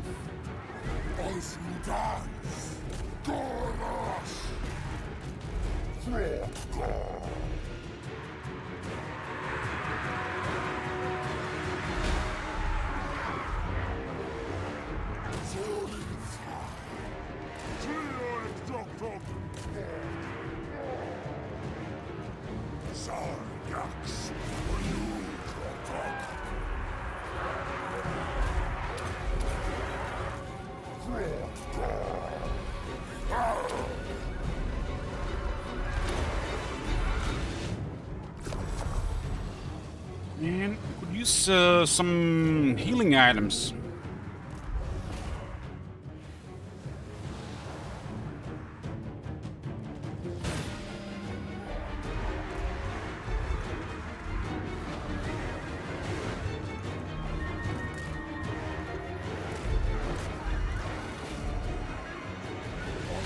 How many times did guys drop orders against that unit?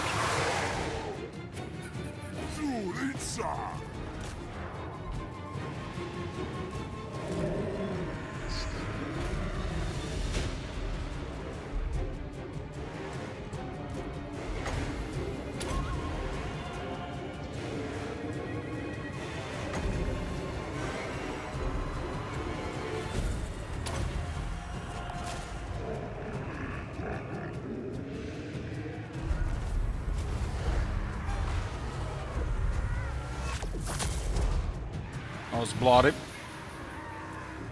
There was an army in this city.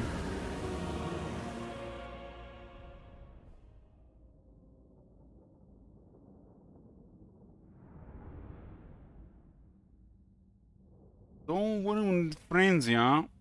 I haven't noticed until this fight.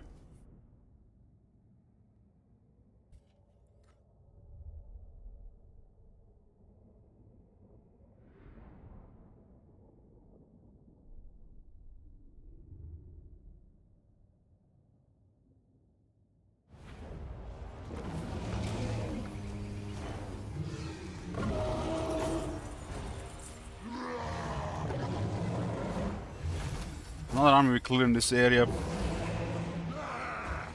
But as this is going, we're gonna be running out of regiments around fighting them.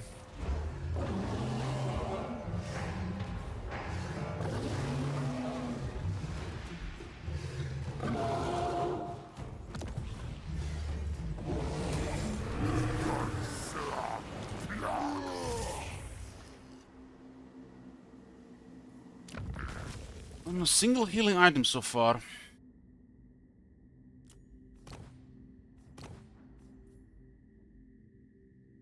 And they wonder why we pick Lord of Life's lance.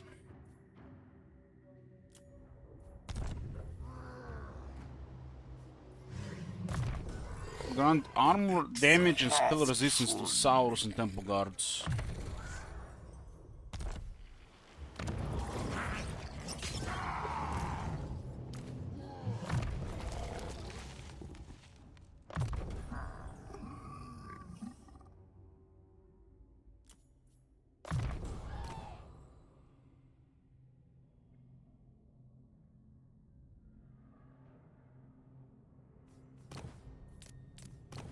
That's why tough is so good, scanning is crap.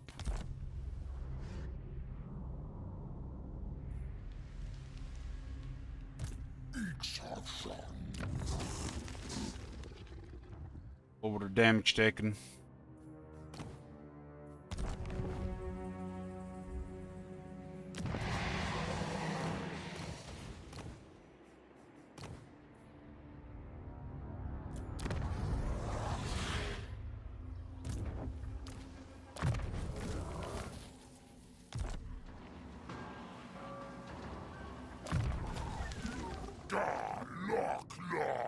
I think 16 for regeneration.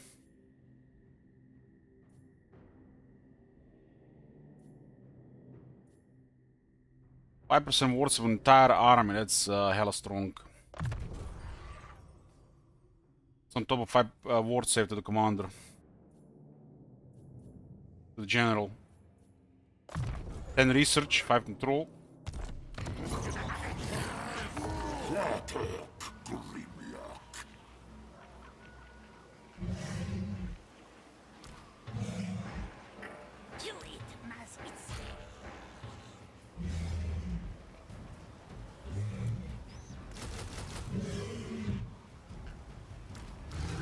When will they fix this? Recruit rank +2 for Saurus units. Blessed Saurus Spear Shields. They're Saurus units. Rank 0. They did not just recruit them. Even the technology says they're supposed to get it.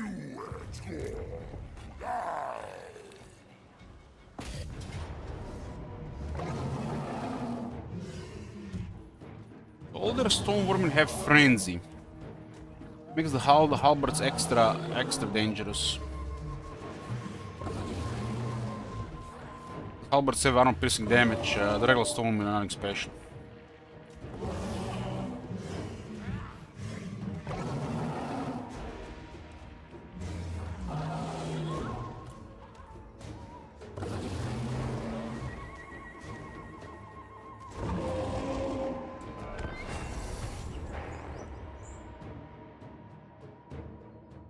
I'm getting 10 more attack with halberds is a lot, and then 10% more damage as well.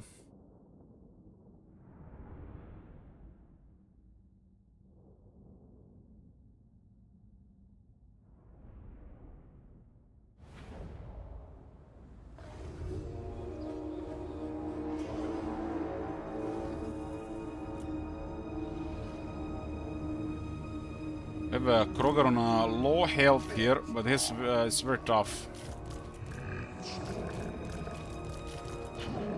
Should still approach from the jungle.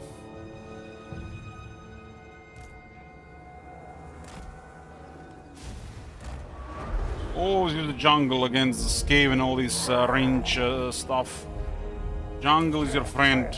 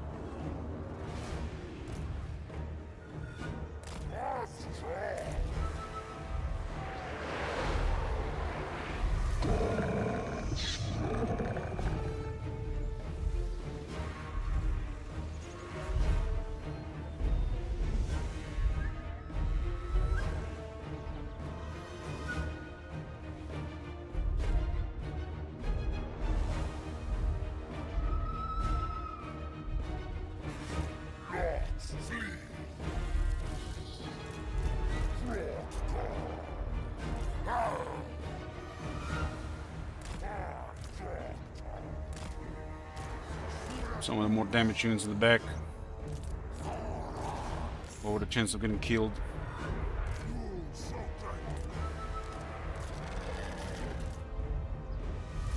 We're against 30, and then we get a shit of Lastria. No sight of Banner Swiftness yet. We oughta respect Kroger to get 10% speed to the army as well. 31 speed, not acceptable. Why doesn't Saurus have a technology for at least 5% speed?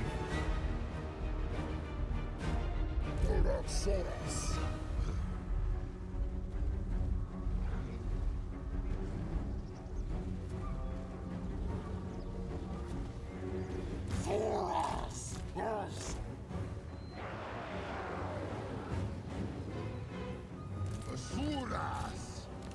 Don't inside!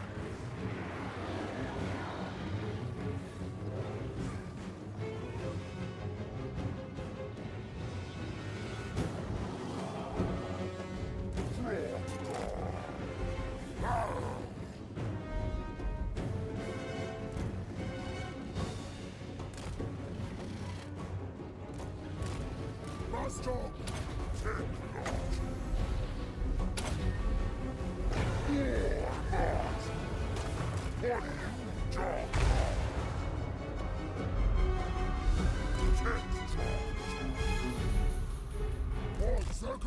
That's a good shotgun.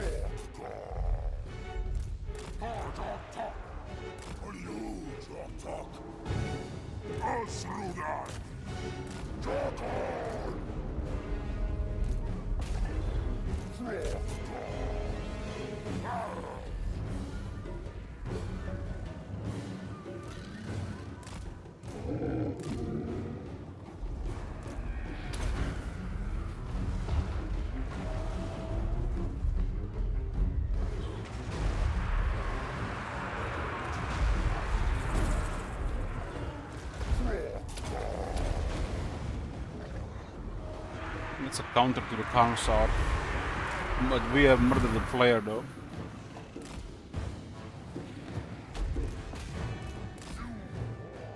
Speed on Carnosaur is like one of the most important things.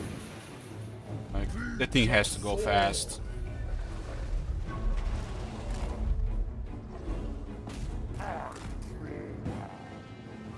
First time get a downtime, respect Kroger to get 10% more speed on the entire army.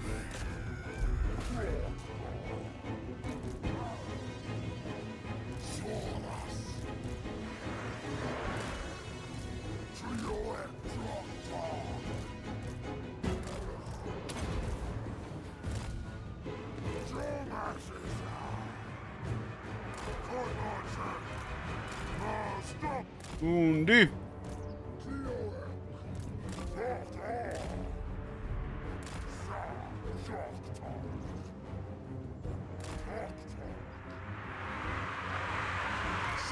I already respect Kroger once, and since we had the most of the Saurus army, I picked the Saurus blessing. But now that we are in a good spot again, we gotta pick the speed blessing is the best one.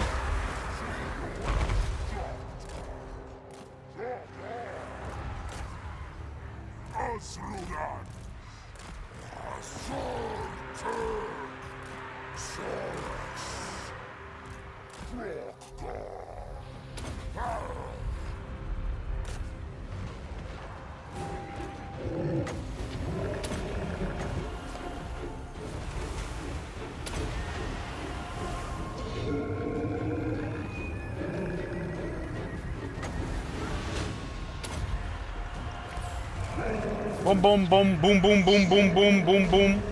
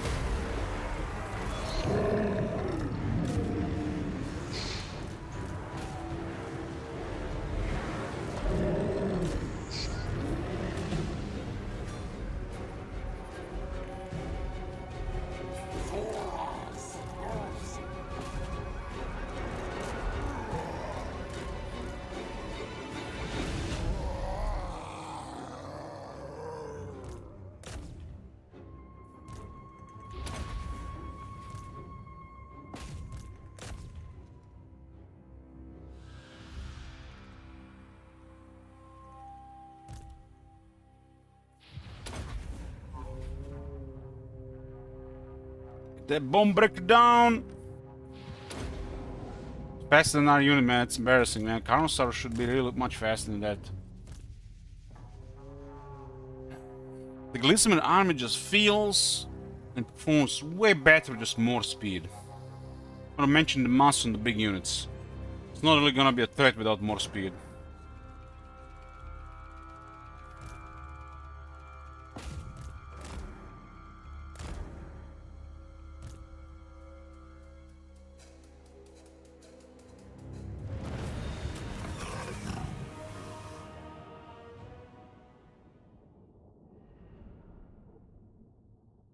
We brought down 2 armies. Quick is with their best army, and there's a smaller army in the area, and we still don't have Lamia back. We can't take it back because Quick will take it then. I wouldn't say the Carnosaur is slow. I don't think it's fast enough, but you can make it fast enough.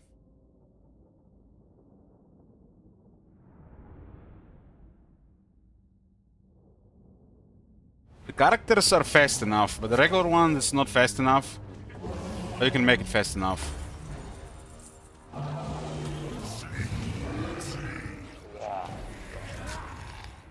If you're like in a good spot economically, this one is really big. Just makes the army so much better. This one here. We had this one initially, but the army got destroyed. Then when I got back, I mean I respect the survivors. Then I took this one because most of the army were Saurus. It made more sense.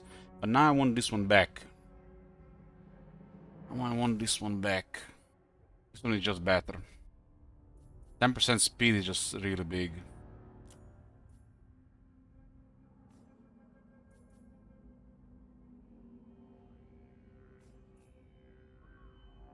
The dinosaur veteran battle skill is so poop, man. Armor, leadership, and charge. Come on, man. Come on. Should be speed, attack, and damage. This one hopefully gets fixed in the future. It's so bad. They only have high armor. They only have enough leadership. By getting veteran, they get plus 10 leadership. And charge bonus Singlantis. Really? Really?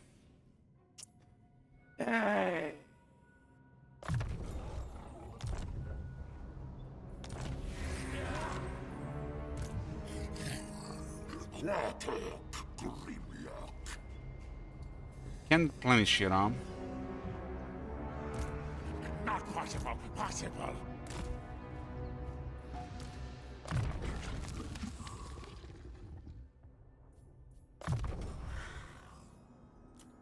Hero has 15% speed skill, so makes it fast enough. And then another 10% from Krogar on entire army. That's really good.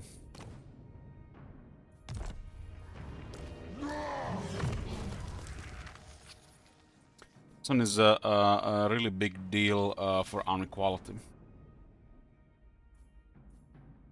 And if you cast spells, it's 15% then just from him and 20 to the Lord.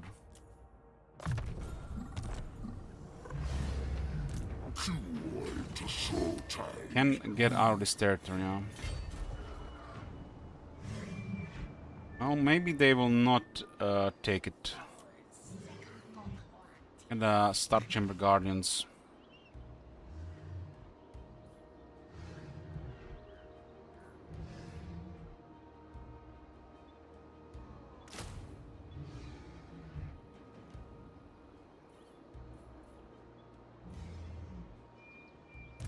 Insults to haunt rat.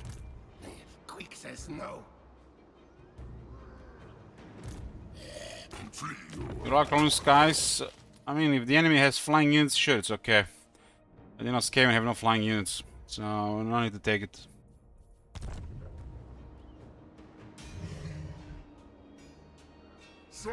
Can be useful against some enemies.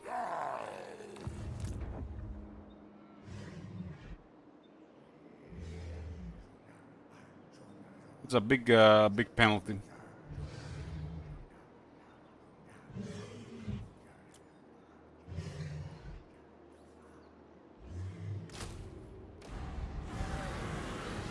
Okay, we cleared the one in the back. Now we can try to clear forward again.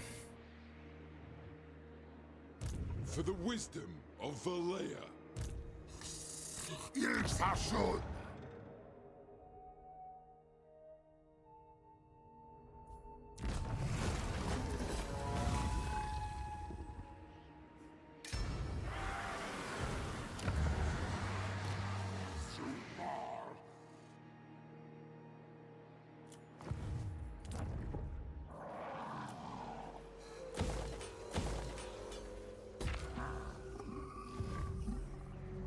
Use the military a bit, but they're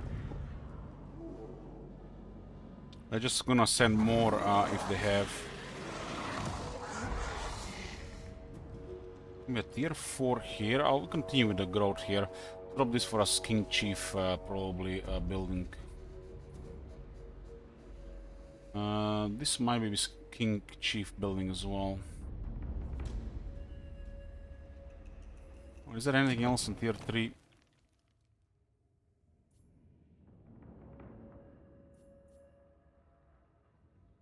So basically, this one is local recruitment and ranks. For a sake, crocs and horned ones. Don't even worth considering outside technology. Not enough slots.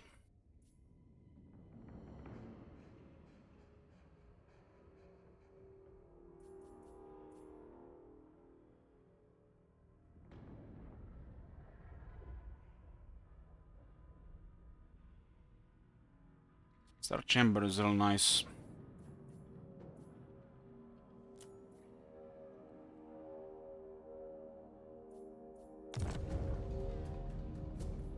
It would be cool if this building and this building were the same building. The Energy Dome and Geopolitical Locus.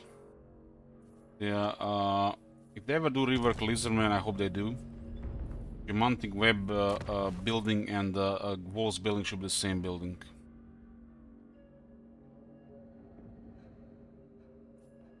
Add some garrison to Star Chamber and add some garrison to Scrying Pool. This one Temple Guard here.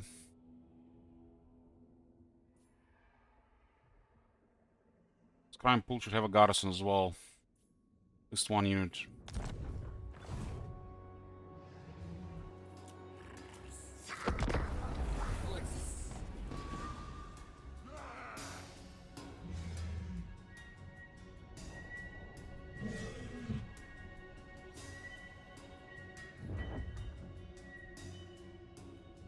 They put an undersea under the setter.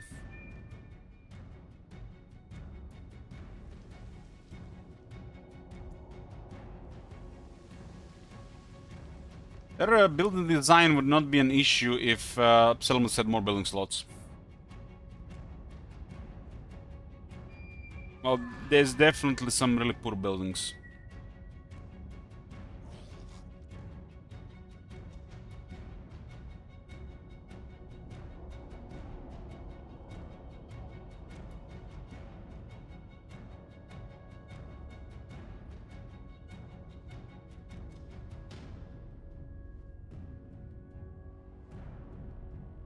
There's no reason that every capital shouldn't have 10 slots. Make the big famous cities 12.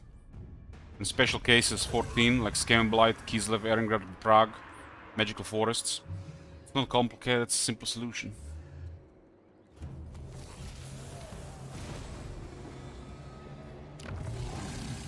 You must die. Building the war camp, huh? Greedy. You eat Masvitsa.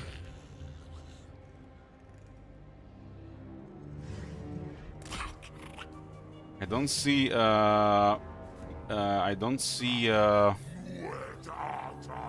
Quick. I think he went for Spite Pick.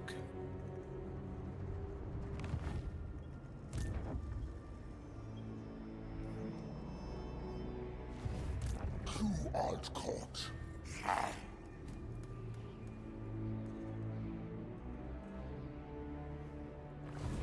So Lizardmen have a desert, a suitable climate, but they take attrition in the desert. What? Dinsa.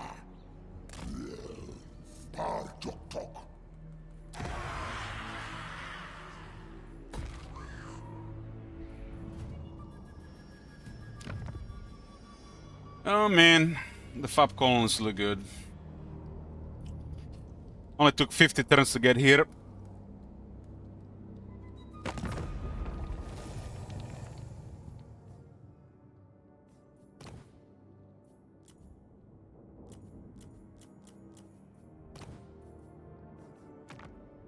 Flacco good, it's a good, Hexoatl too far. Ghost of Aux not good. Not good, we need to give them gifts. Might break trees otherwise. There's technologies that improve relations with lizardmen. There's a geomantic web that improves relations with lizardmen. But we're not there yet. If we don't maintain this a little bit higher, they'll break the agreement, and we pay them so much for it. This is increasing, it's currently 15 instead of 12. They have so much money though. More money they have, the more money a small gift will have to be. They pay us for these wars. You're not dead yet? Huh. Apparently I can be surprised. 3,500 for these wars and we get to meet these factions. On behalf... Oh, look at the list of enemies on Wulfric. Wulfric has pissed off every single high elf out there except Eklus. I guess Imrik too. Around are dwarf with sisters and daughters.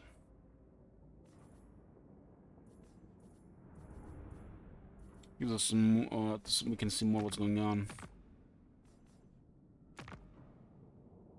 This is the Hans Marshall expedition.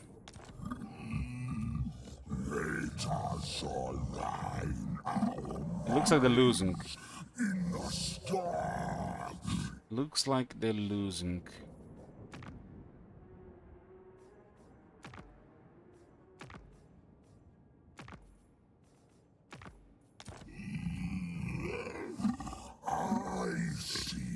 They have military, but they're losing settlements.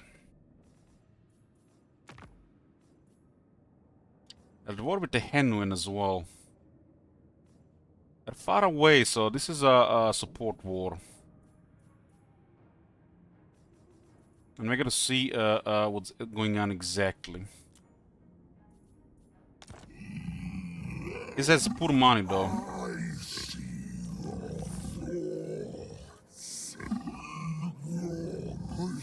We'll give him trade agreement for a little bit of money instead of just money.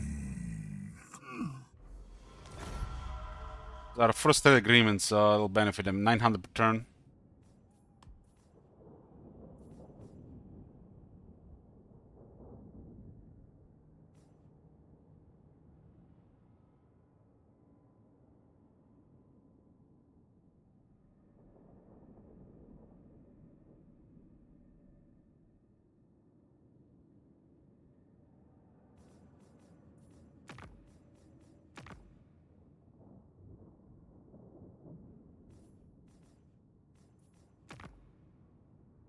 Arnessa is winning against the Repons.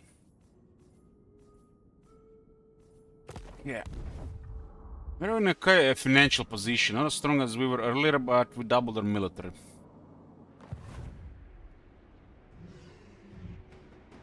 I hope Quick is not ambushing.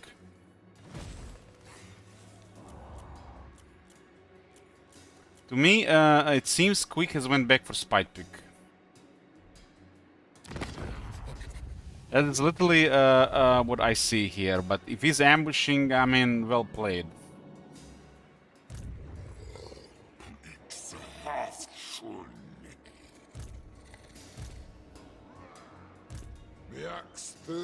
If he's not ambushing and we ignore Lamia, Storek will take it. So we have to risk it.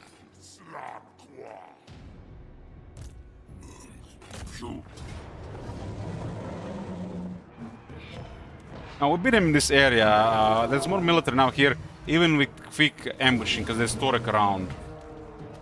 But that doesn't mean they won't attack Lamia if they're ambushing. if the army is damaged for it.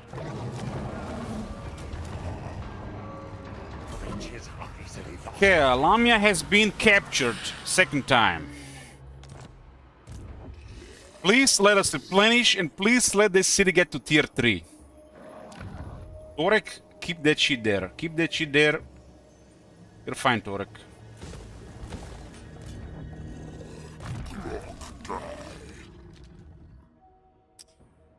Yeah.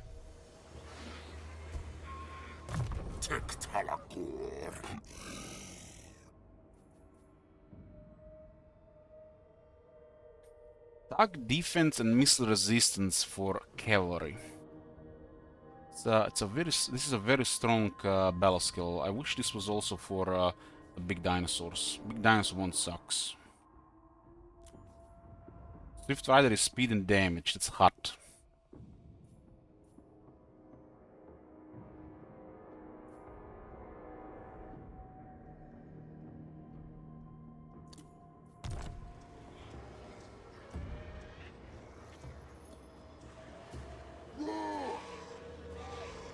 Will not have access to horned ones before tier 5. It's not even worth considering that building.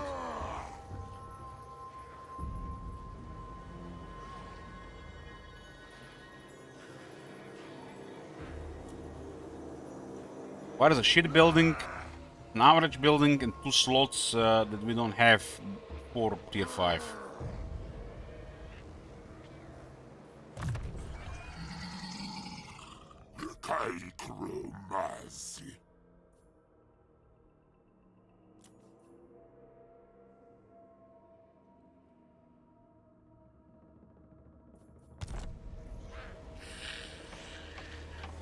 Units are pretty good when they engage. And that skill makes them much better.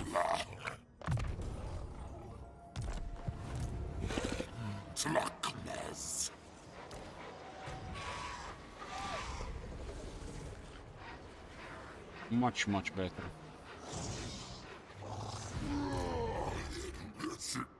Here we go again. Surely we'll get to keep Lamia this time. Surely Quick has went to Spike Pick. I think we have toned down their military quite a bit in the last few turns. They're 31. 31 is nothing special. Like under 30 would be pretty good. This is 31 is basically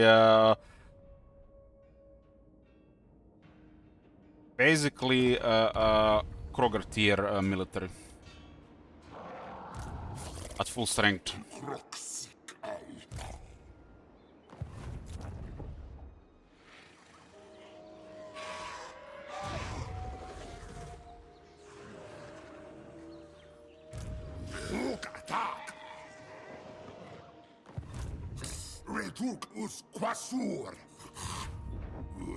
We got tier 4 in Temple Skulls. We can upgrade our Grazed Beast to tier 4. Gives us access to Stegodons and Ancient Stegodons of the Ancient of the Gods with a Ziggurat of the Old Ones. Isn't it the Old Ones? It's a tier 5 building. Yep.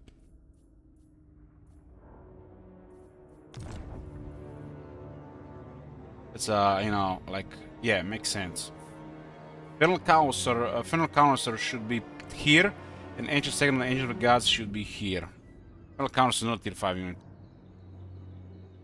Silly. This one is a tier 5 unit, but it's like they're just like doing nonsense with it. This and this unit should just switch places. Will make way more sense.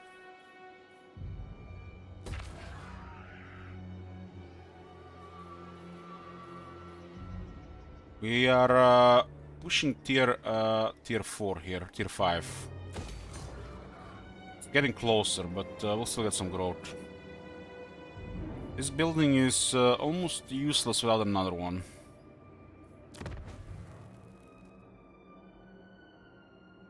Yeah, Final Counselor should be a tier 4 slot and the Engine of the Gods a tier 5. It's just nonsense here.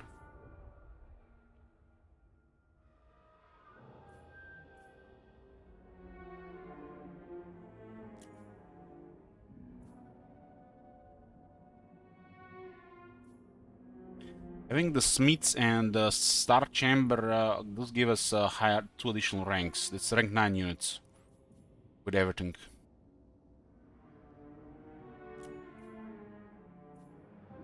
Rank 9 units, let's see. 1, 2, 3, 4, 5, 6. 1, 2, 3, 4, 5, 6. 2 building slots on.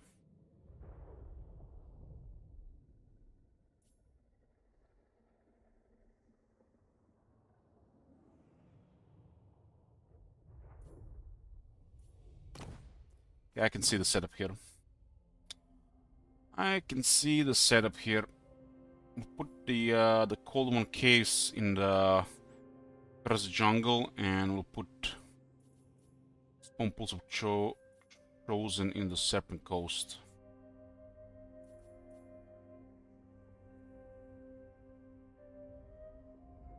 This building is better built in a 3 or a 4 slot settlement. The 2 other ones, no. And we just need 1 of these. We'll get the Eries in the other city. Or in Lamia. But preferably it's in 2 provinces. So they're adjacent to just recruit fast instead of moving around. Then we can always use global recruitment for these units while recruiting the rest of the units. Both Temple Skulls and Teutika don't have resources.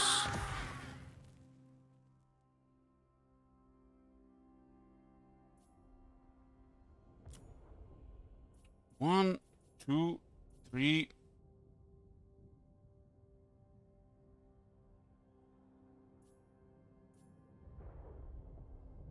4, 5, 6, 7.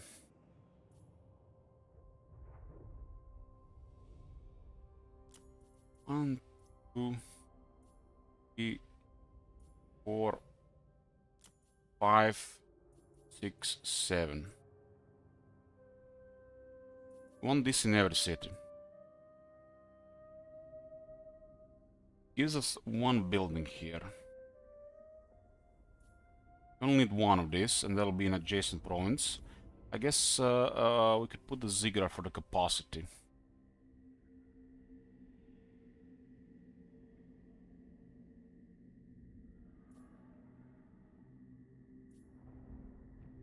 Nice to have this.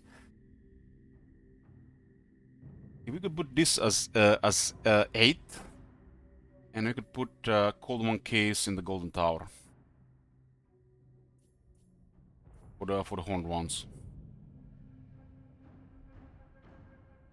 Yeah, that'll work. This province is too small for this income bonus, unfortunately. The income bonus here as well, but it's a 2-region province. It does have big building, but it's not gonna do much. We need this just to link it to a higher level power.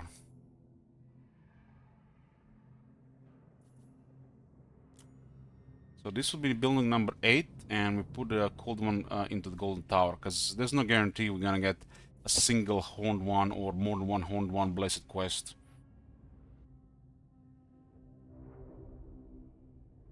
It works.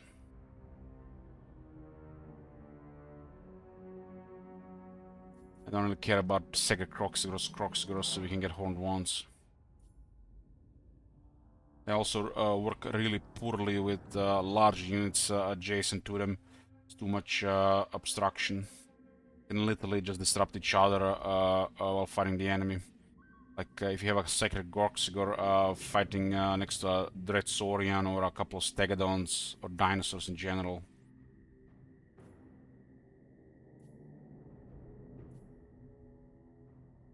Rather have Horned Ones. They have 78 speed. They have speed battle skill, and there's a blessing for more speed. These units are deadly. These units are solid, but they're not deadly.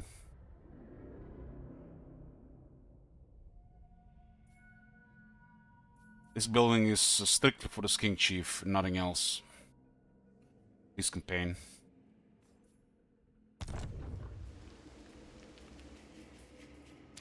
You talk.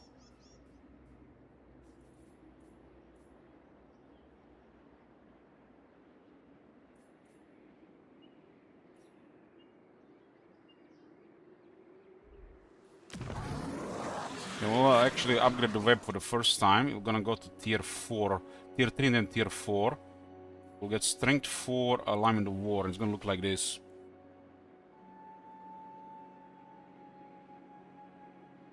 We will buffer our relationship with Listerman.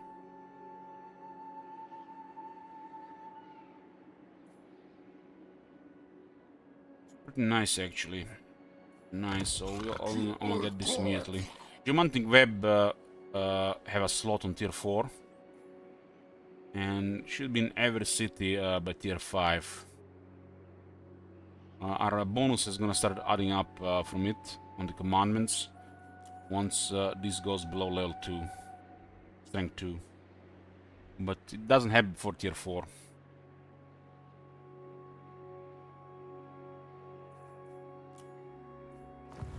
Aquasur.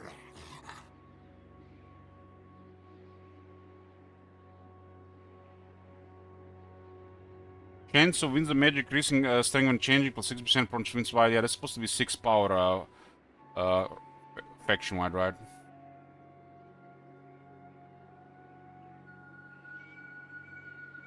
I mean, it's fine. It's a high percentage, high effect. The research 10 and phase construction is also nice, but yeah, this one should be wins the magic power reserve faction wide. Maybe even on top of this. It's now turn 54 and we have absolutely nothing at Geomantic Web yet. Nothing. What is Geomantic Web? Geomantic Web is basically just upgraded commandments. And with it, the commandments do get powerful, but it starts happening around tier 4 when your cities start getting tier 4. And you need at least 2 cities adjacent with tier 3 plus. Actually, tier 3 plus building, but you build them on tier 4. So they immediately go from 2 strength to 4 strength. Because you need to build this building, and there is no room for this building before tier 4. It's even pointless to have this building on tier 3. Because on tier 3, in a developing city, you will be having other things. As in industry, as in food, as in resource, possibly wall, port. So there's no room for this until tier 4. Because on tier 4 you get 2 additional slots. And there is definitely then room for it. So you get immediately here. And if it's adjacent to another city that has this building, the commandments just get way, way better. They get really good.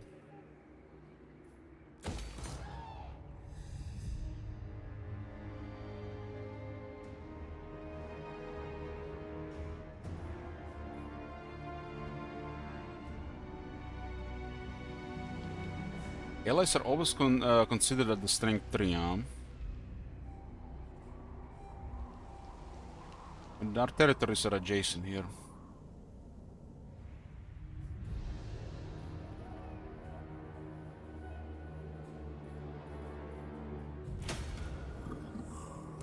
Okay, we can get rid of this.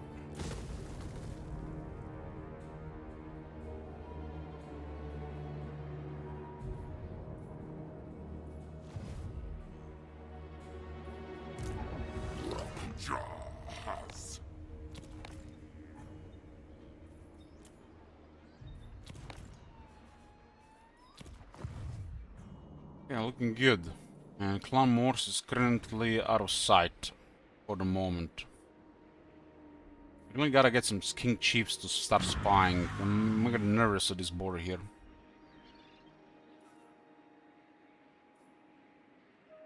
We'll get this one to tier 5 and then get to I mean we can get King Chief now. This is going to tier 5 now.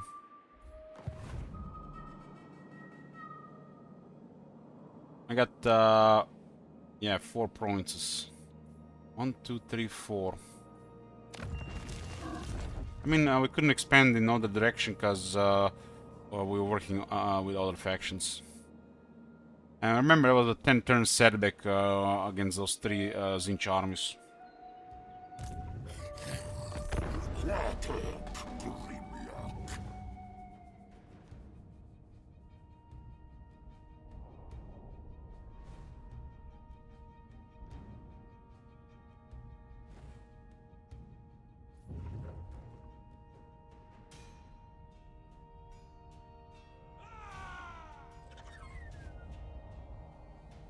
Yeah, the colonies were kind of free listed, but with a long investment.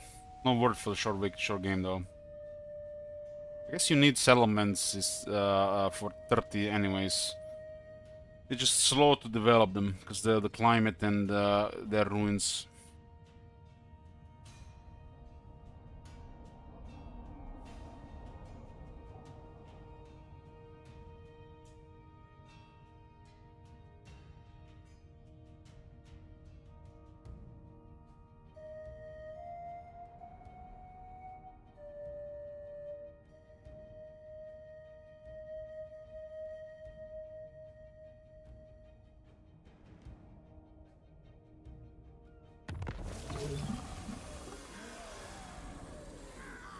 Okay.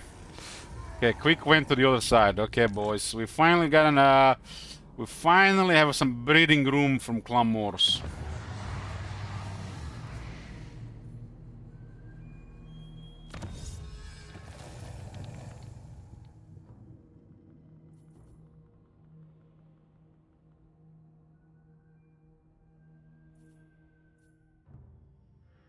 I immediately start researching this. So we can get rid of the scrying pool.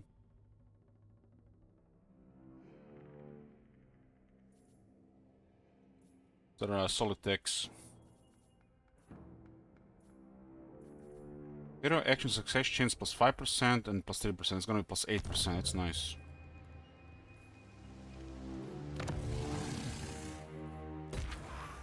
We are first tier 5.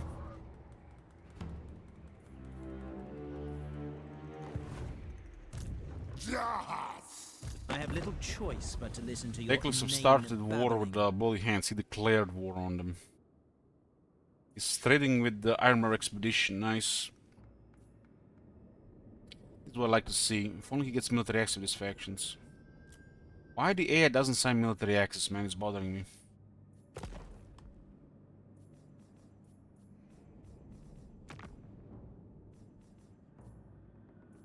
Lucky Streamer. Is it? Or did we... Because we invited these two to war and Oxiotl these two to war. We paid both of them to go to war. So we paid Oxiotl to go to war with Lastria. Paid Luck to go war with these two factions. We've done nothing and they did different than would have been Luck. Made my own luck here.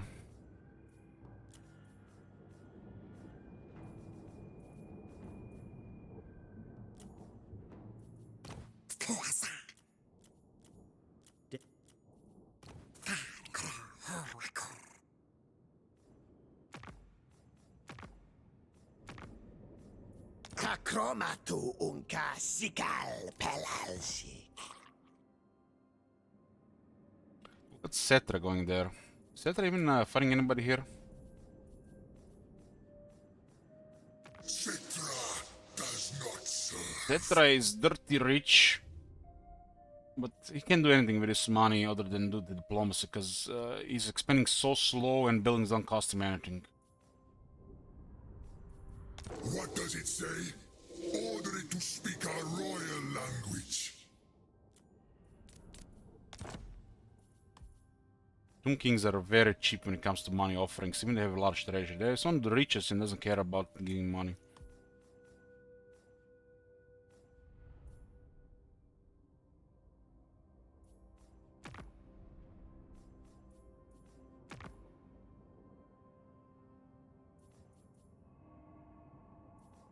Okay. Kislev is waiting. What do you want? I shall hold. Join the massive war in exchange for some money and another trade agreement. Sure, these guys will never reach us, but we can see what's happening. They have also a lot of enemies. Seeing the treasury is a mod. Check the mod list.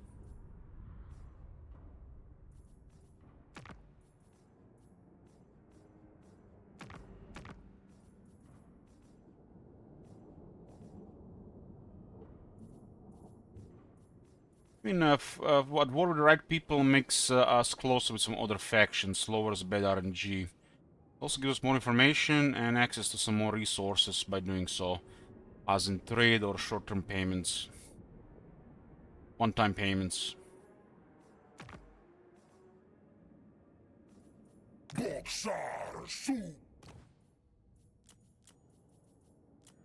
Also might provide money from priest from beaten enemies as well. Just making sure that we have something to do later on.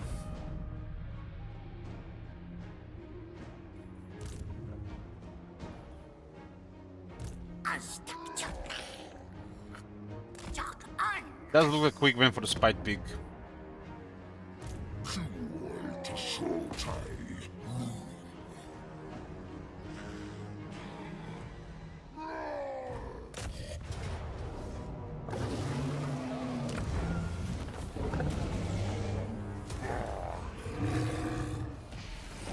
Oh, the pass is clear for the first time. We can maybe get through.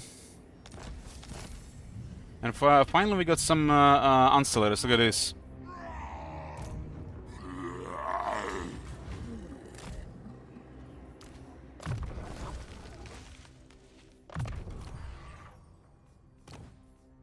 Two Grand Plan Archivists can only be put on Skink Oracle or Skink Priest. Wow. Why? What the fuck? Why can these go on Lords and other characters as well? I hate this.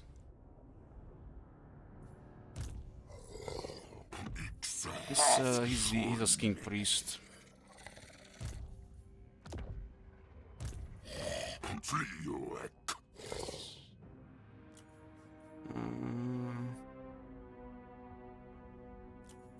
Let's lower the coolant shield.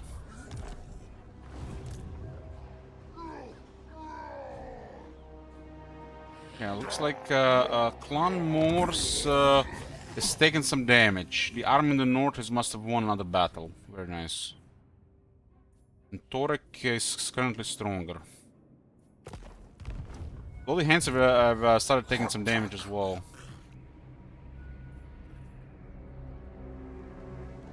What are the chances we go around and they don't wait for us?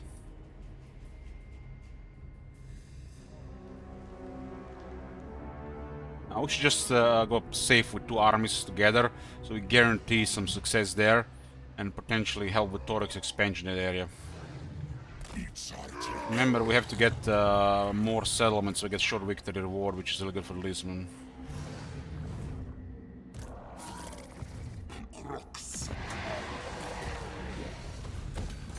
Okay, get a Crater to waking that up. This is a rich province. Gems, 4 regions, and spices.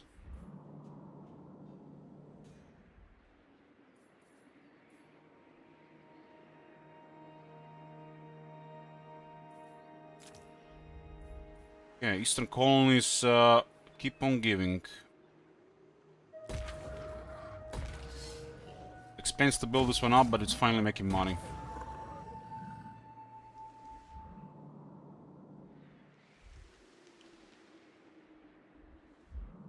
Money has went down because I'm trying to get these ones up.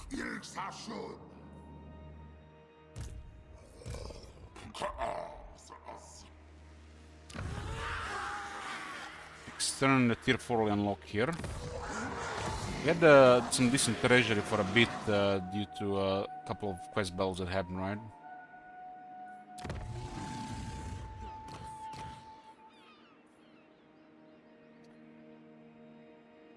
We have Saurus Oblats locked at Attrition and determined. Those bad men, some of the worst. Scorpion Tails. The idea behind aborting missions is you'll increase the chance of getting a new mission. That's something that you want to do. I don't know why the game doesn't slightly buff these missions and gets you pick 1 out of 2 missions or 1 out of 3 missions.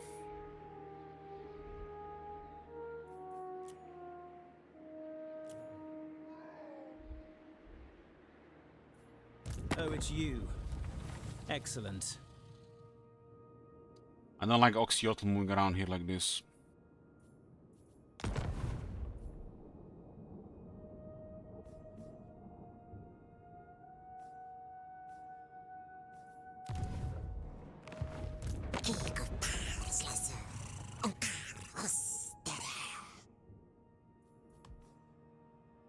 Trading with Teclis.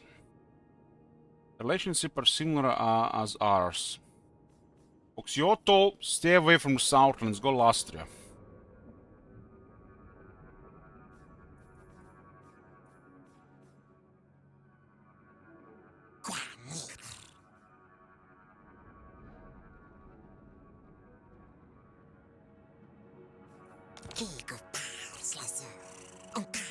We can improve relations with Lizardmen significantly with tier 4, because our commandments will start improving relations with Lizardmen. This crime pool technology will also grant us more relations with Lizardmen. The point where it'll be easy to get basic diplomacy.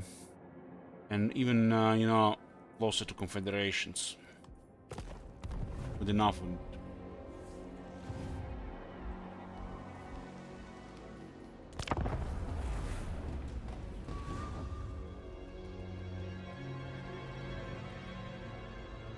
Carbon just destroyed one of the armies of Teclis and taken one of the regions.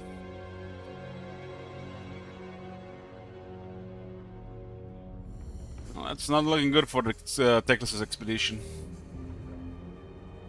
The more military Teclis loses, the more he might get exposed to an attack by one of the friendly factions, which are constantly poking because of trespassing.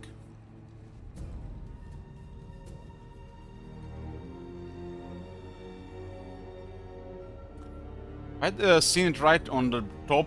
It seemed like Tyrion was gone.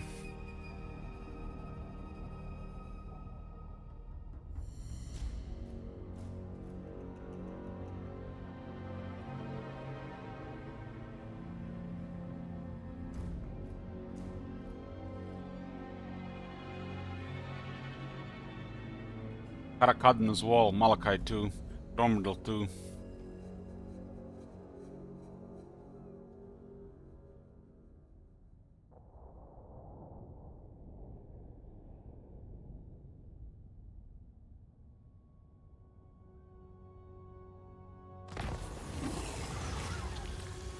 This game corruption was supposed to be red, all provinces does absolutely nothing, should be plus 10.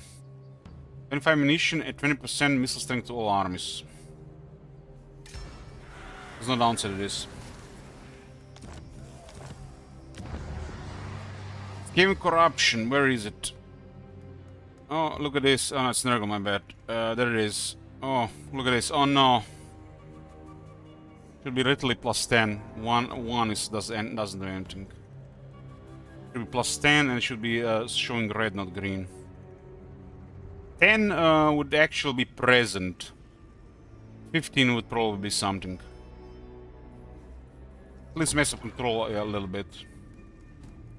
It's a Lizardman event and Lizardmen are so anti-corruption that 1 it doesn't even register. 10 will slightly register.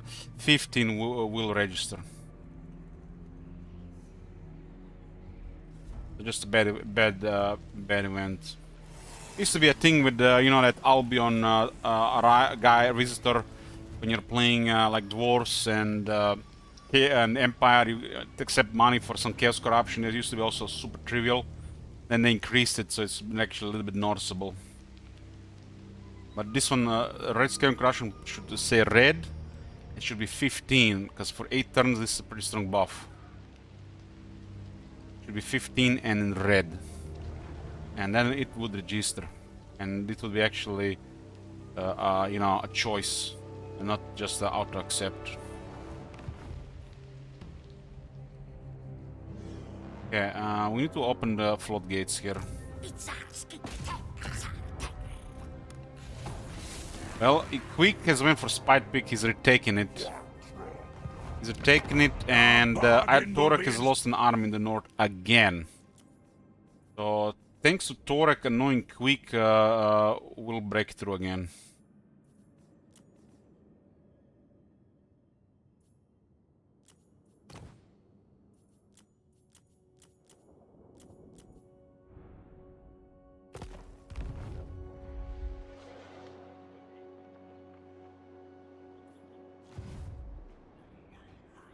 It does buff the garrisons that buff as well. And some units do have just a missile attack. Buffs the balance of power.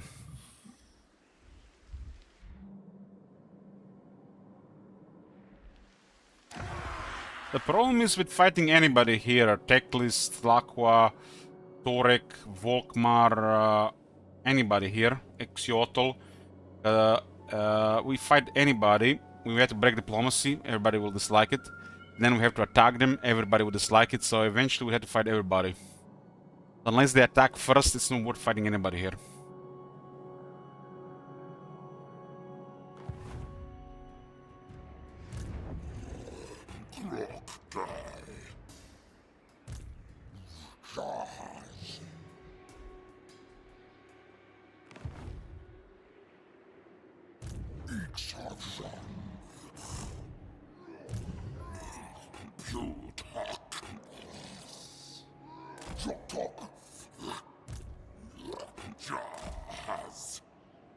Yeah, hopefully they just flee here and we have a whole ton of advantage. I want Torek to take Mr. Mountain though. I want a buffer on the Lamia by Torek control this territory. These territories are no good for us, it just makes a bad war here. I wanna go to Dragon Isles.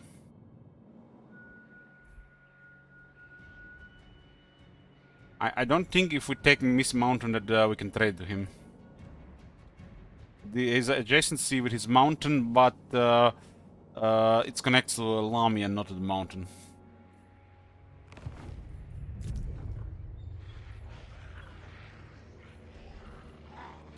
Okay, Geomantic Web is finally going up. Will be up by turn 59. Wait, turn 59 to start using Geomantic Web.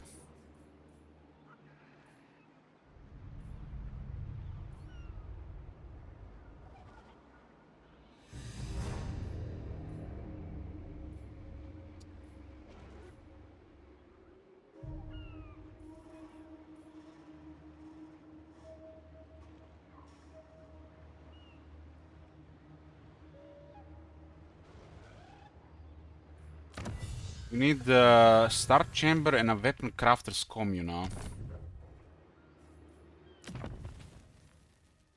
This was supposed to be a tier 5 building here. But to unlock technology, we should build it now. Start chamber will go in every capital. It's just too good to ignore.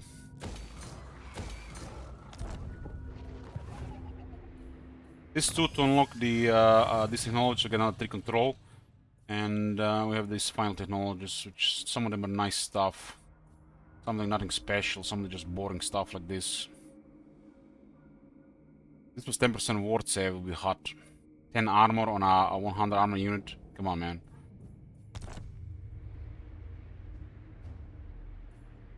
I see the As a final winds. technology, really boring.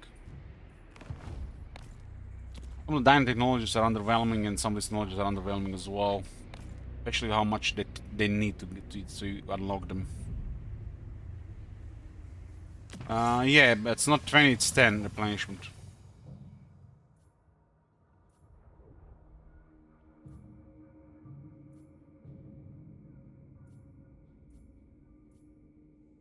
All these technologies could be slightly better considering how much time they need to unlock. There's still good stuff here, but some of them really needs a little bit more.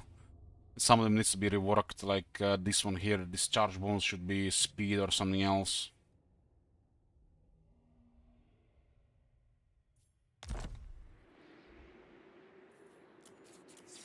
This being 10 armor, like there's no reason to ever recruit Croxigors.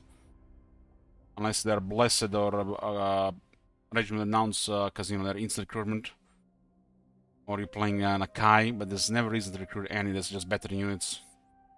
And this light crosshair technology, this should be something really good that gives you, you know, incentivize you to recruit crosshairers. And I think this being 10% ward save would bring them back in business.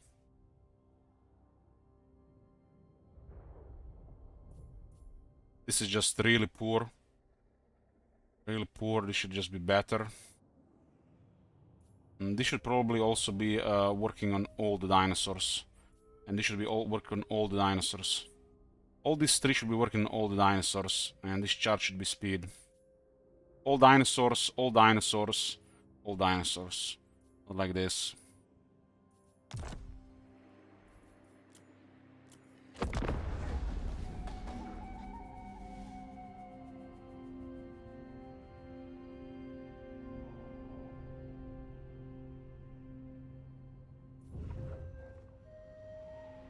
Yeah, definitely some polish required on technologies, and veteran dinosaur skill is so bad. That Savannah is like one of the worst offenders.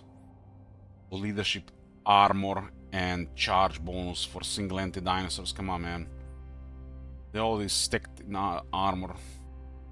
Leadership and veterans is secured, and charge bonus for single entity. Come on, man. Let's put attack, speed, and damage there. Make them really scary. The dinosaurs, after all.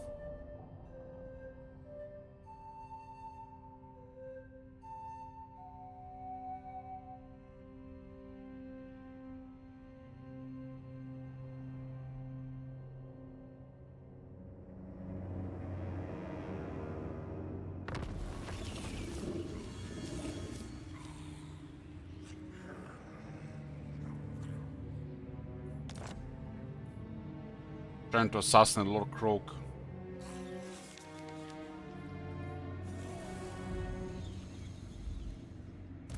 Sigal!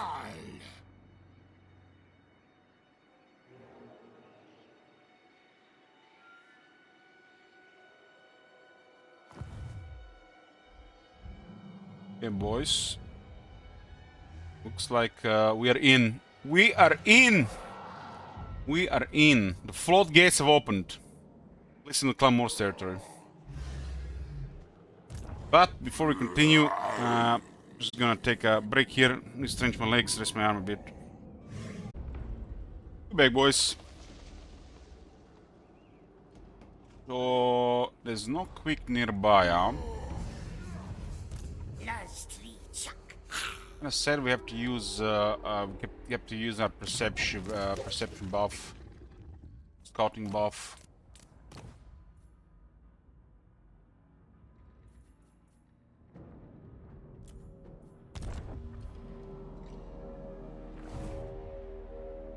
And we got the creator of the Waking Dead.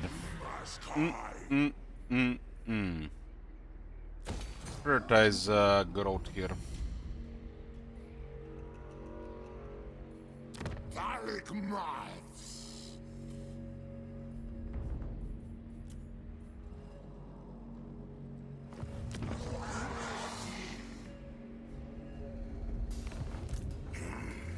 Taequasuras!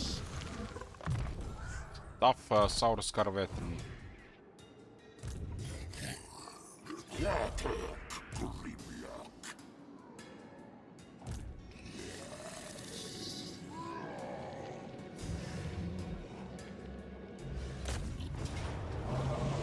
we're recruiting a fresh army here, and we just got in time to stop that.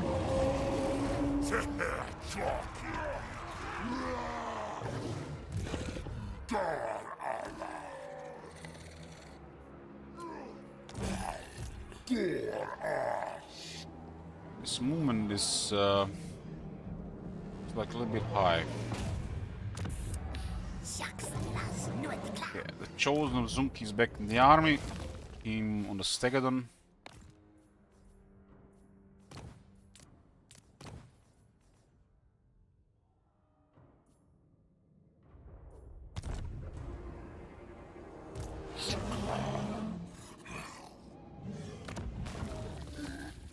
Diesel will reinforce here.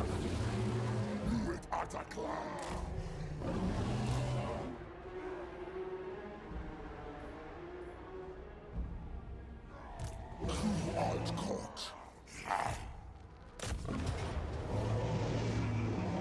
Got about 15 units. Let's go. Quick is slightly up with another army. Was dealing with Torek going around.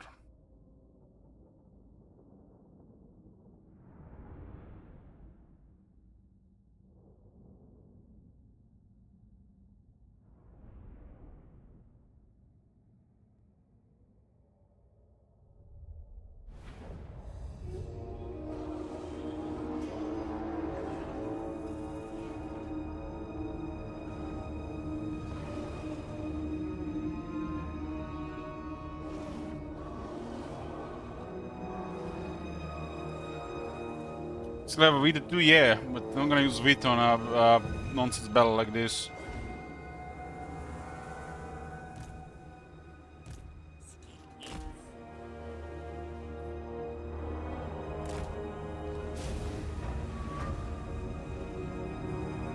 So they got anti-air there. Doom wheel on the right side.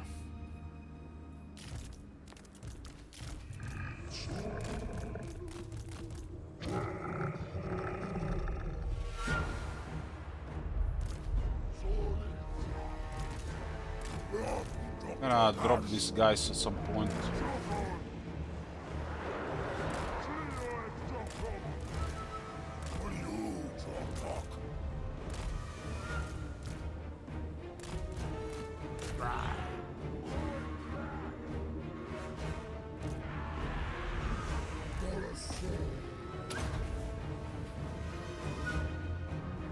Like this battlefield.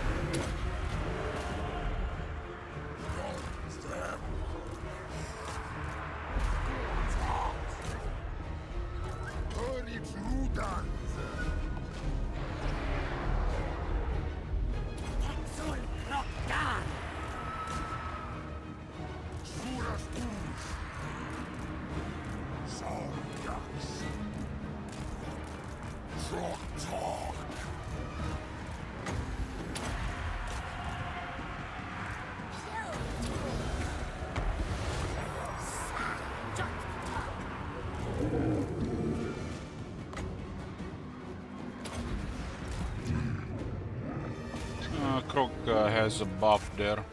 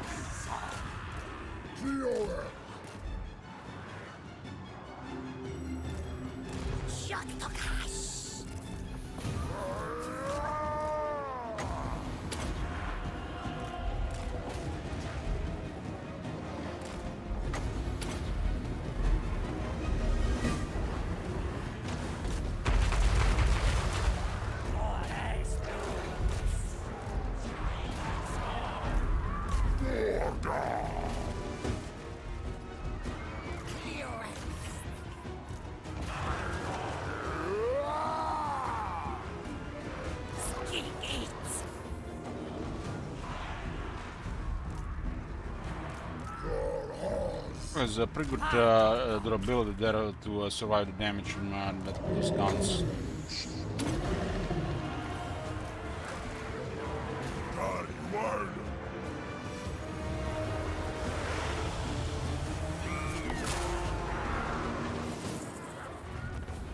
Still route them, we have no healing now. Oh, let's have to use healing. We can go for oils for replenishment.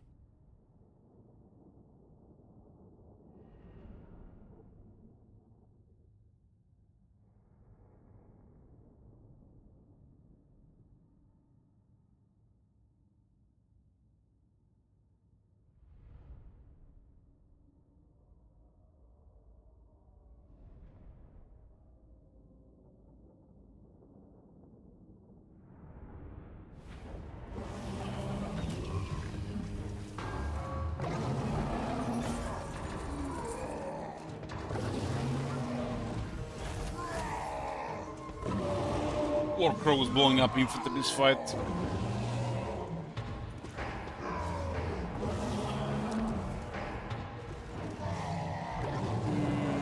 Torek. We'll occupy. We'll see if Torek. We can give it to Torek.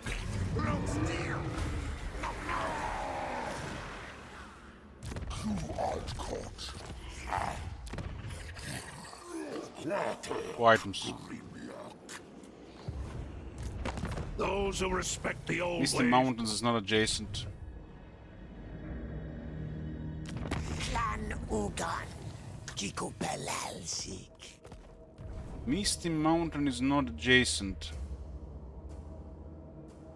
So it has to be Lamia and into this one.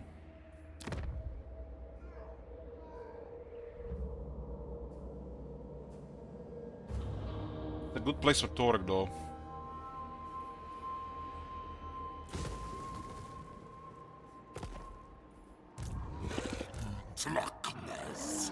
This is a bad climate without bonus replenishment.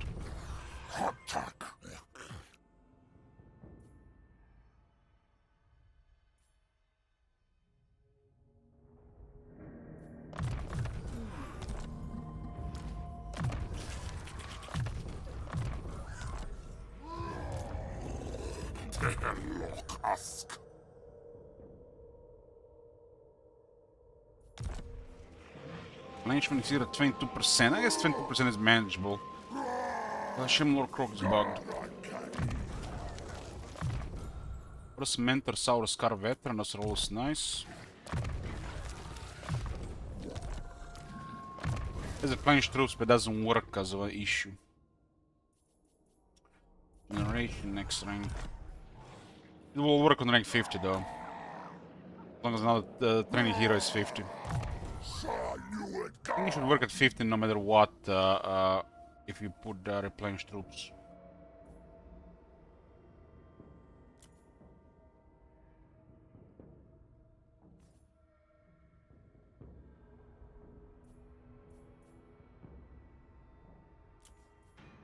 It's for resistance.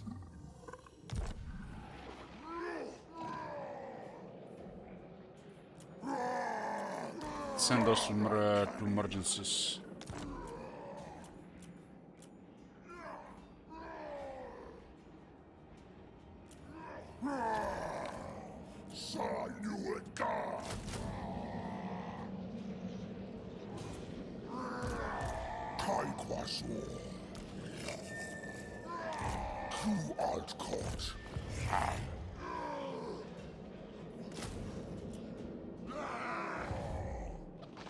$5K income. Managed to avoid the rebellions. I mean, we have 4, 5, 6 control faction wide, technology 9 control faction wide.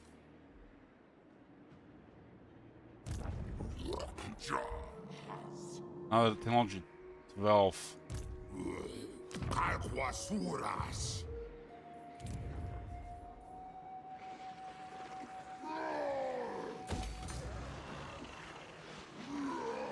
I'm gonna abandon this settlement. Not this turn.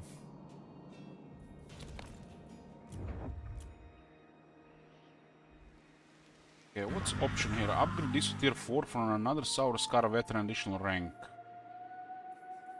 Okay. We're going tier 5 here.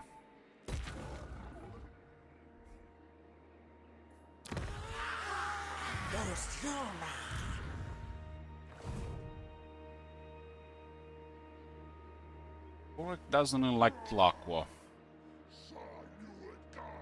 And most of our relationship right now comes from treaties and our actions against Clan Moors. High Elven Oh my Archmage. god, this again. Is he trespassing there? I am Teclis, High Lawmaster of the White Tower. There's no military access there. Like, why is AI not signing military access?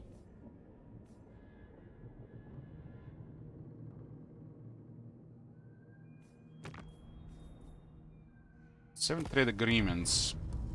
And also a lot more resources. Gems are gonna be up again next turn.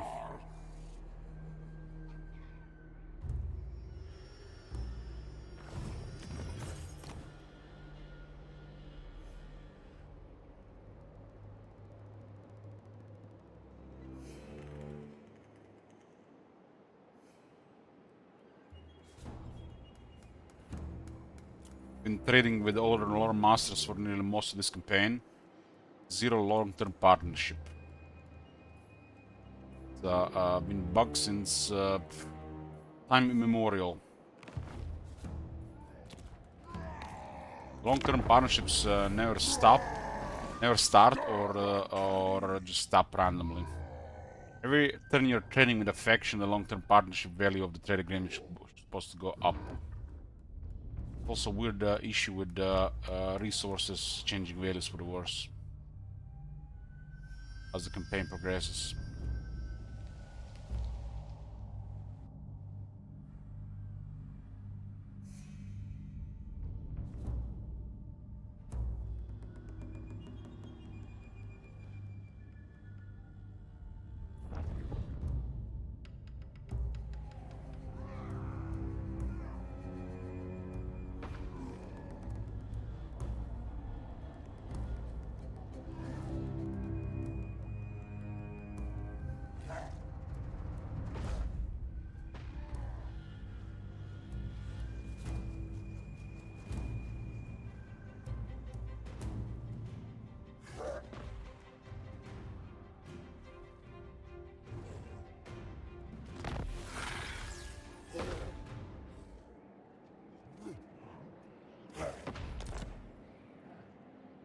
Heroes are recovering from is that that's the Doom Engineer. First we drink, then we talk. There is no connection with this one outside Lamia.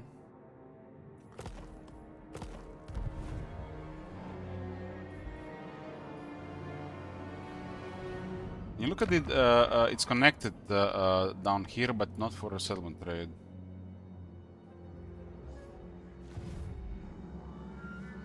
Surprises from Bitter Bay since that first one. Geopolitical is rank 3, Tlaqua rank 4, Itza rank 5. They're also at war now with Hans Marshal Expedition and the Jade Court. Joined the war is more support for Exoatl. Get trade going for. He's getting 800 for the trade.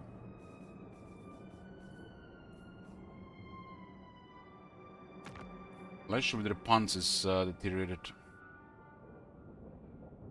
Starting to dislike Tlaqua in the region.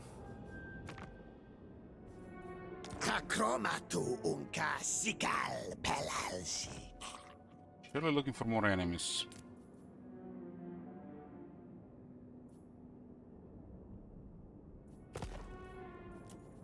If I join war against Bloody Hands, will I get a military alliance with Teclis? You require assistance? What do you want? Halfway there.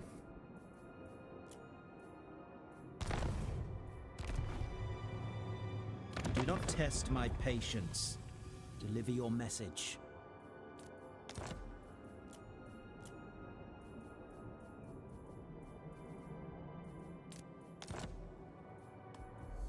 Another war in the area.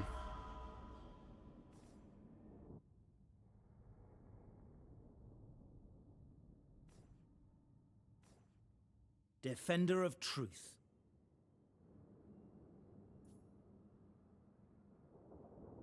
He's trading with everybody in the area except Volkmar and Repons. Cedar has this big wall here now. Being ignored. Tlaqua is trespassing across this.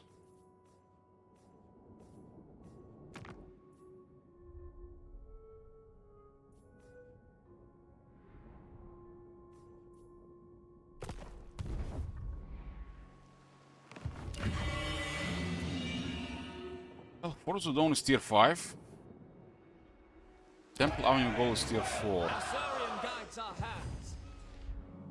This is money looking Well, lizard man, what brings you forth from tight. the swamps of Lustria? That's positive income.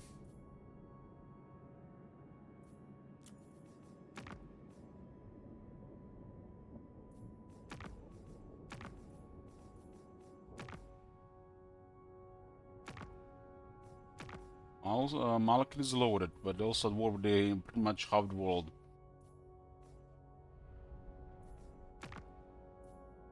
Wurzak is loaded as well. Surprisingly, he's not recruiting more military. His recently has been lost some military. Carbon is loaded, but he's also can't seem to get military up in time.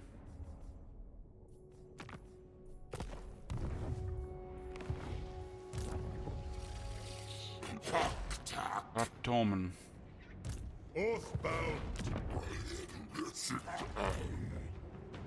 This is a bad climate for us.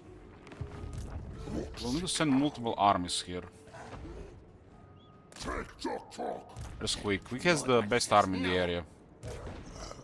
We'll try to ambush Quick.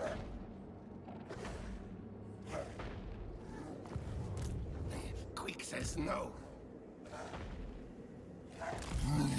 Can't reach the city this turn, so might as well stop half the way.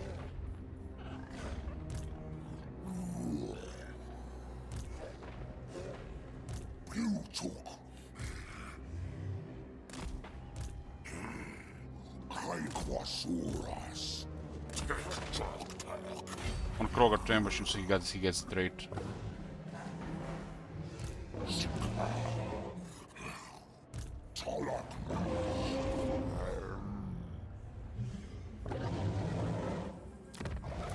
It's actually a weapon now.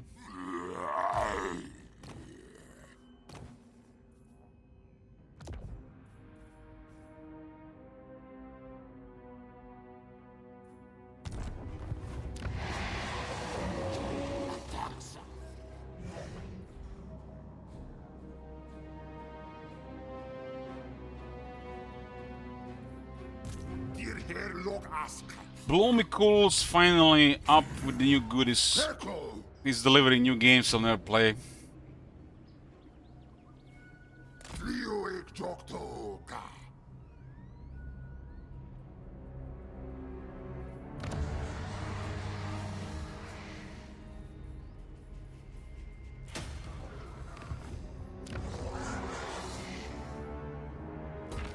This will be a tier 5 province soon.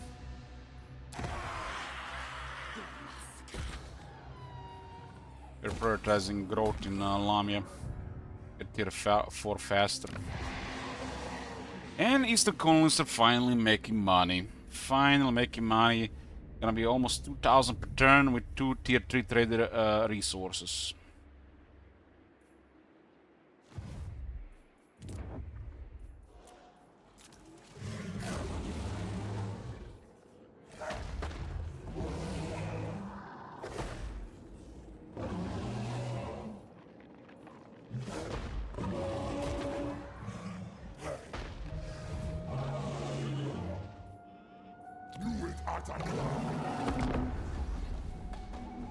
Let's go. We get lucky and this time the ambush doesn't get foiled, but look at those characters in the area. It's gonna get foiled. It would be nice if we get Quick there so we can push deeper in his territory.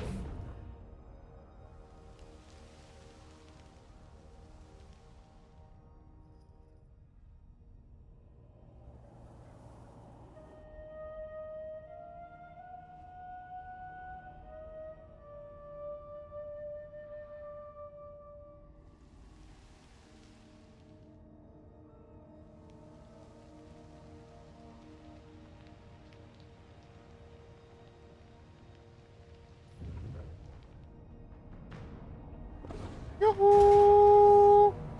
Finally! This is just what the doctor ordered. An ambush on a nasty army, Legionary Lord, double fat experience, big fat loot.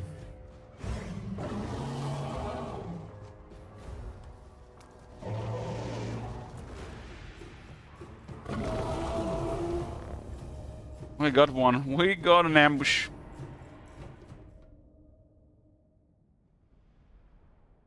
Their army is gonna get wrecked. Wrecked.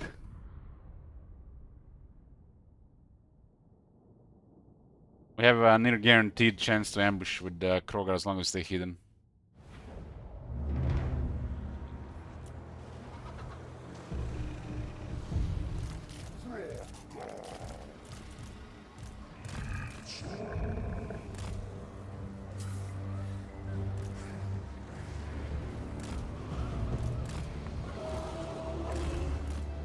Has magic weapon.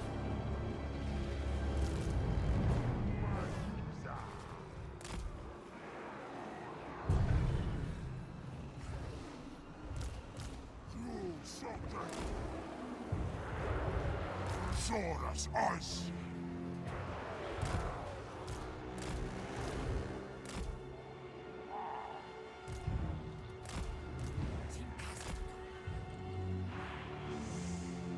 How are we always doing it like this? Can't do it like this. Just do this and trade new cards.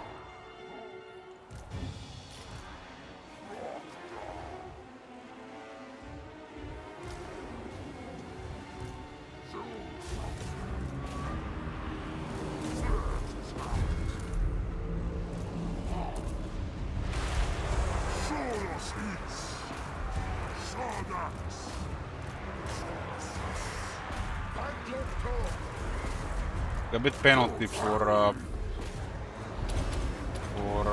1 minute.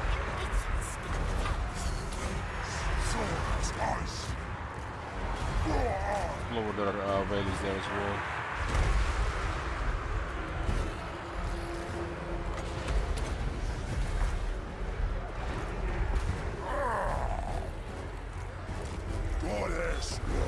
Called ambushed. Defense, attack, leadership, charge bonus.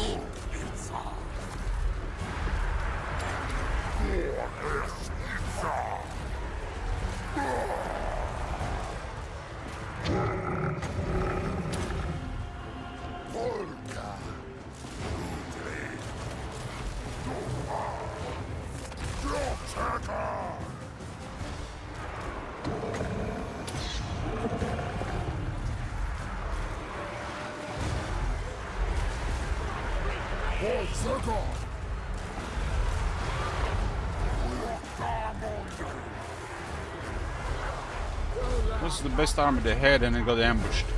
Finally something going our way here.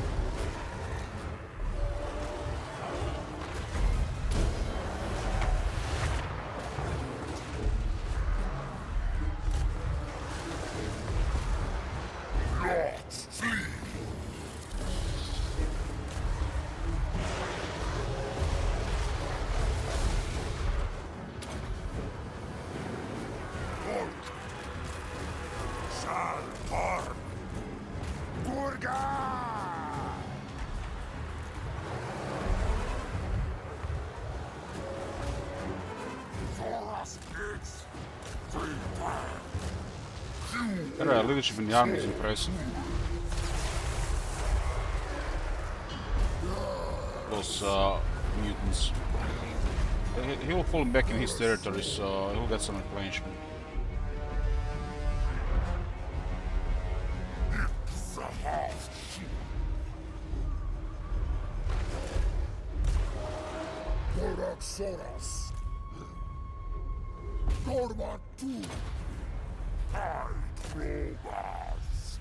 Really gotta get speed on the army, this is not enough speed.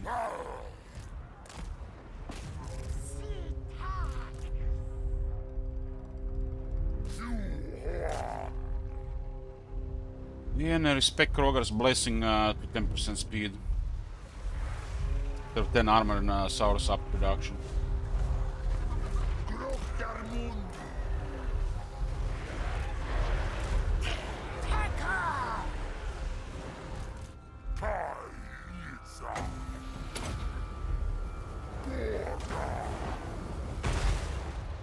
Man, that was actually not bad.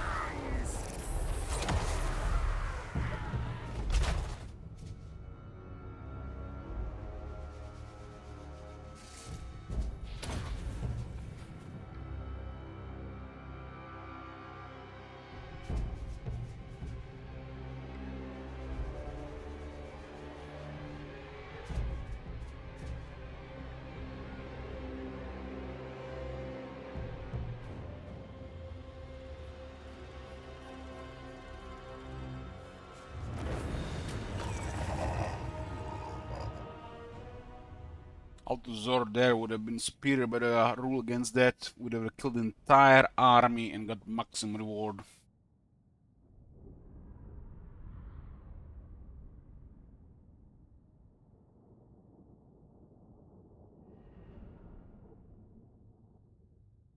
Like on the better armies to ambush for sure.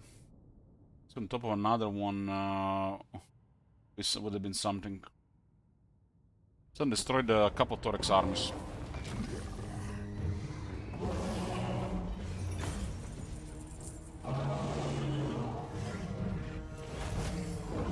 A really good reward for the money, and the second army has taken any damage.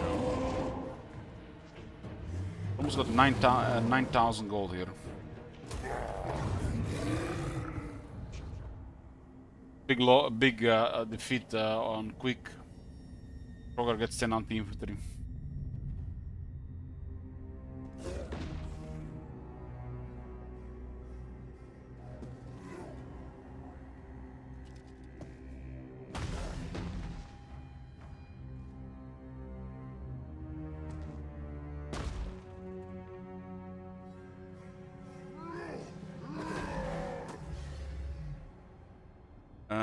Beer bag boys. Okay, we're here. We got a Dawnstone, only another item. This guy is perceptive, so I'll have hard chance to find items. Another hibernation attendant. It's going on every character. Chosen Zunkiger Ancient Stagnan, this is the one I prefer on this army. More melee, stomping. 500 mass. Got a lot of experience from this one. Okay, we got the technology from the scrying. This thing only exists to unlock scrying techs. No reason to keep it.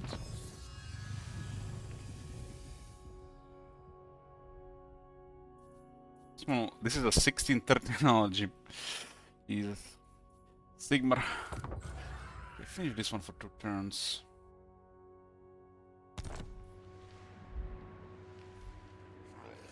I was expecting the massive loss on Clan Morse. They're our main enemy right now.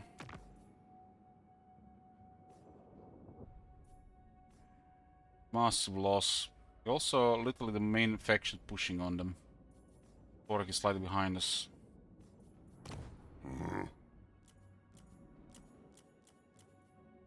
Cult Takers have spawned close to us. This Oxyotl situation. We're going again to the point where you might break the treaty.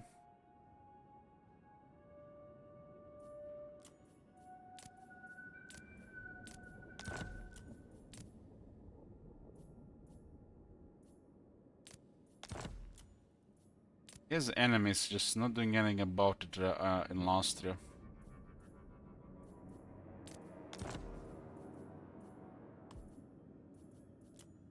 A lot of points there. A lot of points for 4,000s. There's no way it's gonna go around, but he might be start trespassing on our territories. This would be probably better. Because the trees will go up. Oh, 3,000 is a gift, huh? Gotta keep this stable until we get better options. There's technology and there is the Geopolitical web that will improve relations with our Lisbon. So automatically give us more points because we've been inflicting big losses on Clan Moors.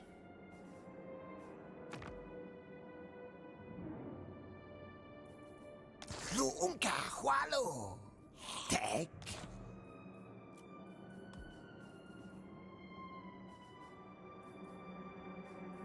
Yeah, I don't want them to look at Teclis, all the trespassing.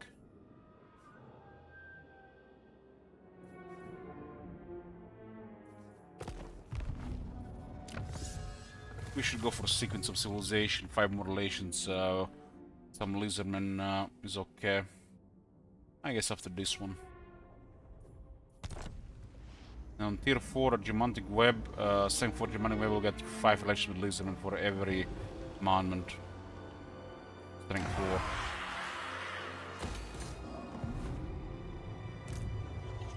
4. Mega experience here. And a mentor on Kroger.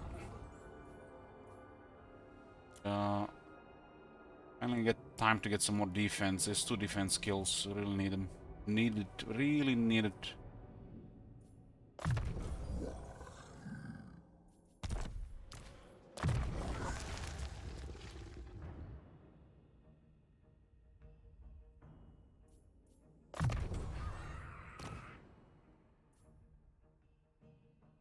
This army all have a hibernation pendant.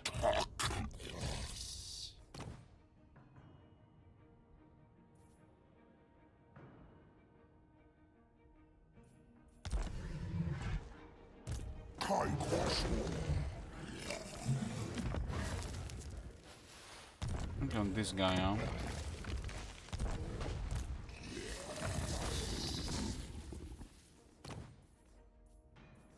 Kinda sad it's literally the only ancillary that really does something, even with just a little as 3% replenishment pair. I guess it adds up. Croak will get regeneration. This got a little bit weaker than it used to be because they lowered every slant's health by like 1,000. Esports related.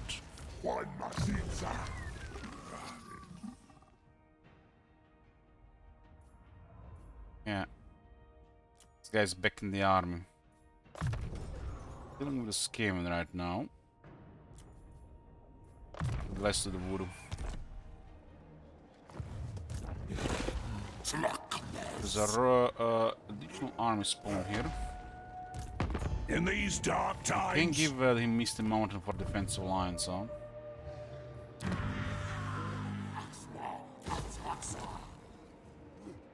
Sure, we have a massive advantage here now.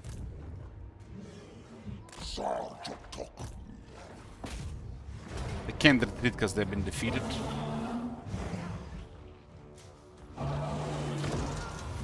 It's a lot of casualties on that unit. This will not be even close. But it's mostly kings.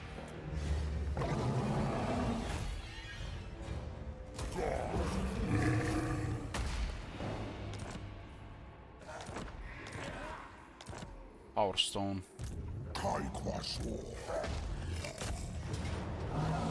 It's nice eating up armies and settlements with 2 armies at once. Double the chance for items and double the experience. I mean, it's not only double experience, but they both get experience. The army that does the attack does the initiates attack that gets more experience. But due to mentors, everybody gets additional experience.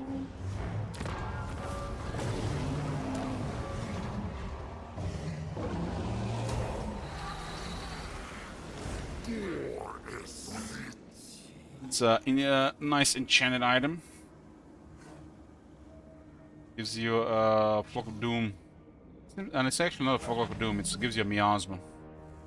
Melkit Smithstifying miasma. 2 uses.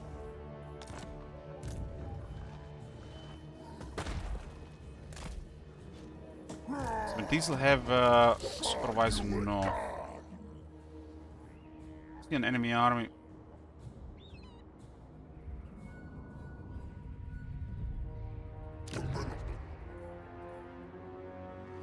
Is nearby.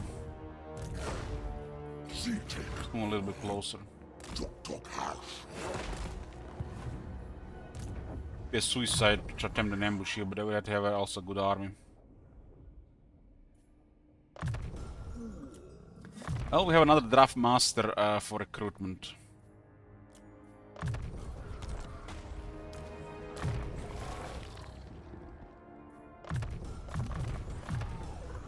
Too much experience here because of the mentors kicking in as well. Double dips. Yeah. This is poop. This is poop. Attack is great and armor is great, so we get armor and attack. We need these two to get a colossal strike.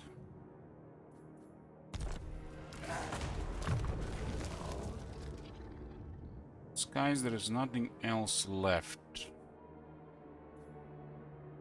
Another 3 control.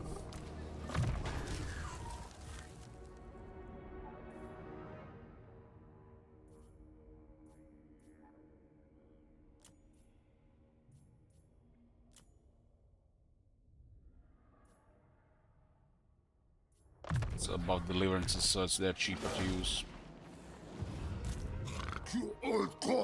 Blow Cools is delivering troops. Delivering troops. Don't think anybody's backdooring. Eastern colonies making money. 45 sacks of spices, 45 sacks of pottery. You can actually see how much this makes. And let's slightly buffed as well. 47. Additional 376 and 564. Almost additional another 950 gold.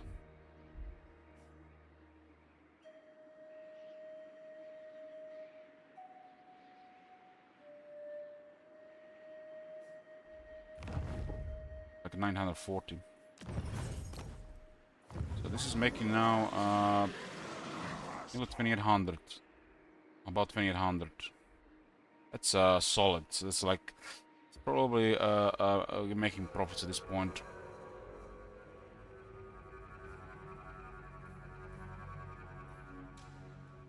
Might have even gotten all the money back for the construction.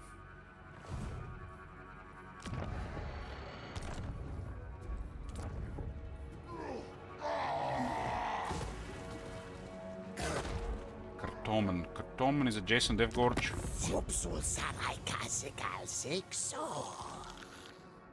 Yeah. They immediately just put a Fed 178 on it and forget it, player.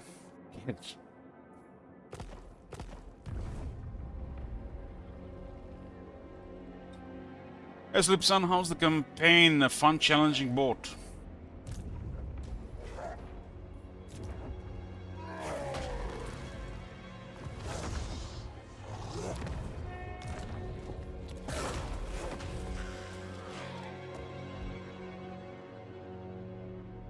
Only Baras have more spices.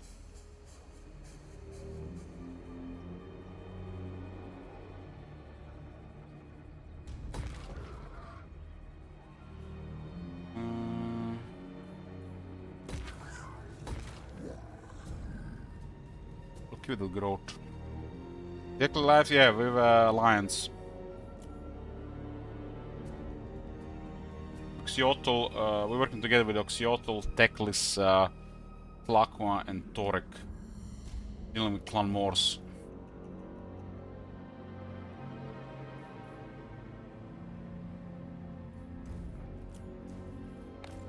Karak Asgal is the Blightwater's capital. I think at this point we abandoned Mist Mountain in the hope Torek takes it. Cost some negative control, but this faction has strong control. I want Torek to take the Mist Mountain to create a buffer to the north. It's more worth it for dwarves anyways.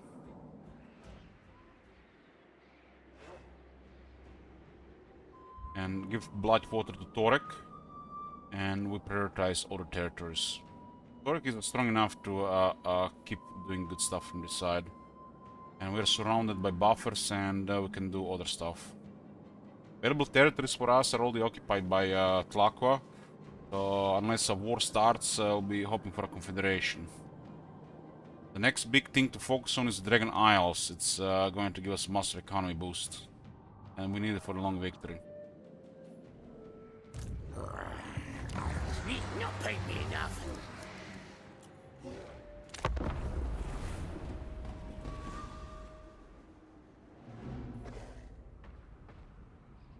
We're gonna keep hitting Clan more so we can achieve the short victory faster. Then when I see Torek doing real well, then we'll abandon this area. At least with the main army. We're gonna backdoor Dragon Isles with Krogar.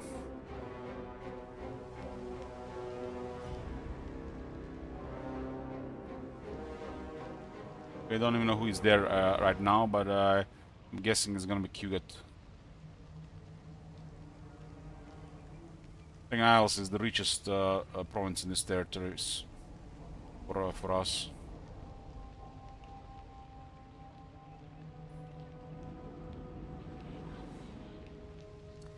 "89 factions left. Horse is still in the game.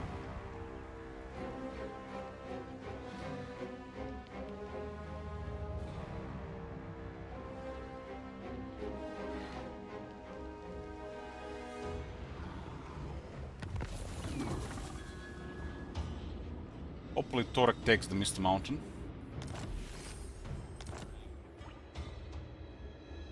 This is a tier 5 settlements where they can recruit some really nice quality. So we have to take it. We can't take it this turn though. Still cripple them in this area. Because they have no replenishment here. This is just puts him at 0.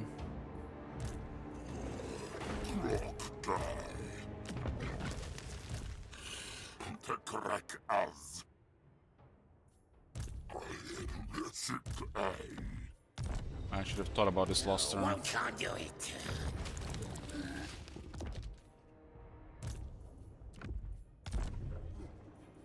It's gonna take too long to replenish.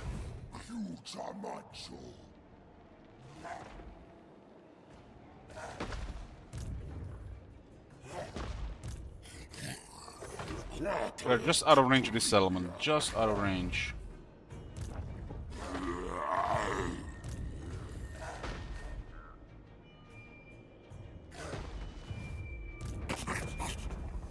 I'm also trying to recover as multiple tier 5 settlements. We're gonna have to hit this one no matter what. Fangford is the next one, then Karakazul, then Karakate Peaks.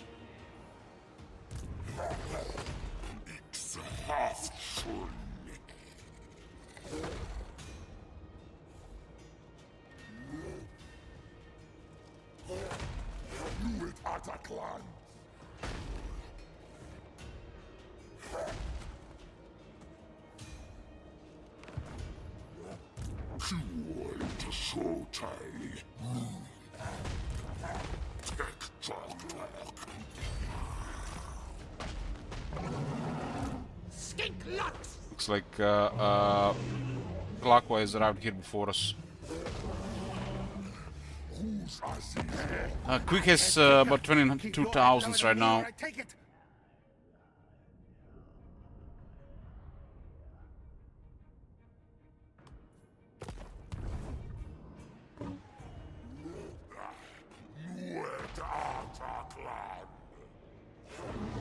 Fortunately, Krogar was just missing a little bit movement to reach Karakazgal this turn, so literally, just because we're missing a little bit movement, we waste an entire turn doing nothing. This just tells you how important it is just having enough movement. If I'm not mistaken, the Lizard have a follower for movement. If we had that follower, we would have had to reach the city. Instead, we just have to waste another turn and possibly lose Karakazgal to Tlaqua. And maybe we can give Clan Morse another turn to recover. This is just shows how important having more movement is.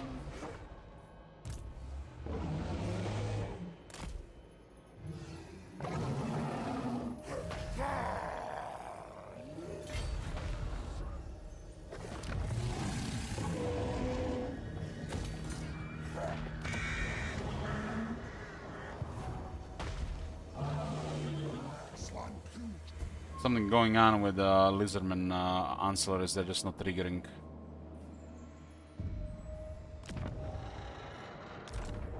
Aquasura. Parjomando. Here are 2 gems. The priority doesn't go right now. Got industry in the higher tier. One is getting very good again. Yeah, Teotiqua is getting towards tier 5. Temple Skulls will be our first tier 5 thanks to pastures. Place has been pretty safe. What do we decide to build here?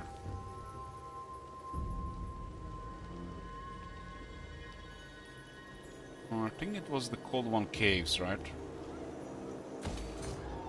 Cold One Caves, but let's get a growth to get tier 5 faster.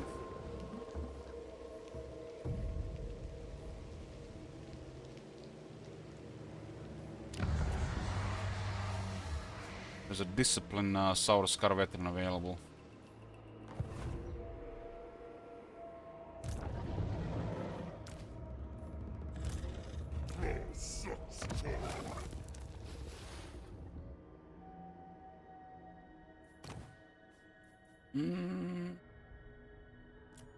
This guy's nice, but discipline guy is better.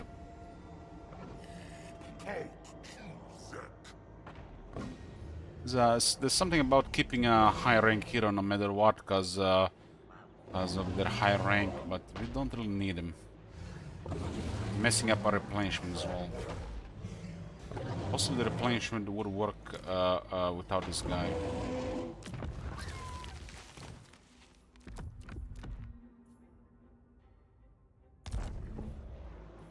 Let's ban Carnifex, or should I say upgrade him.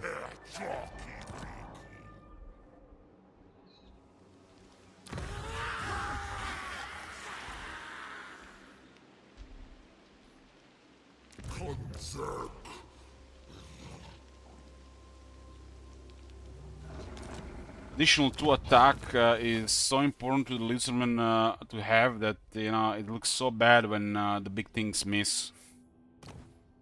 Like dinosaurs, for example. It makes the infantry and cavalry and literally everything just higher chance to be deadlier. Just that important. But not miss. As the army gets tired, they lose chance to hit, so discipline just keeps making it work longer. Nothing really beats it for the Lizardman army.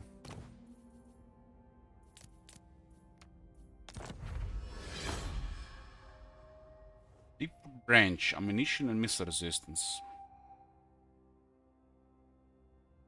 A talisman. This would have been okay if it was an enchanted item.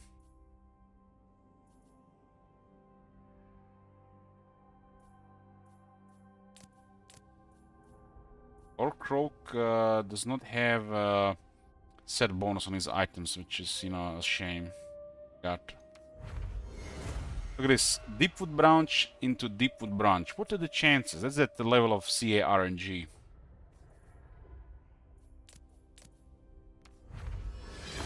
Get an executioner axe. I don't like executioner axe. I think they should remove the attack penalty on it.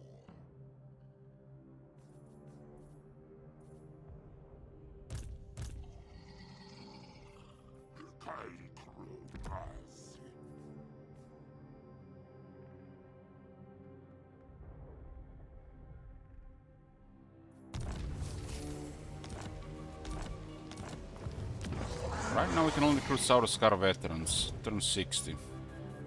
It's turn 60, Geomantic Web is still offline.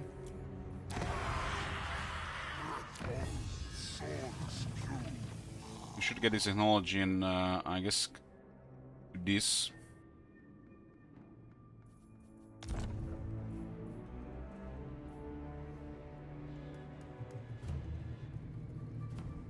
I think you just have to click to research it, you don't have to keep this.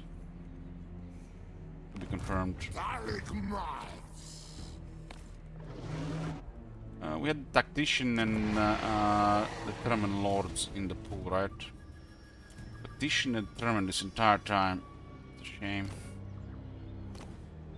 Weapon Master and Strong on the Croxer Ancient.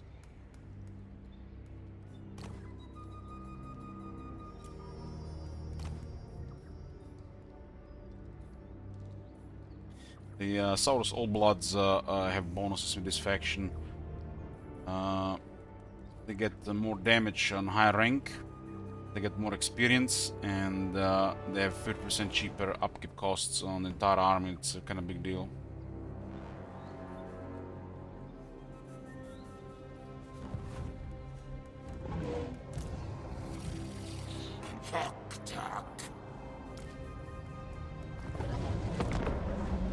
It does look at luck of the Caracas Asga. I don't like the provinces being so contested. We were just missing just a little bit movement to reach it. I guess something is off with Ancillaries. We couldn't get that follower for movement range in 60 turns.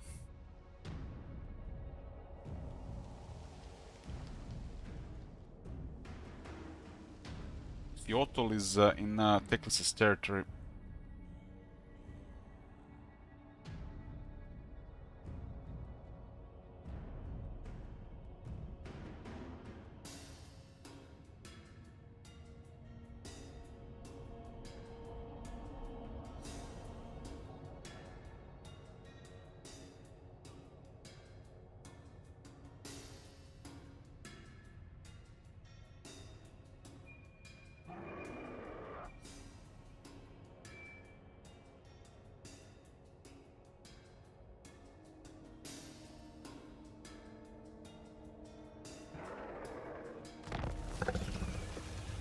Oh, must be an army in Caracas.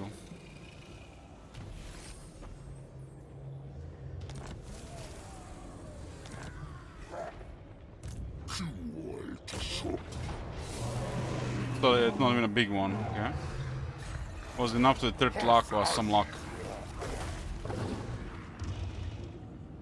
Torok hasn't taken Misty Mountain.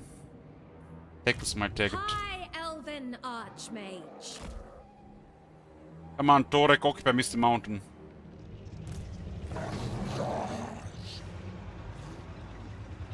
Also getting close to Scarbrand.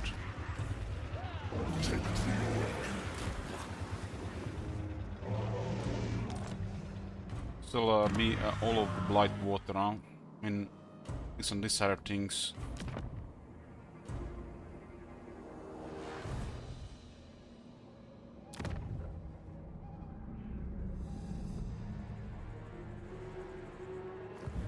Very well. Speak, if you must. No new diplomacy on Teclis.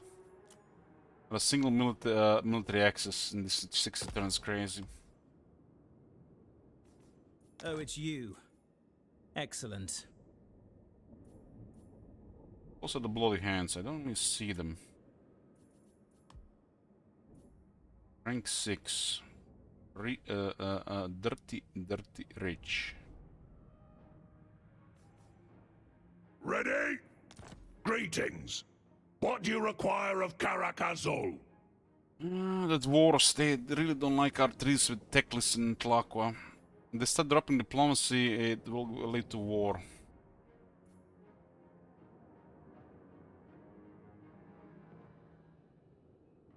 Three agreements are granting us 50 relations, and we get 31 more. We get minus 34 because of our trees with Teclis and Tlaqua. I guess they don't like. They decide not to like them. That would be a suicide for Torok, though.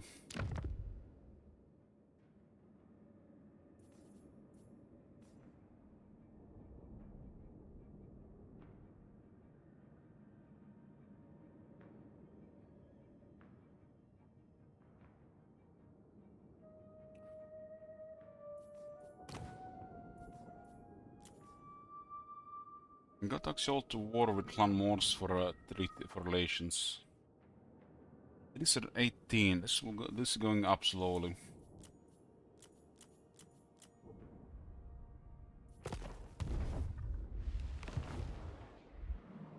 Yeah, it's like this area is very complicated for this situation. We can't go against anybody without pissing others.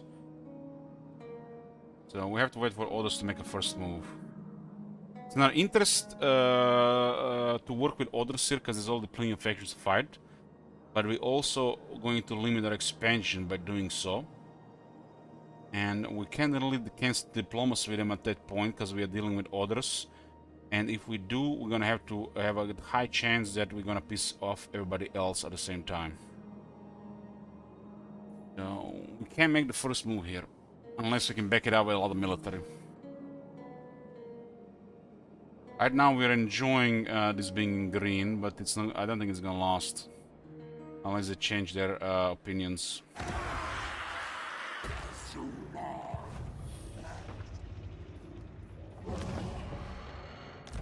Okay, we got a siege here. It's a tier 5 city. We should sack it. We sack it and occupy it.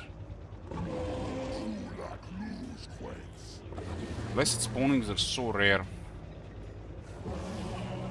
Why don't we have some buttons somewhere that spend 10,000, increase the chance of blessing spawnings or something, man? Just give something, man. And you know, you can roll. You could roll just blessed king skirmishes, and then for next event turn it's nothing. We have a lot of military, one spot here, so Clan Morse backs off.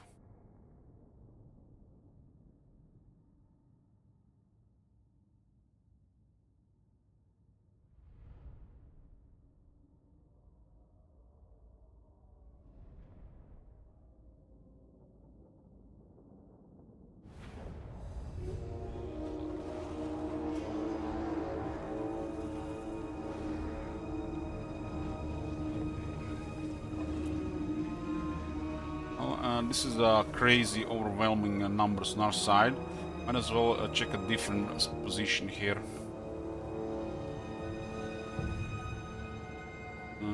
It's a tier 5 settlement, but the towers are not scaled to it. Some settlements have better towers without even having extra garrison.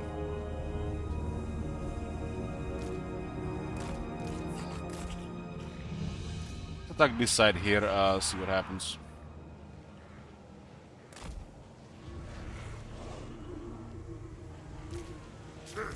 We have disbanded our old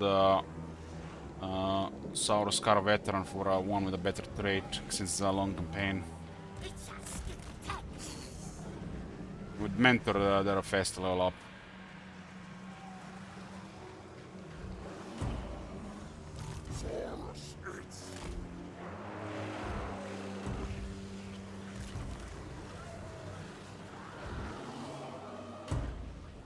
I mean, I don't mind it as long as this battlefield is not crashing, but this battle is a constant reminder of their lazy siege rework with no variety. You just have to make peace with it. As long as it's not crashing, I'm fine with it. This battlefield used to crash a lot.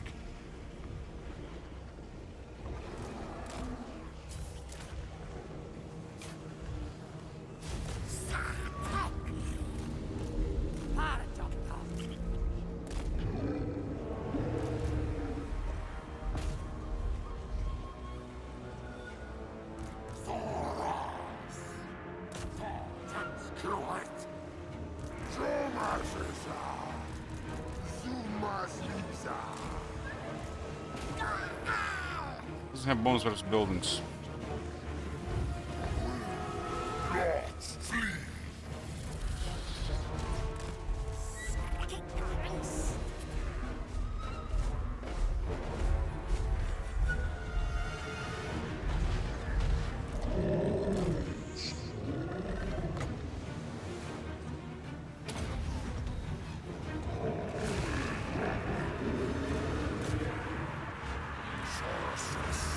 You know, says it is what I want to hear. Good point of view. Haven't exactly expected it, to be honest.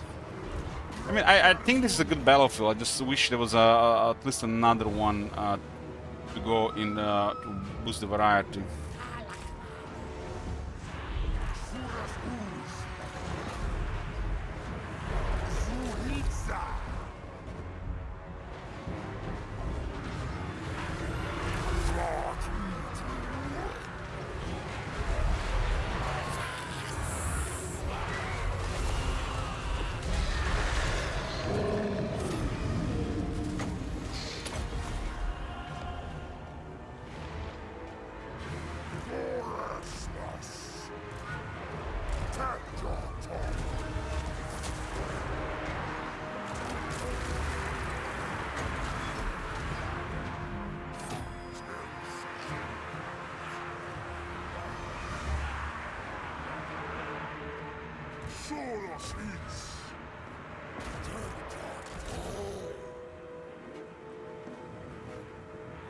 You watch the new Pair of Exile 2 gameplay trailer.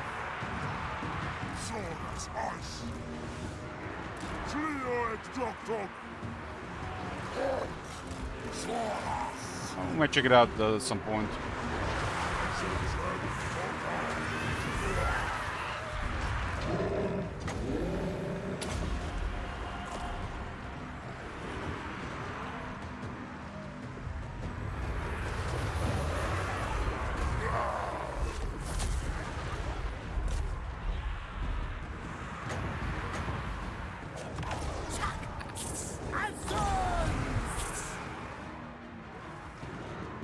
Don't have frenzy, so they'll do way more damage. Unit is actually doing something there.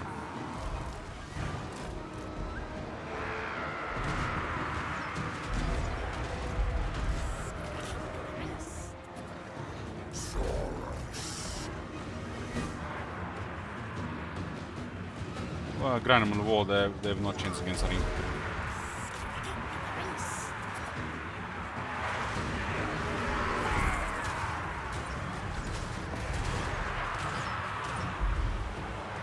Yeah, we are in.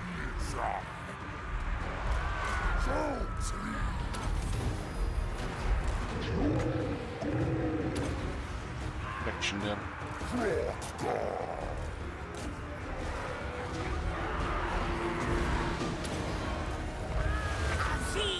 Fighting against Stone Warman.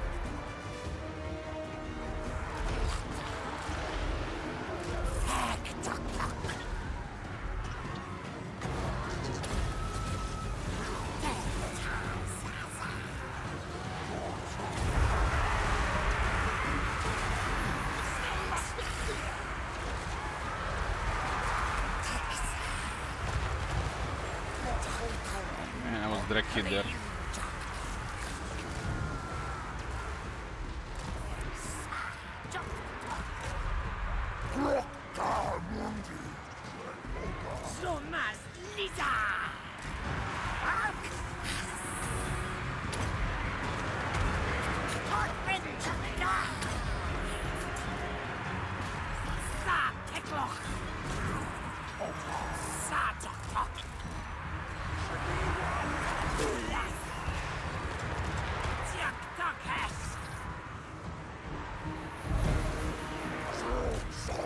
Dominators are Stone Vermin. You guys are taking too much here, blow them up.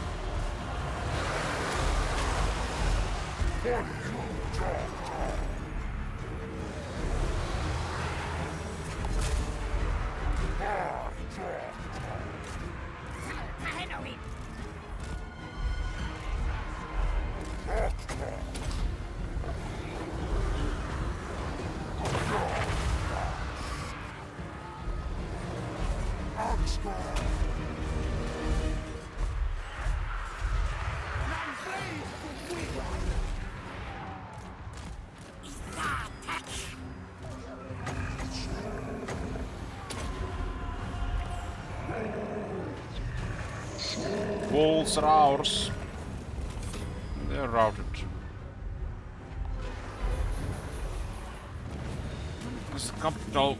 We got our first tier 5 city down from Clan Morse. They were spamming armies and 4 of them. Historic harassment did help to speed up, open the floodgates.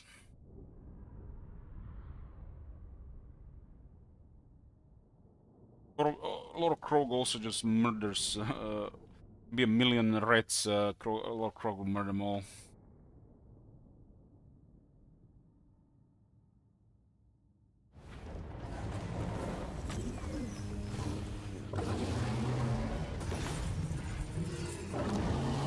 Let's take this one.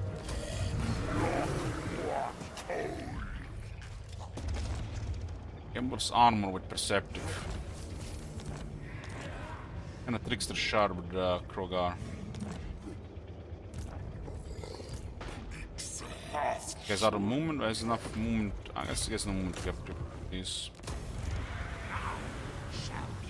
I hope Thorak takes Misty Mountain so we can trade those.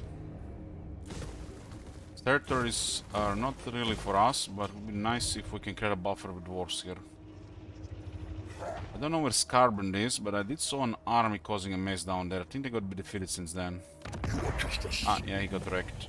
Would be nice to actually get Scarbrand straight. His straight is really good for the Lisbon. Scarbrand, show yourself!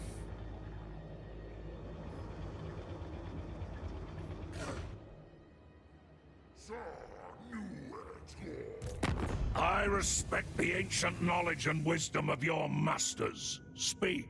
Show yourself, Scarbrand.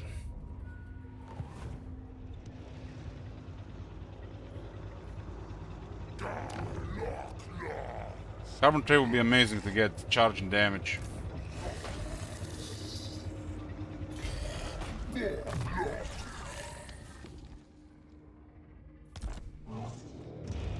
It's not a good time to respect Kroger though. Neutralize chaos. Kroger will receive 8 attack, and the entire army will receive additional 6 leadership with 10% damage when fighting against Warriors of Chaos, Demons of Chaos, Chaos Dwarves, and Norska. Demons of Chaos are, you know, all the monogods, right? But you get 8 attack for the skill as well. Rank 18 or Lord Croak.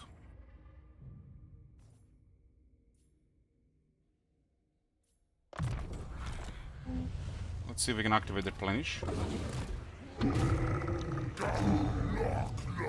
Lost training, but we have good experience in the army. Scouting is so good considering the new items. We just increase our chance to getting them, though it's not guaranteed. The Ancient Second is always a massive pain in the ass to deal with, especially in a hero with items and skills. Some of the most powerful mounts to have.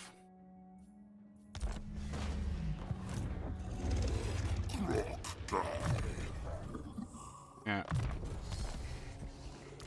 Economy is going up again.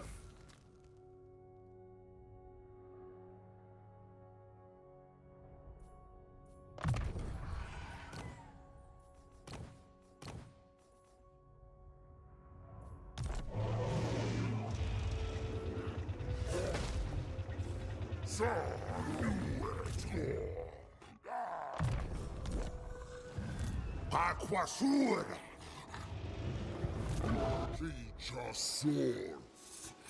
It's our new hero. Carnifex got downgraded rank, but he got a better trait. Cunning to Disciplined. We achieve short victory, will unlock plus 3 capacity to all heroes, which is very good on Lizardman and very good for a reward for a long campaign. It's a lot of higher tier cities. Buildings.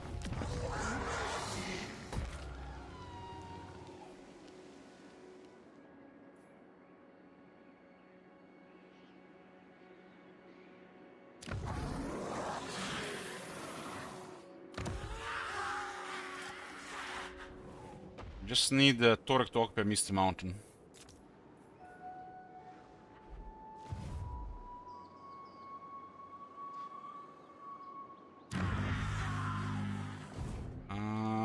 Creator of Waking Dead is time to make money.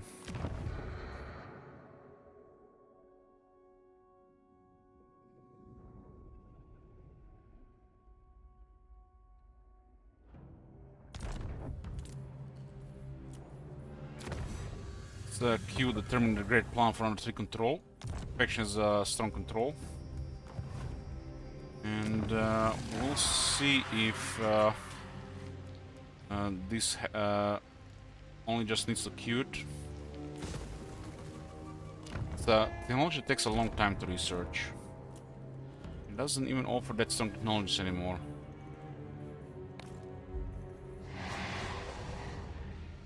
This will be +1 control, by the way.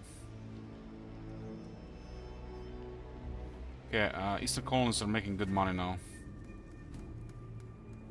Close to 3,000 soon. Trade bonus on the commercial trade is also generating. King Beast is going towards tier 5 and we'll have soon Geomantic Web online, finally. Could have been online already, but I went, so we could have been online on a couple of turns ago, so 58 turns to get Geomantic Web to do something.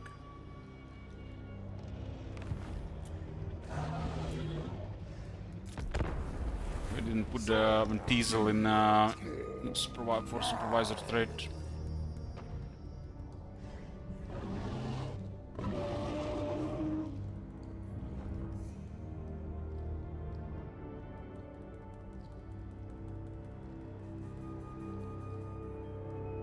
Skin chiefs are fine, but they're not really needed.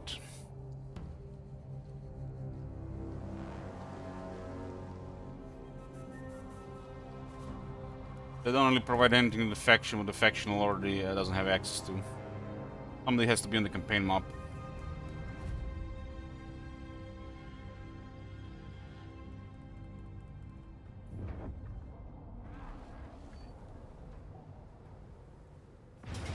Okay.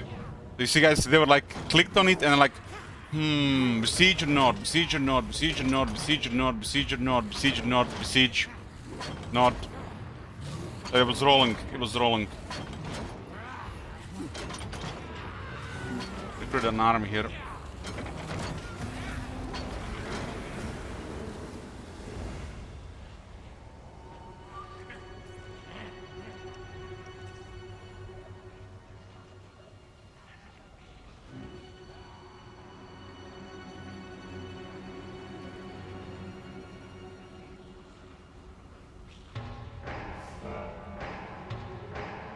Not getting any chiefs yet to put him in the army, just a preference, you know. They're pretty good in the army.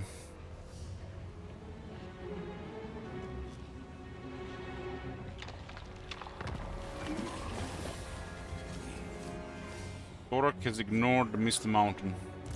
It's bad, man.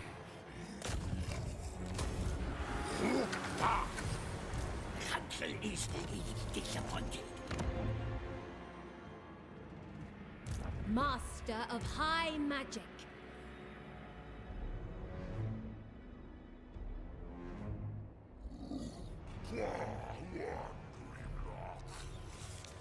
Torak declared war on Carbon, so we share even more stuff now. So as long as you queue this, you don't need the building. Get the Geomantic Web online.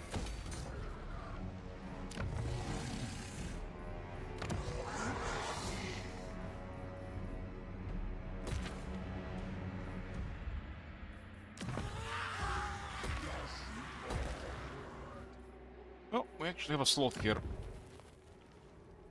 Oh Hey, big my dog, thanks. God. Have you seen that shit? Holy shit! What the hell? Getting Fast X to higher tier is always things to consider. And also above the province income another 8%.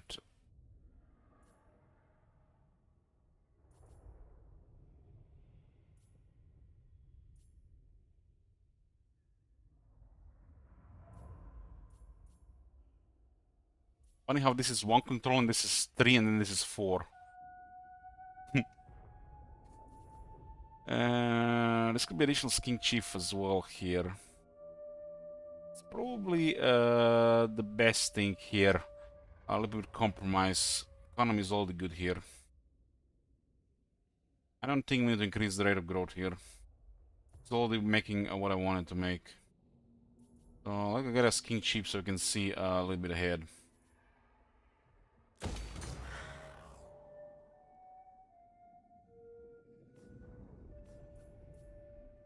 So give us access and then additional one.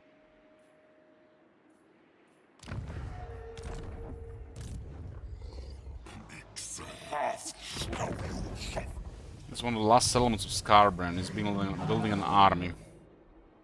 Scarbrand is not in sight. We don't have range here.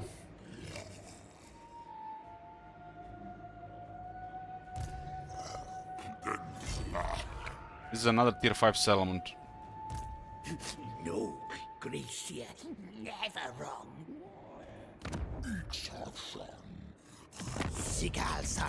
Karak Asgal is connected to Death Gorge.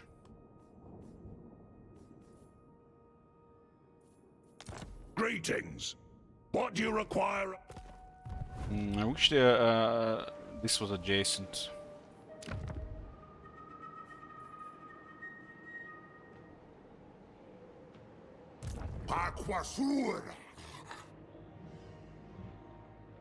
Gonna ignore Scarbrand, he's not in range. We can destroy him right now anyways.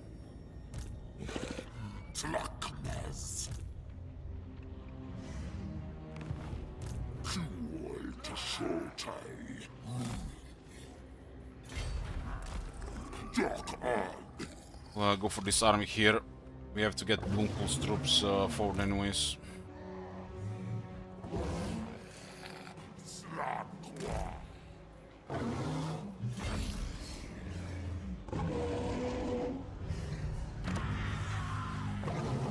Get more gems for now here in garrison.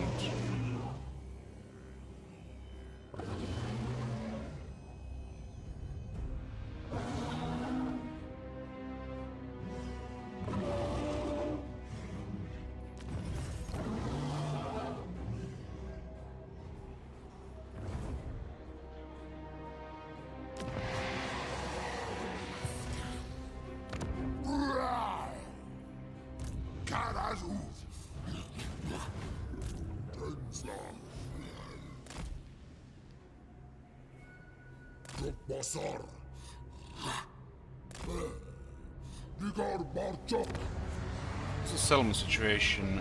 We need another 13.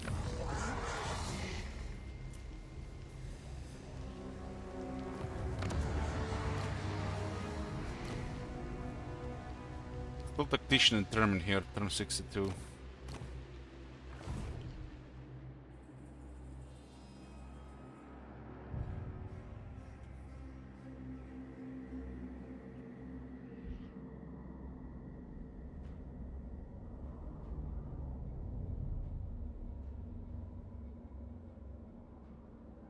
T9 treaties with Teclis.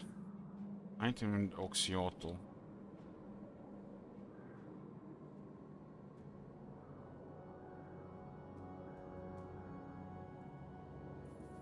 We're at 4 provinces and 14 settlements. We're close to tier 5 as well. We can actually get the Red Saurian. And the Shred of Lastria. 700 up per turn.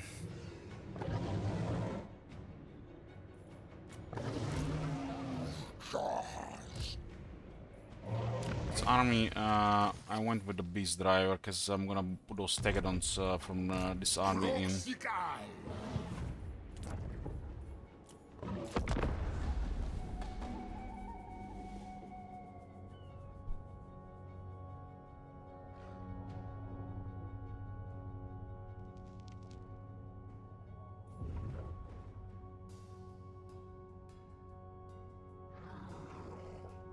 There's sacking left and right arm. Bit disappointing Torek didn't take Mist Mountain.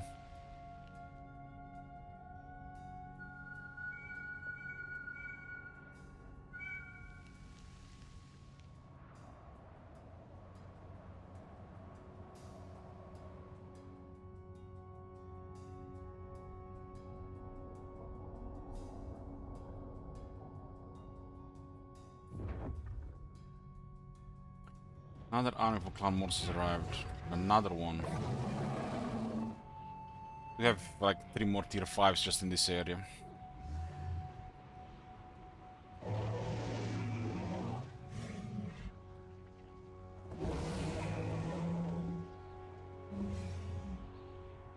Come on, Torek, occupy something here.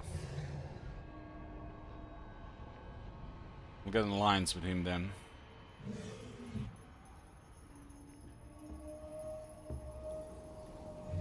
Top nails.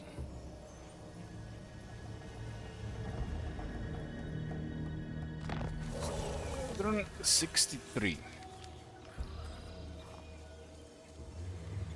Krogar's ambush foiled.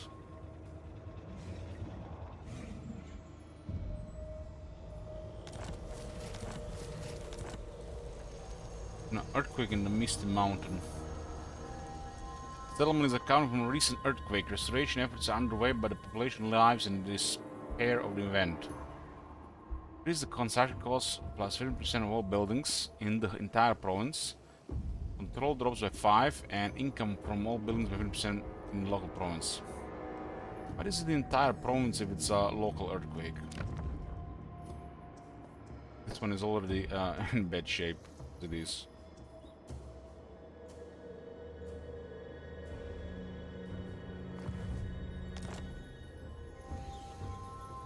Turn 63.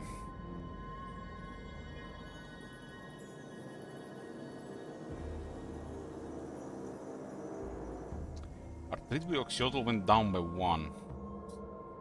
I guess I don't really like that risk with the Ormoses anymore.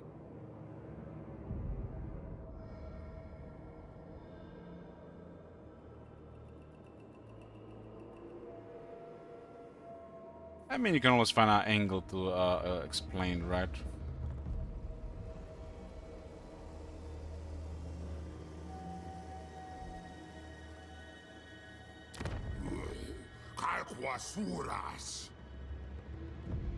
But there's nobody here. It's the best part, there's nobody here.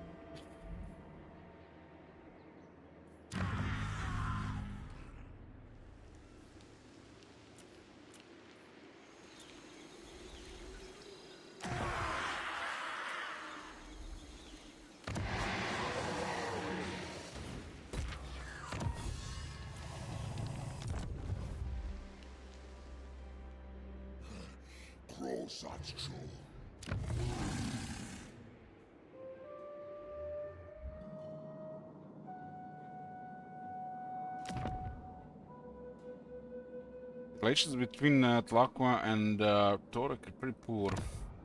Both sides. Maybe Torek gets Kratomen. There's so much military on that top side.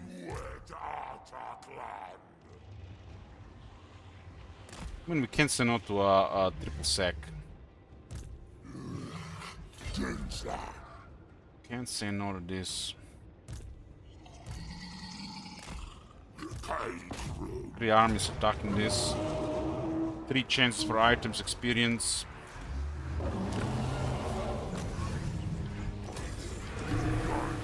Item number 1, Scarecrow Banner, tanks perceptive. We got an Engine of the Gods on the Chosen Zunki. And that's it, on 1 item.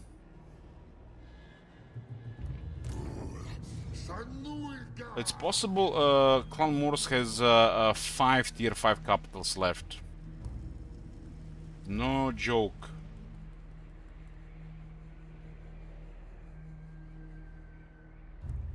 The next wave of armies is arriving. Rank 21.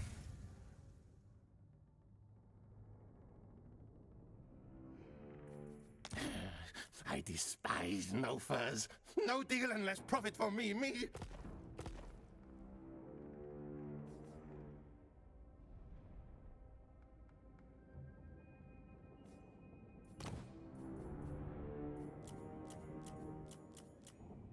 it wouldn't be a Krogar campaign if you don't deal with a strong Clan Morse.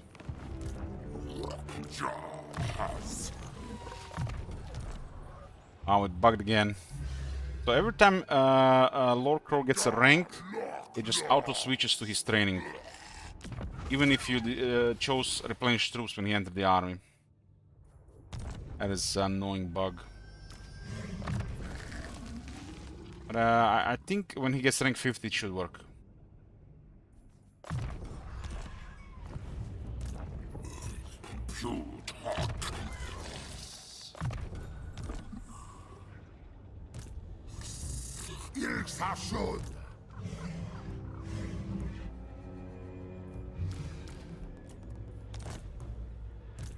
There are 9 units here.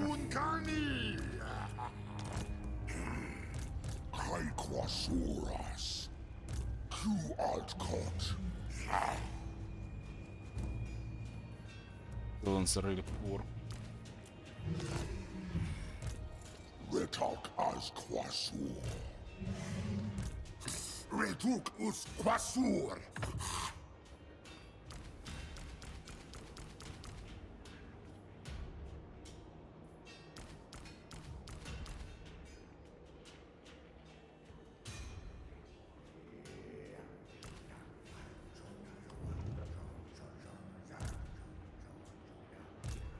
Q altcot. It's a sword.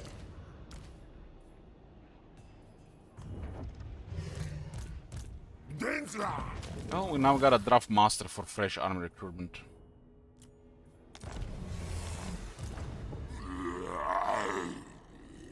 Roger would take 3 turns to respec, huh?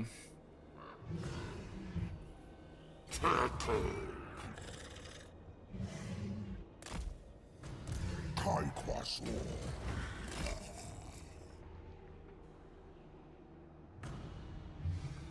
Pilikrat.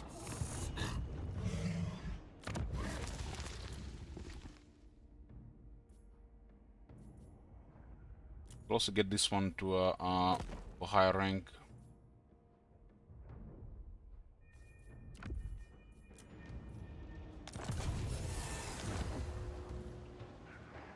I want that speed blessing. That one is still good for the Blizzard.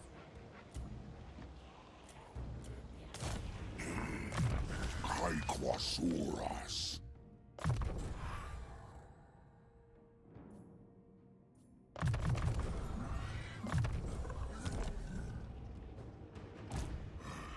Take wake us. Kai quasuras.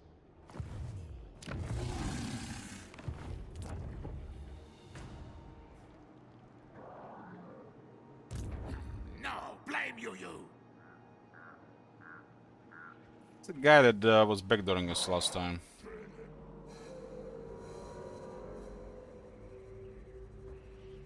Torek, you could have had Misty Mountain, Torek. What a chance we get a second generation this time.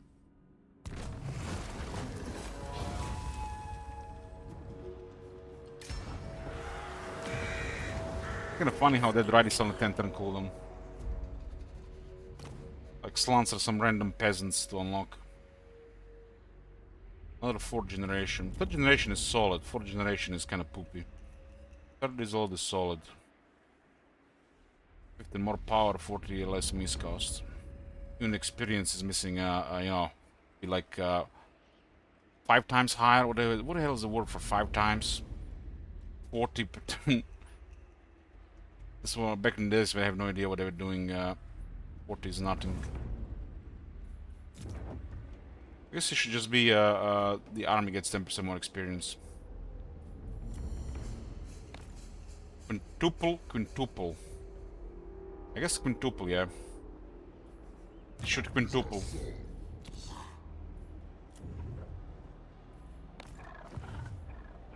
Same like Diet of Ferocity, should be 400.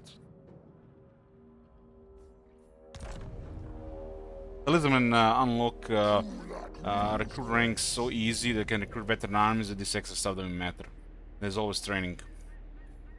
The new training, they forgot the static passive experience that have no value in the game. Quintuple.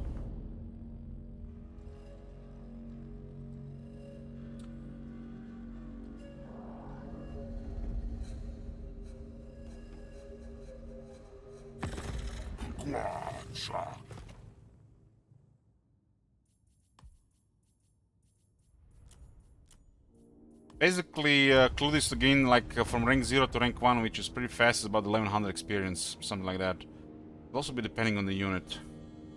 Higher ranks are kind of like 4 to 5000 experience. Most experience is gained in auto resolve. In battles, you have to assign units to do the fighting for the experience.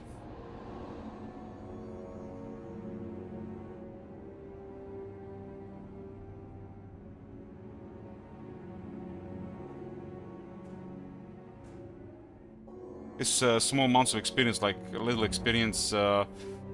Whoever was assigning this had no idea what they were doing. Oh shit. We got ambushed. God damn!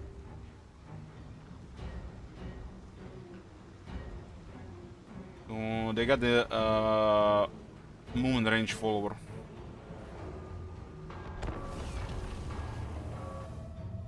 Prediction, we're probably just going to surrender. There's no way to survive. 3 armies. Guess one is garrison. There's a chance the army will survive with a surrender.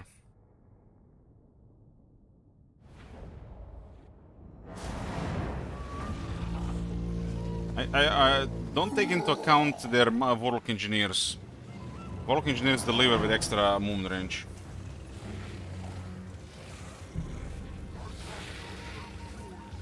I think you're out of range, but the warlock engineer are settlement.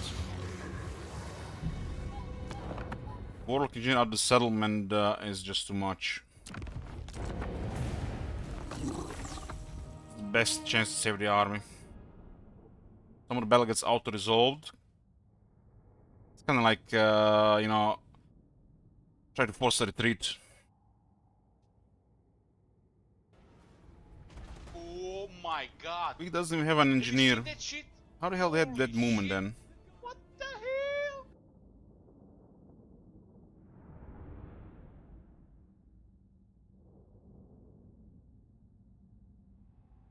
We're too close to the settlement.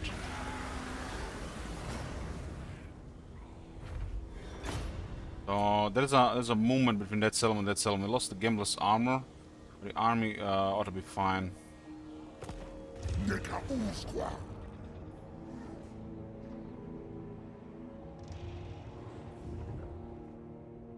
That settlement has exactly enough range to reach outside Kratomen.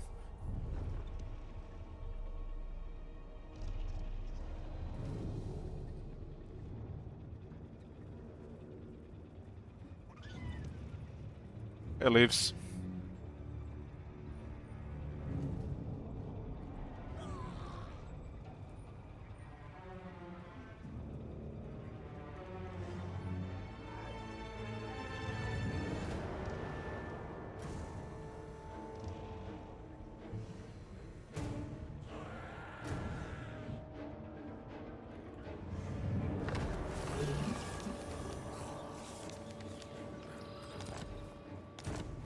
Crow got wounded. Well, now I'm sad I didn't get -5 wound skill.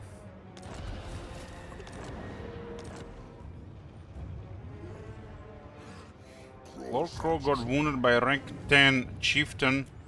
A single point in hero wound. I might have 3 specialists. That was a bad RNG for us.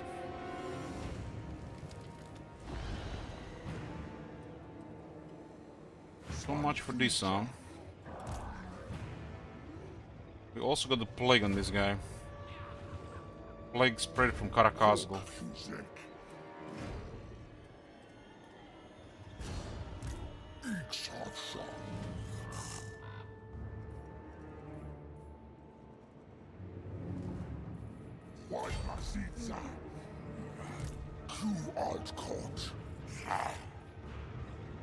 Oh boy. It's like, this is like, again a situation. No, I blame you. These are fresh grade tier 5 armies. We destroyed one, so they had 4 tier 5 cities, 4 tier 5 cities recruiting armies. This they got backdoor again.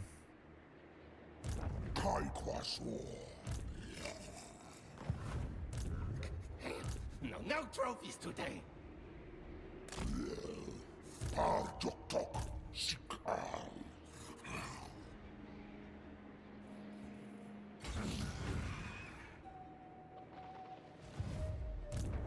Quick says no.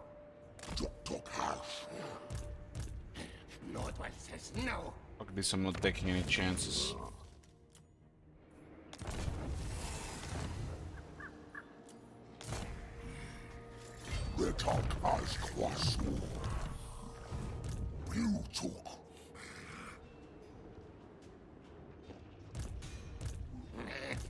my fault. He has until we attack in Caracas, the top manager had 5 tier 5 cities.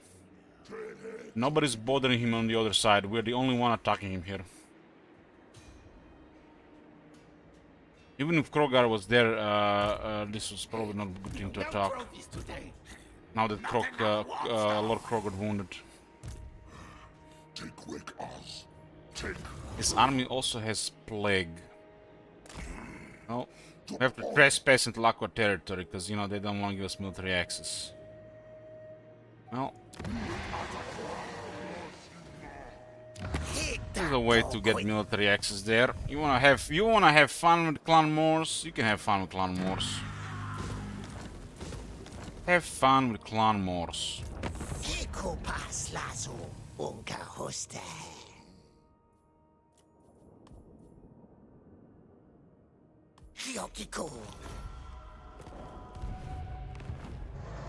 They have a mega military here. I was like thinking of giving this one to Torek, but Torek didn't occupy and he will not be able to deal with them.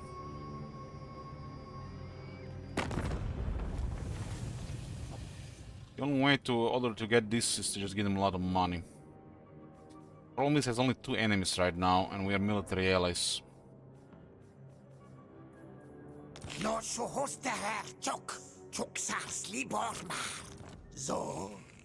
Need to get them more enemies. I think Clan Wars right now seems fine, but there's a chance they'll declare war on somebody.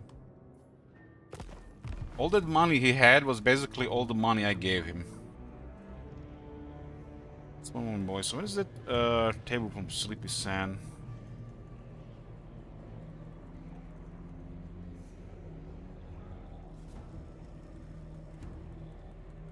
Just wanted to check something.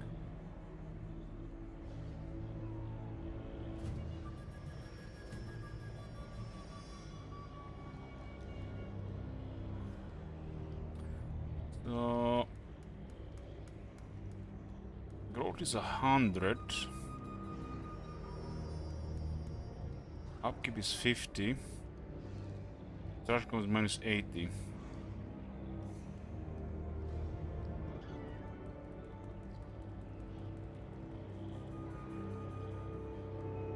Upkeep recruitment costs. Where do recruitment costs at? So recruitment costs, they go to up to minus 60%. So if they get skills, they have minus 75% recruitment. On top of technology, rights, everything, they could actually recruit units for free. 60 from difficult. We got a military alliance with Tlaqua. I hope to confederate Tlaqua in this campaign. Actually, with them we're also already good, and we now got access to the city there.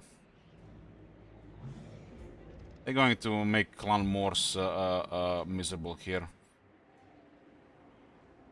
For sure.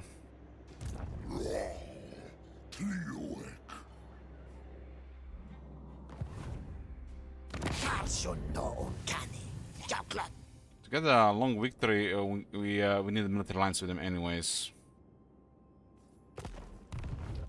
But we need we're gonna need like 70 settlements, so confederation is preferred.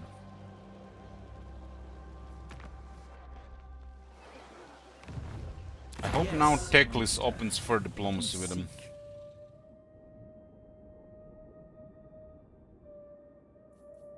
Should be pretty stable here now.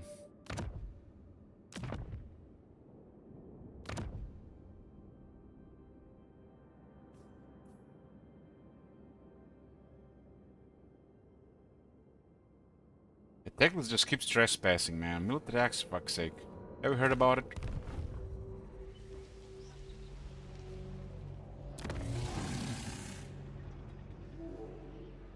The rich settlement because of gems, but about to lose it again in this plague here.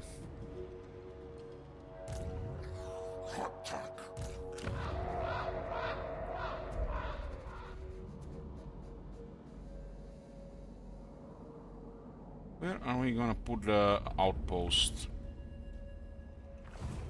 Tlaqua itself is a tier 5.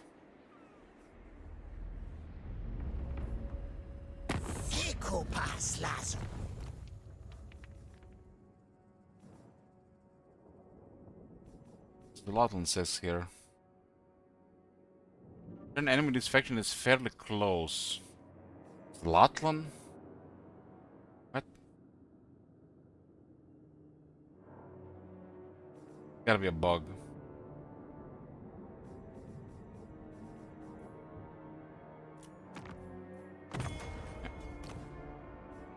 Yeah, 1, 2, 3, 4, 5, 6, 7, 8, 9 armies with Legend Lord. And they are the big dog of this part of the map.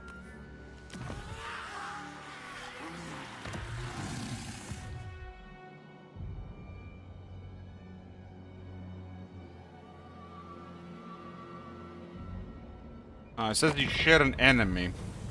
And the only enemies we share is Scarbrand and Clan Morse. There's nobody down there.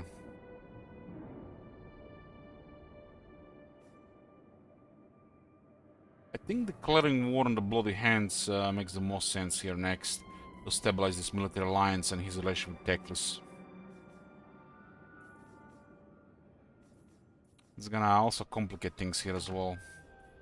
My head is splitting. I'd get out of here if I were you. Yeah, we got another big enemy, but Tlaco is now at war with them as well. And this should be it really for Tlaco for a while. At this point, they ought to open further relations with Teclis. I need Tlaco and Teclis to hold hands. And get military alliance safely with Teclis.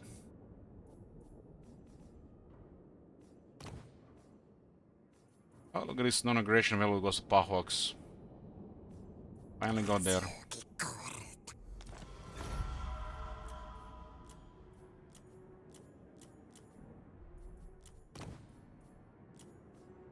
This guy's a rank 2 with a mega military. Hopefully they're going into Lastria. Teclis has constantly been at the edge here. Edge getting attacked by these guys. Because of all this trespassing. Kairos was dealt with early. He ambushed Kroger with 3 armies and suffered massive losses. And since that, his faction just collapsed.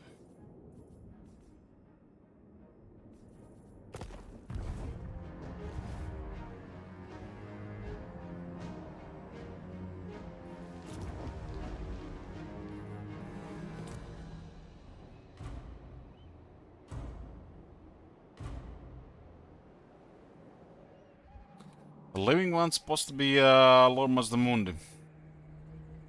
Followed by Nagash, Teclis, Murati.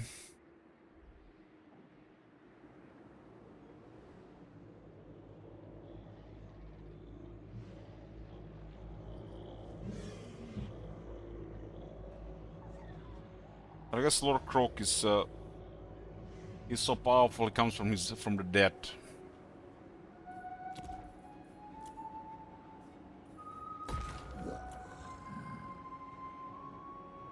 Krag's best mage.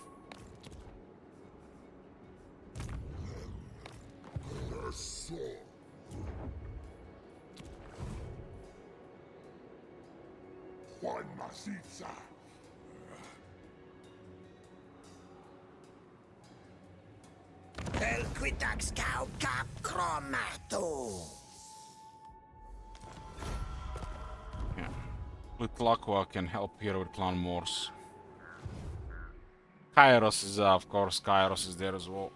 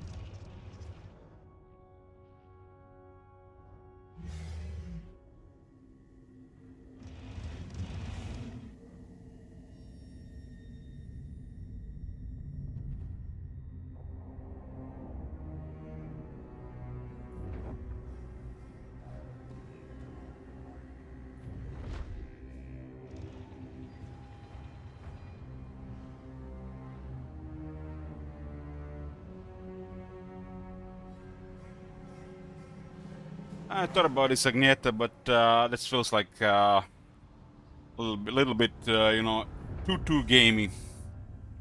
Too much gamey. But yeah, you can do that. Especially if you're building like towards Confederation or something, and you have settlements to trade.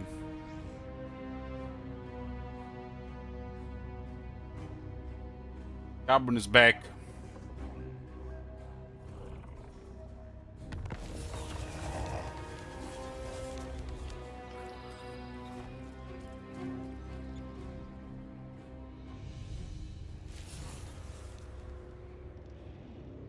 This is such a dangerous area to even be close without agents. Yeah, there's like, it's even just stupid to consider that we can do here without spies.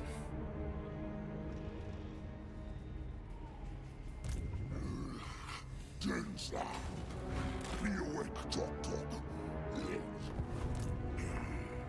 Kai Quasuras. Corazon.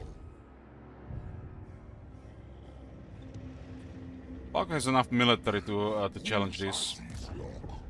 As long as they don't get the plague. Yeah, this is a bug. We're supposed to see their entire army.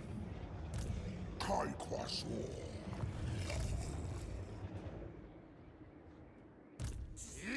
We counted what they had, 9 armies.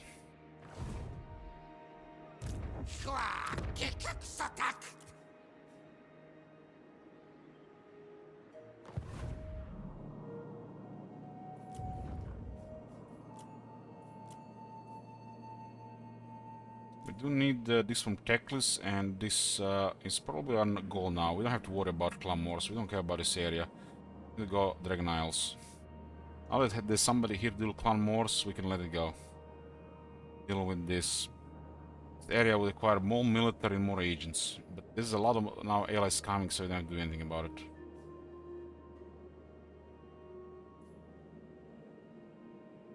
They will die, they will die, they will die. Oh, Poxmakers are there, so we're gonna go Dragon Isles. Dragon Isles gonna make us rich, and by then we should have tier 5 unlocked as well.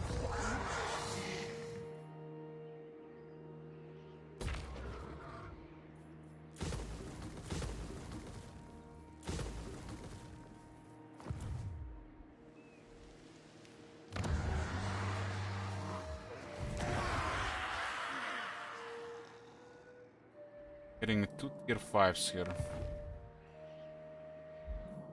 As long as Torek and our allies play nice, there's not gonna be a clusterfuck here. I think that's still on the table. Oh my god. Those who respect the old ways are welcome in my hall. Our alliance with Laqua has pissed off Torek. But like I said, we can't make the first move. It's gonna be really bad if it makes the first move.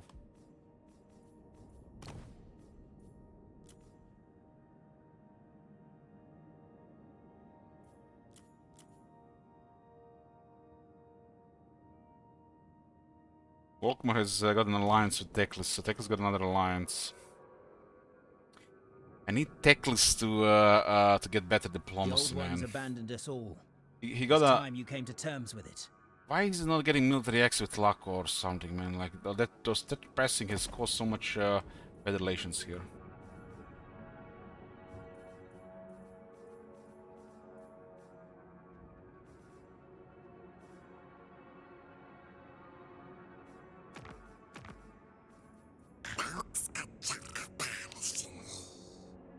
Nox Yotl is just constantly just waiting for an opportunity to get on the mainland.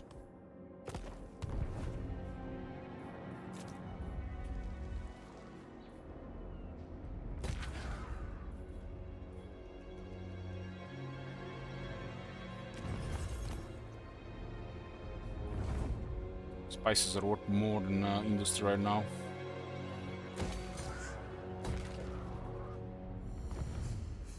Kroger will be back next turn, we are respecting him. Warcrow got wounded by our chieftain. His army is dying to the plague. Well, set wins again, but we got Laqua here at least. Unleash the orange lizards on the Clan Moors. Push them here, but they get all their military back.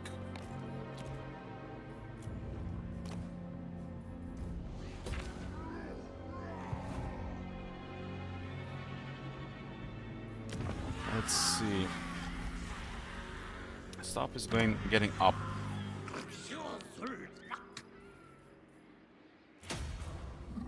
Could be -2 turns, right? It might be actually -2 turns next turn. It's gonna be level 2. Still -1 turn level 2.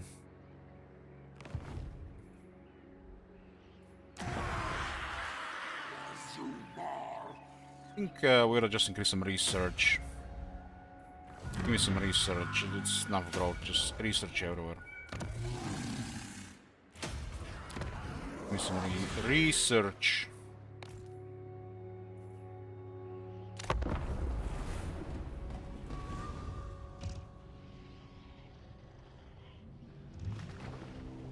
It's kinda crazy how much military Oxyotl and Tlaka have considering their size.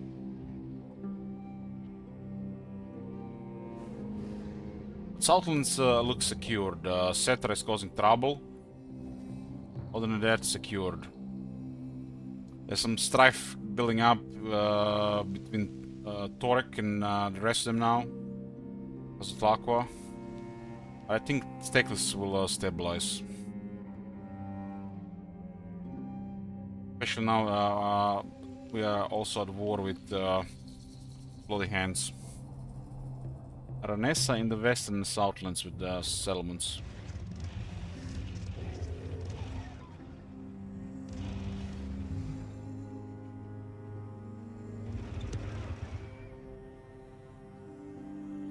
I mean, considering Tori doesn't like Tlaqua, and Tlaqua is mega military, it's easy pick Tlaqua or Torek.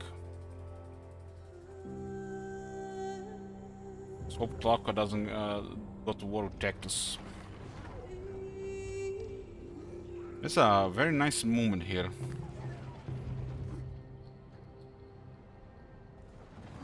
We managed to ambush the army and broke the goddamn quick. Stop killing armies here. See how he appears out of nowhere? There's no way Quick is gonna deal with Tlaqua, right? He's have like 4 tier 5 cities spamming military. We did cripple one of the cities before he recovered all the military.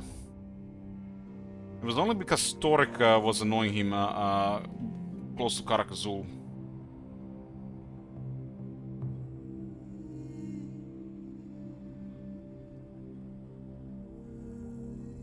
This campaign, short victory would have felt rather cheap to finish.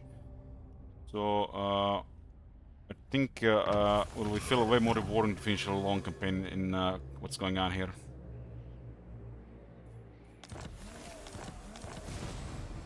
Blessed King Skirmisher, here we go. That's our blessed units, boys, for the next 20 turns.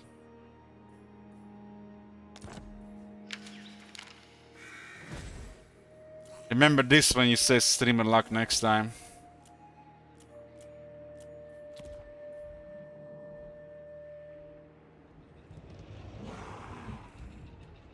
Turn 66.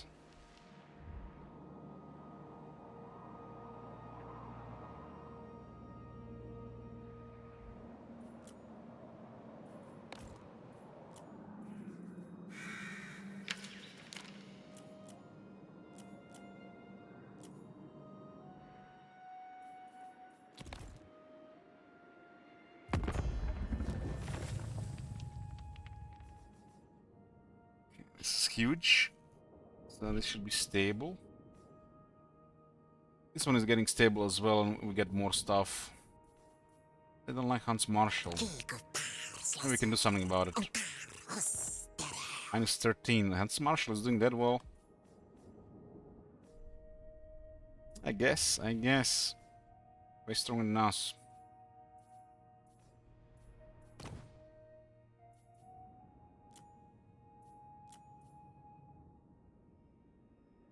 very close for military access there. Although Walkman is in a real bad position. Into Setra from the looks of it.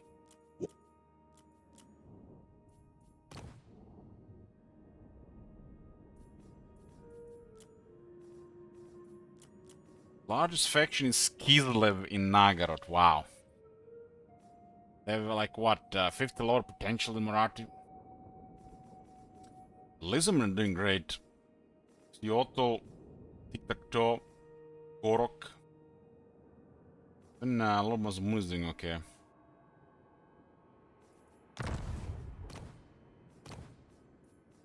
Okay, let's see.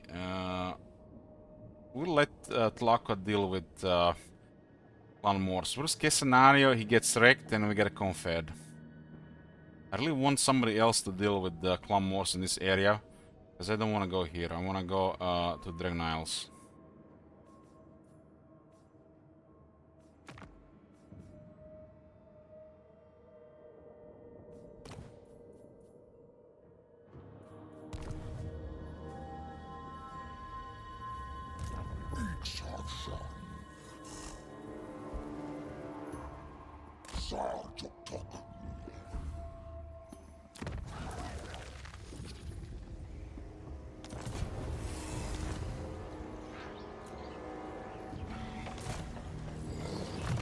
We respect Krok to get the Blessing of Tepak. 5 voodoo, 10% speed on the entire army. Just because 10% speed, 5 voodoo and 5 spells for the entire army is just extra.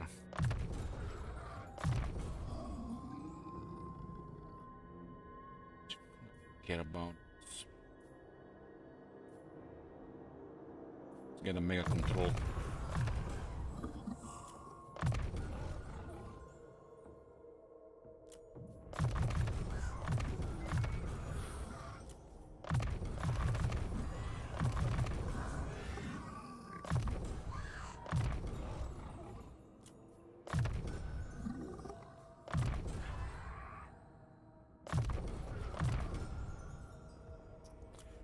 Neutral is chaos going after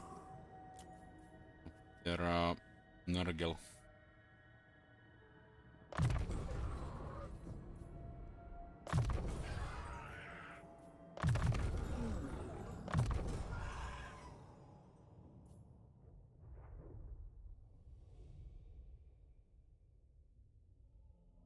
So it just gives also 8 attack.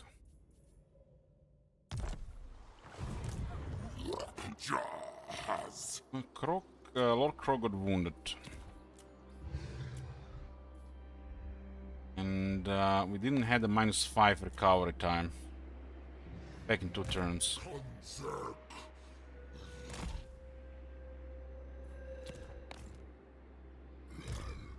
Plague is killing our army. We're actually gonna lose units to Plague.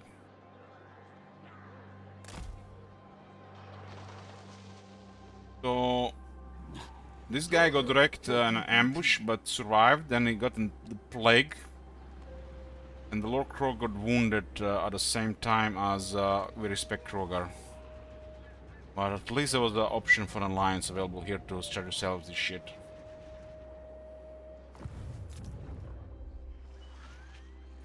I forgot the pastures. No biggie though. On strength 4 is -2.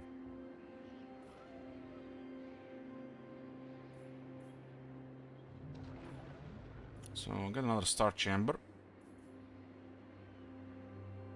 3 ranks for the slants, 2 ranks for the heroes, some local bonuses for recruitment and income.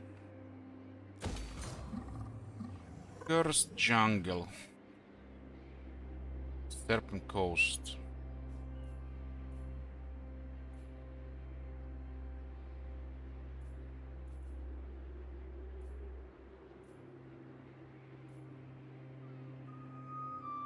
Inside the Cold One Caves will be in the Golden Tower.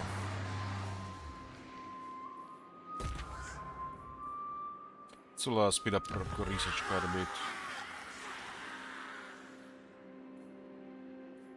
Let's get one more local recruitment capacity here with the Lodestone.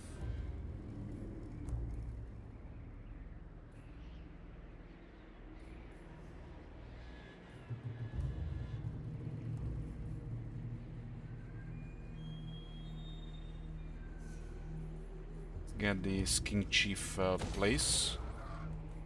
Serpent Coast.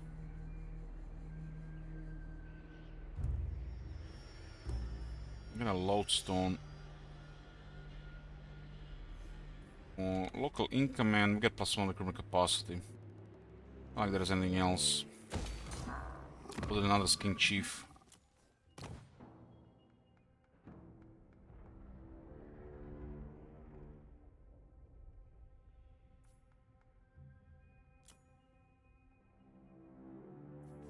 Only bid this in the capital. This is so outdated.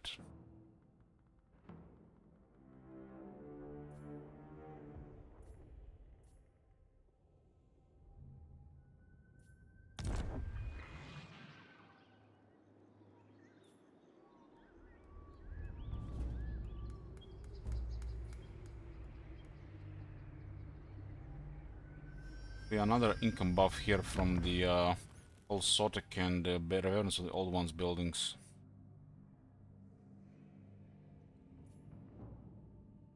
Those two are going up. And the last one we said what?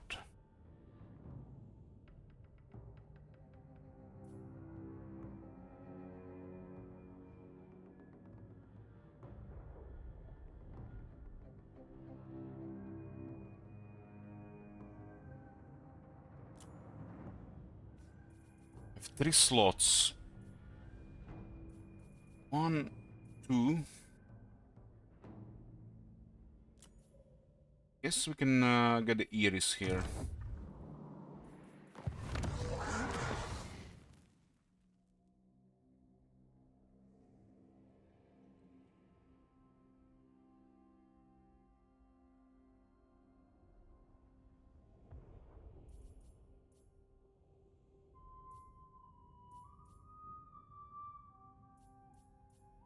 Two.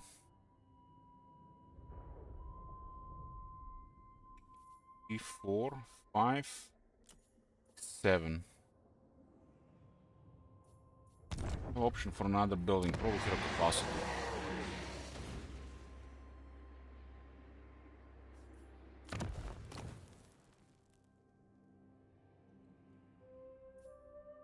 Also just build the another weapon crafters commune, so the troops get up on an even higher rank and faster.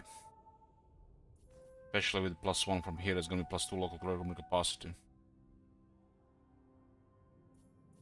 It's just for recruitment rank and local recruitment capacity, can only get up faster.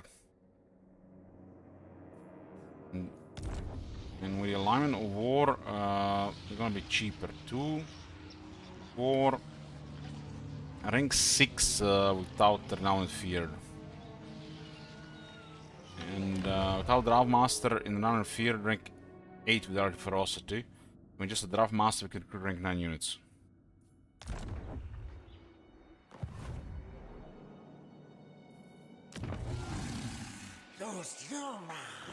Research is now at 138. We do need this for technology as well.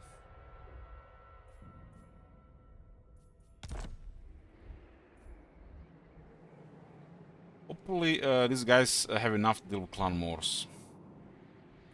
I'm sending these guys around to protect Lamia.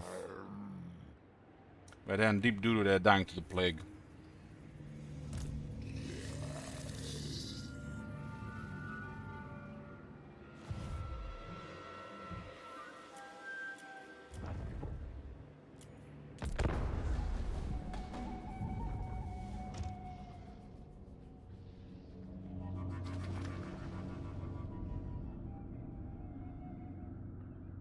Eklis and Tlaqua are fighting Skarbrand, Queek, and Vurzak in the Badlands. Queek is already a handful.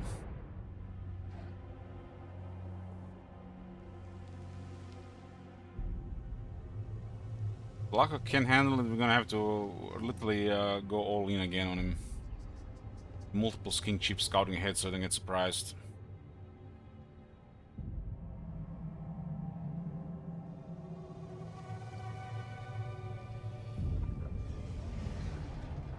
my god, not this again. Ah, they are okay, they're march stance. Okay, they're march stance, man. Okay. That's a huge victory. Huge victory, take that quick. What is Geopolitical doing? He's literally moving between Lastria and trying to find a point where to how to engage Quick. I got him to war with Quick just for relations. Oh god, what is this? Okay, we can sleep easier, boys. Quick is lost armies again. Okay, Tlaqua, top dog. Man, imagine that all died. Not enough his shit, man. We destroyed enough of his armies. Tlaqua just didn't take their capitals. We got the Blightwater, they should do the rest. I don't want to go north. I want to go to Dragon Isles.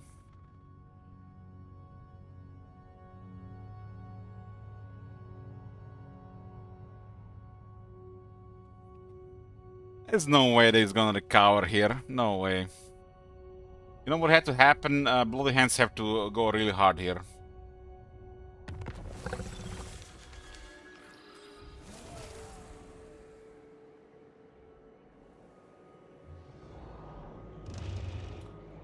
Hopefully this plague doesn't spread in every army.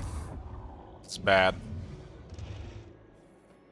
That poor Bastilian is gonna die to the plague next turn. Just need the garrison Lamia, and I want to send Kroger to Dragon Isles. The bastards even wounded Croak. Can you believe it? They wounded Croak with an assassin. I guess they had enough of boom boom boom boom. And our secondary army is also dying to the plague.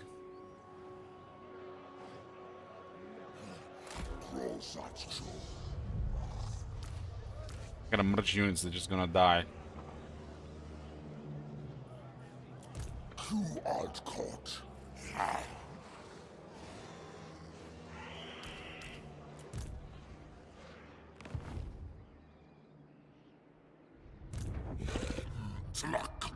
They were poking Croak every time, and I should have taken the -5 one time earlier.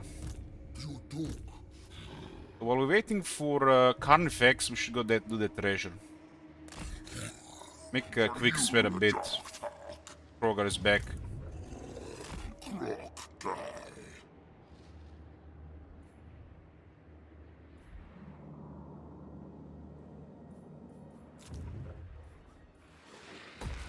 I think we picked a good campaign for the first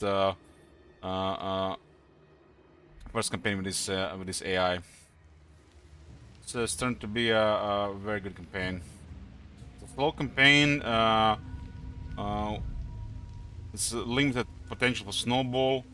We got setbacked and turned into a very nice space campaign. It was just short victory. The victory would be close to finish. Playing a longer campaign, I think will be more interesting to see what happens.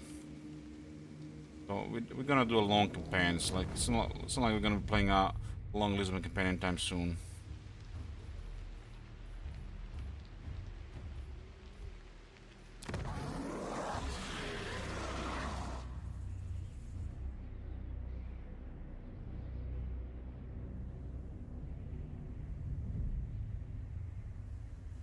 This campaign on DLC and then Gorst on day 1 of DLC. Shit Wizard will be happy. Okay, we are unlocking the Big Daddy. Big Daddy gives us capacity, gives the capacity for 2 Big Daddies and get some control, post battle loot buff faction wide, and finds corruption in the region.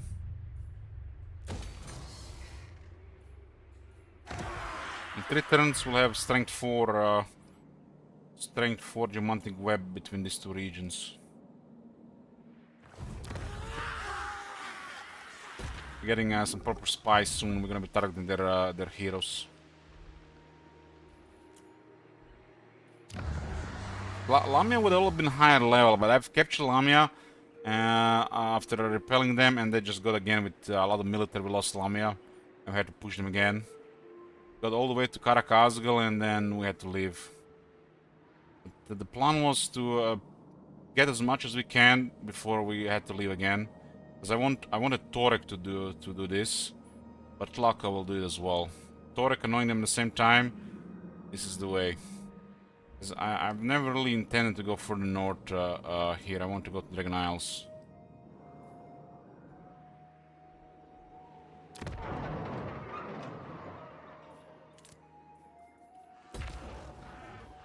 It's gonna be a rich province.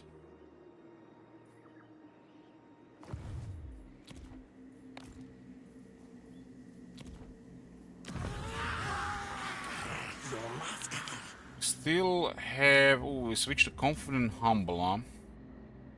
Wonder what decides how they reroll. Guys are still weapon master and strong.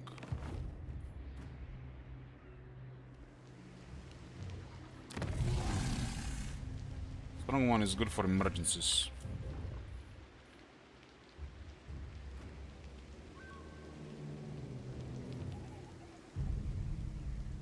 I think for this faction, Saurus All Bloods are also good for emergencies, because we also have extra effects on them. They're not as good as base Crocs or Ancient, but they'll do. They'll do. We got this humble guy, so when we recruit heroes, recruit this guy, they get even 2 more ranks. We should always have 1 humble lord. You recruit him, you recruit heroes, you disband him. You recruit heroes again, you recruit him, you recruit heroes, you disband him. This is the way as well.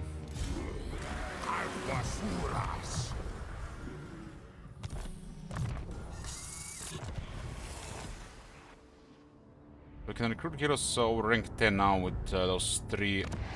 I guess we have gonna have +4. I guess every one of those. Oh, I actually know what to build here. Probably build another Temple Guard barracks to get initial 2 ranks for Saurus Car Veterans and Saurus All Bloods. Another Saurus Car Veteran. Yeah, I totally forgot about this. We should get that. We should get that instead of another one of these. We can handle it without this. Although it's nice to when you're recruiting an army. This also gives capacity. Can we build that in a minor settlement?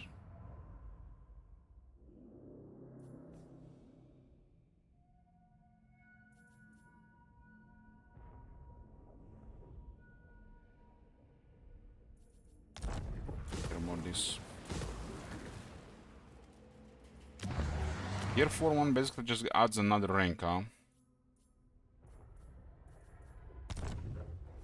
2 King Chief buildings should be enough. Puts us to 3 King Chiefs and short victory to 6. That's enough for the campaign.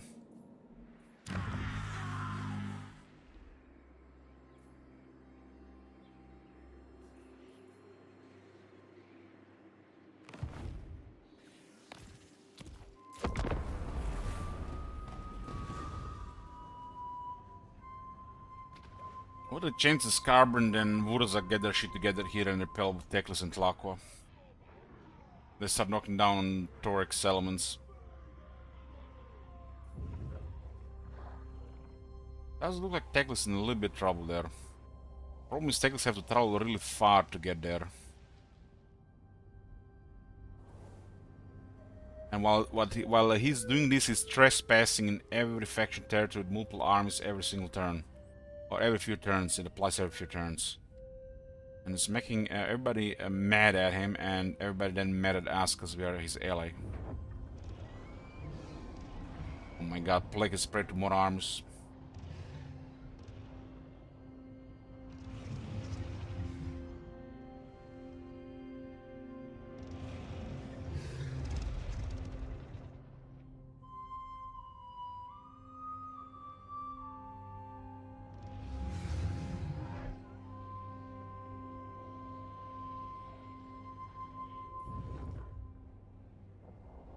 What? Is it another army already? What the fuck? Oh, that guy was here earlier. There can't be another army yet.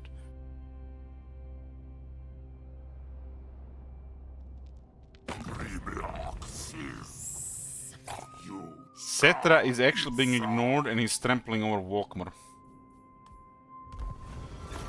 Walkman is also allied with Teclis now that he's dying. Well, the western Southlands have Arnesa as well. Burzag is getting closer with the Vaz. This is such a good campaign. I knew we were gonna have a good time with this shit. Managed to avoid the bet RNG and diplomacy, but I don't think it's gonna last long with like what's going on with this guy. Torek is gonna start breaking treaties in a few turns.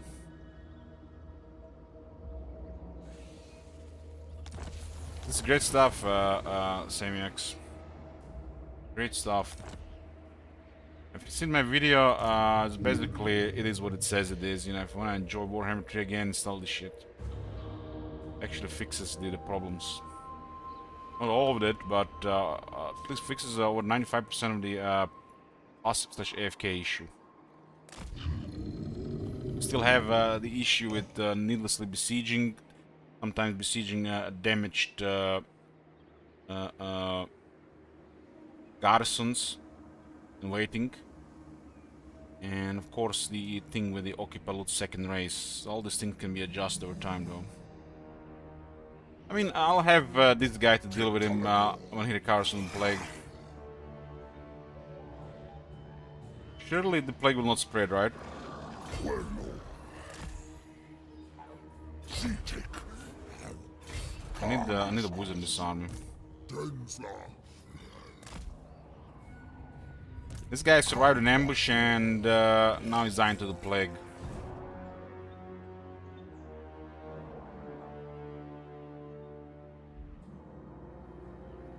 So, do we do anything about Torek?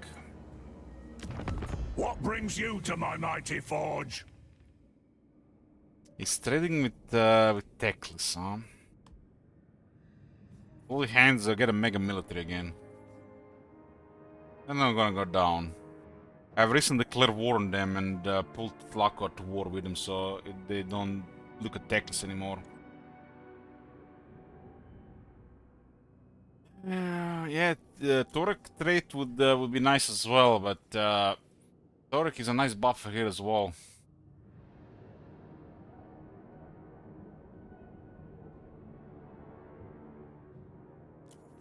You require assistance?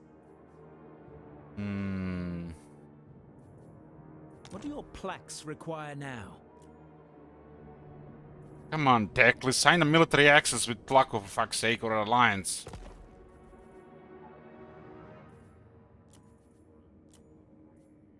The war with Hammery? Oh my god! Cetra has had enough of trespassing.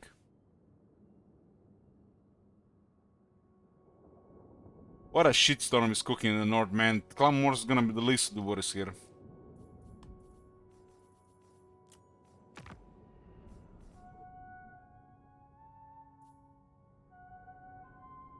Where is Elspeth? Where is Elspeth? Surely she's still up.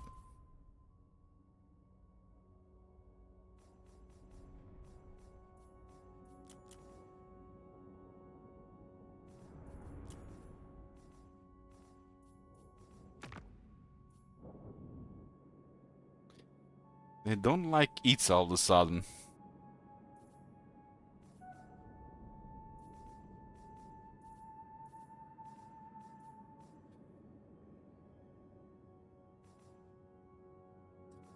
Geopolitical just literally printing armies.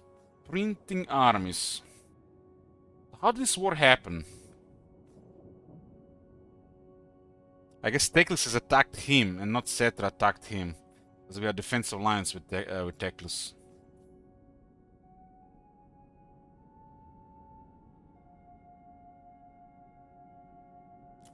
Southlands, there is Cetra causing trouble. Aranesa is occupied the entire west. And Torek is currently literally a dry powder keg waiting to explode.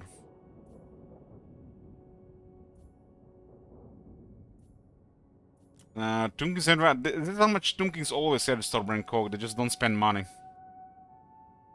If they have max potential, their construction costs are minus 80%. How are they gonna spend the money if they only pay 20% for the buildings? And if they have technologies and commandment and stuff like this, they pay nothing for the buildings. So basically, the only thing the settler can do with his money is diplomacy. And Tomb Kings don't want to use a lot of money in diplomacy. The money doesn't do anything for him.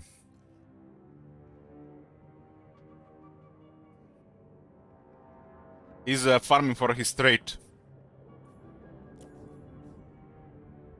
I mean, it's turn 68, so 70,000 is spare change at this point. Let's look at some of the, for example, greenskins. 141,000. Norska 11,000. Again, greenskins is a little bit different. Who is even the richest? I think that has only 26,000. He paid me like 20,000 for the Karakazgal. Sheldon Less has 28,000. I mean, both hands are rocking. It's very hard for them to spend the money. Minus 80% recruitment costs, minus 50% upkeep. Who seeks me? Skarmer has 30,000. Like, Kizel is definitely putting everything in the military. Wolfric has total income 7,500 and 7k in military, but keep in mind his upkeep can be reduced by 50% just from potential.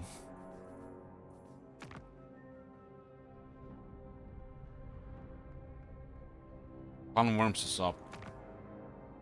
Volkmar is broke. Volkmar is done. Cetra almost finished him off. I guess this is why Teclis attacked Cetra, because of Volkmar destroying Volkmar, the ally of Teclis.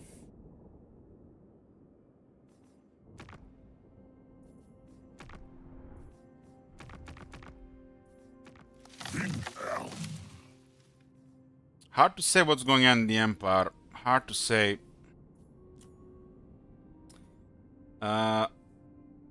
Aldorf has a vampiric corruption, scaling corruption growing. What the fuck? Noon is under vampires.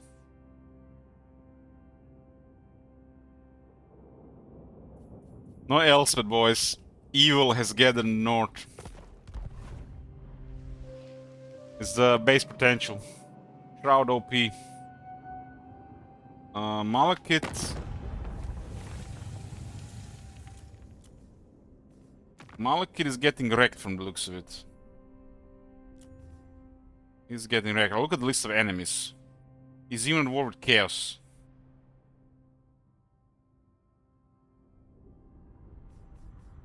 Ultuan reigns supreme and Kislev works with him.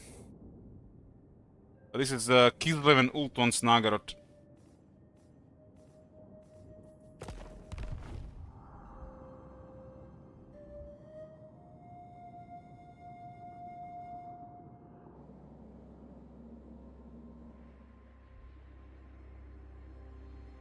Without Marathi or another buffer, it's very hard for Malik to do anything.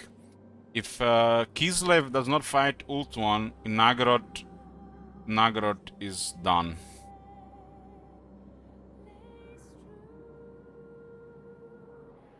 So that's basically like short. So there's other variables, but if Kislev doesn't fight Ultuan, Nagaroth is done.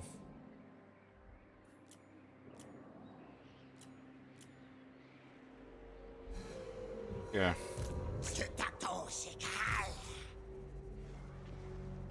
I'm not sure why I was clicking that. I didn't even see anything. Let's go check this. Got 8 attack and defense for 10 turns. And a long shot cap, 8 armor, 8 ammunition. People poo poo. sending Kroger to backdoor the Dragon Isles. It's our next big expansion for us. Also required for the long victory.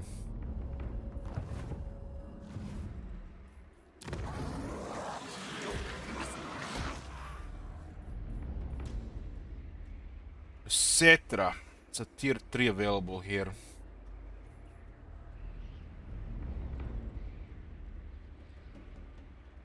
We do need this building for technologies. This will also boost the growth a bit while the Lamy gets tier 5. It's currently slightly behind.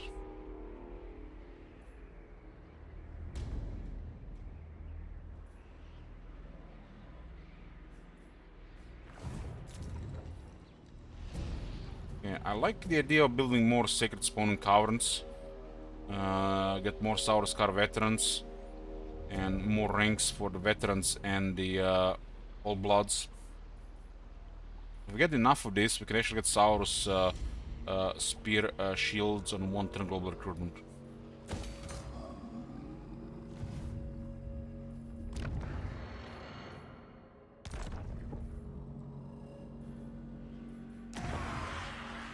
Eastern colonies are making sweet money here.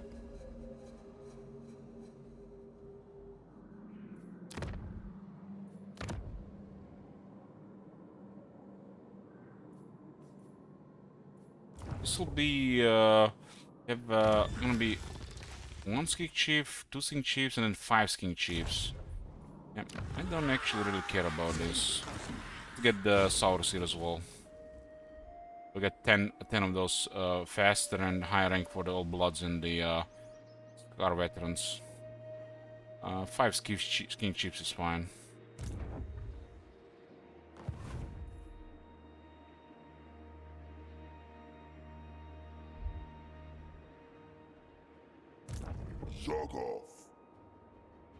Durtu is in the Badlands. Durtu is going after Thief Snatchers. That's random. What the hell? Durtu the Wanderer, Ataloran is occupied by Clan Skryre.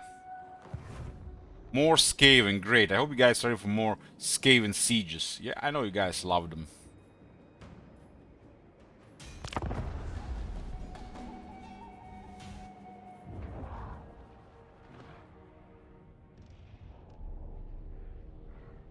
Clicked the accidentally the toggle fog of war there just out of habit, but I didn't see anything.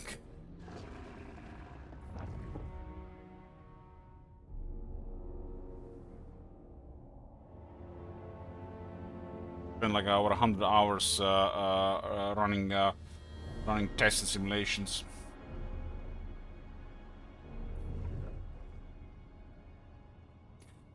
Well, for the Vampire cost is enough just to have 1 army going around, because they're turning into a horde, we had no settlements.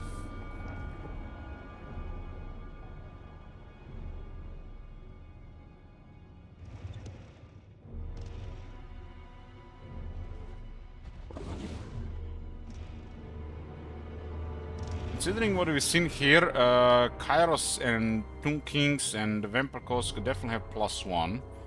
They already, you know, I think we have decided that they should have.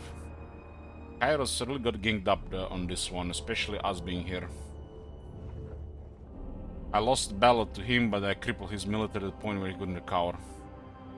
He ambushed me with 3 armies. My army survived. I nearly destroyed most of his forces. And it was enough for him to lose everything else. I was still impressed to see ambush by 3 armies. Something tells me Bloody Hands are sending all their military here.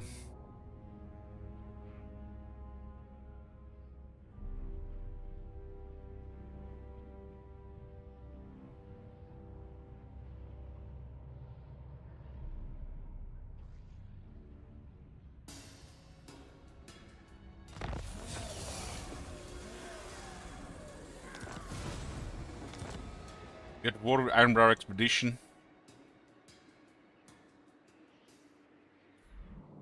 Yeah. Click has stopped. Oh! Make it snappy, I've got work to do. I really don't like Teclis and Tlaco anymore. More Teclis than Tlaco because I guess all the trespassing or something. Just don't like them on the border.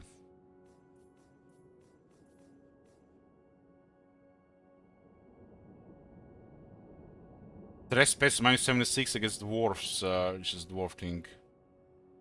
Teclis got an alliance with Chevalier, so it's gonna be very complicated if war happens there. I need him to get military access or defense alliance with Tic-Tac-Toe. It's trespassing again that's making Torek so pissed. We are having minus 69 because of their trespassing.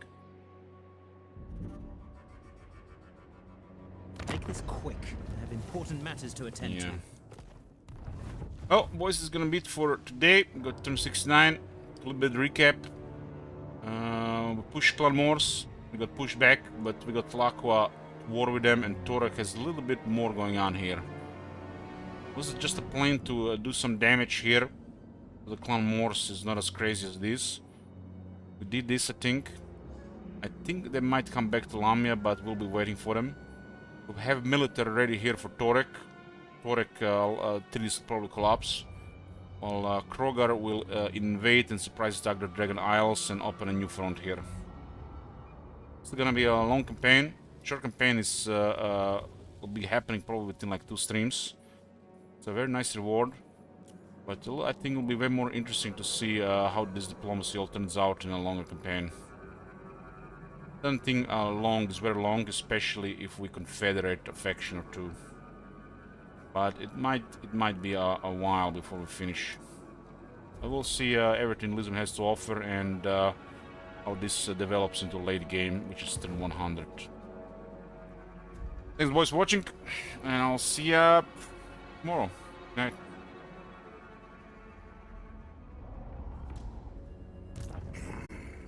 High Crossword.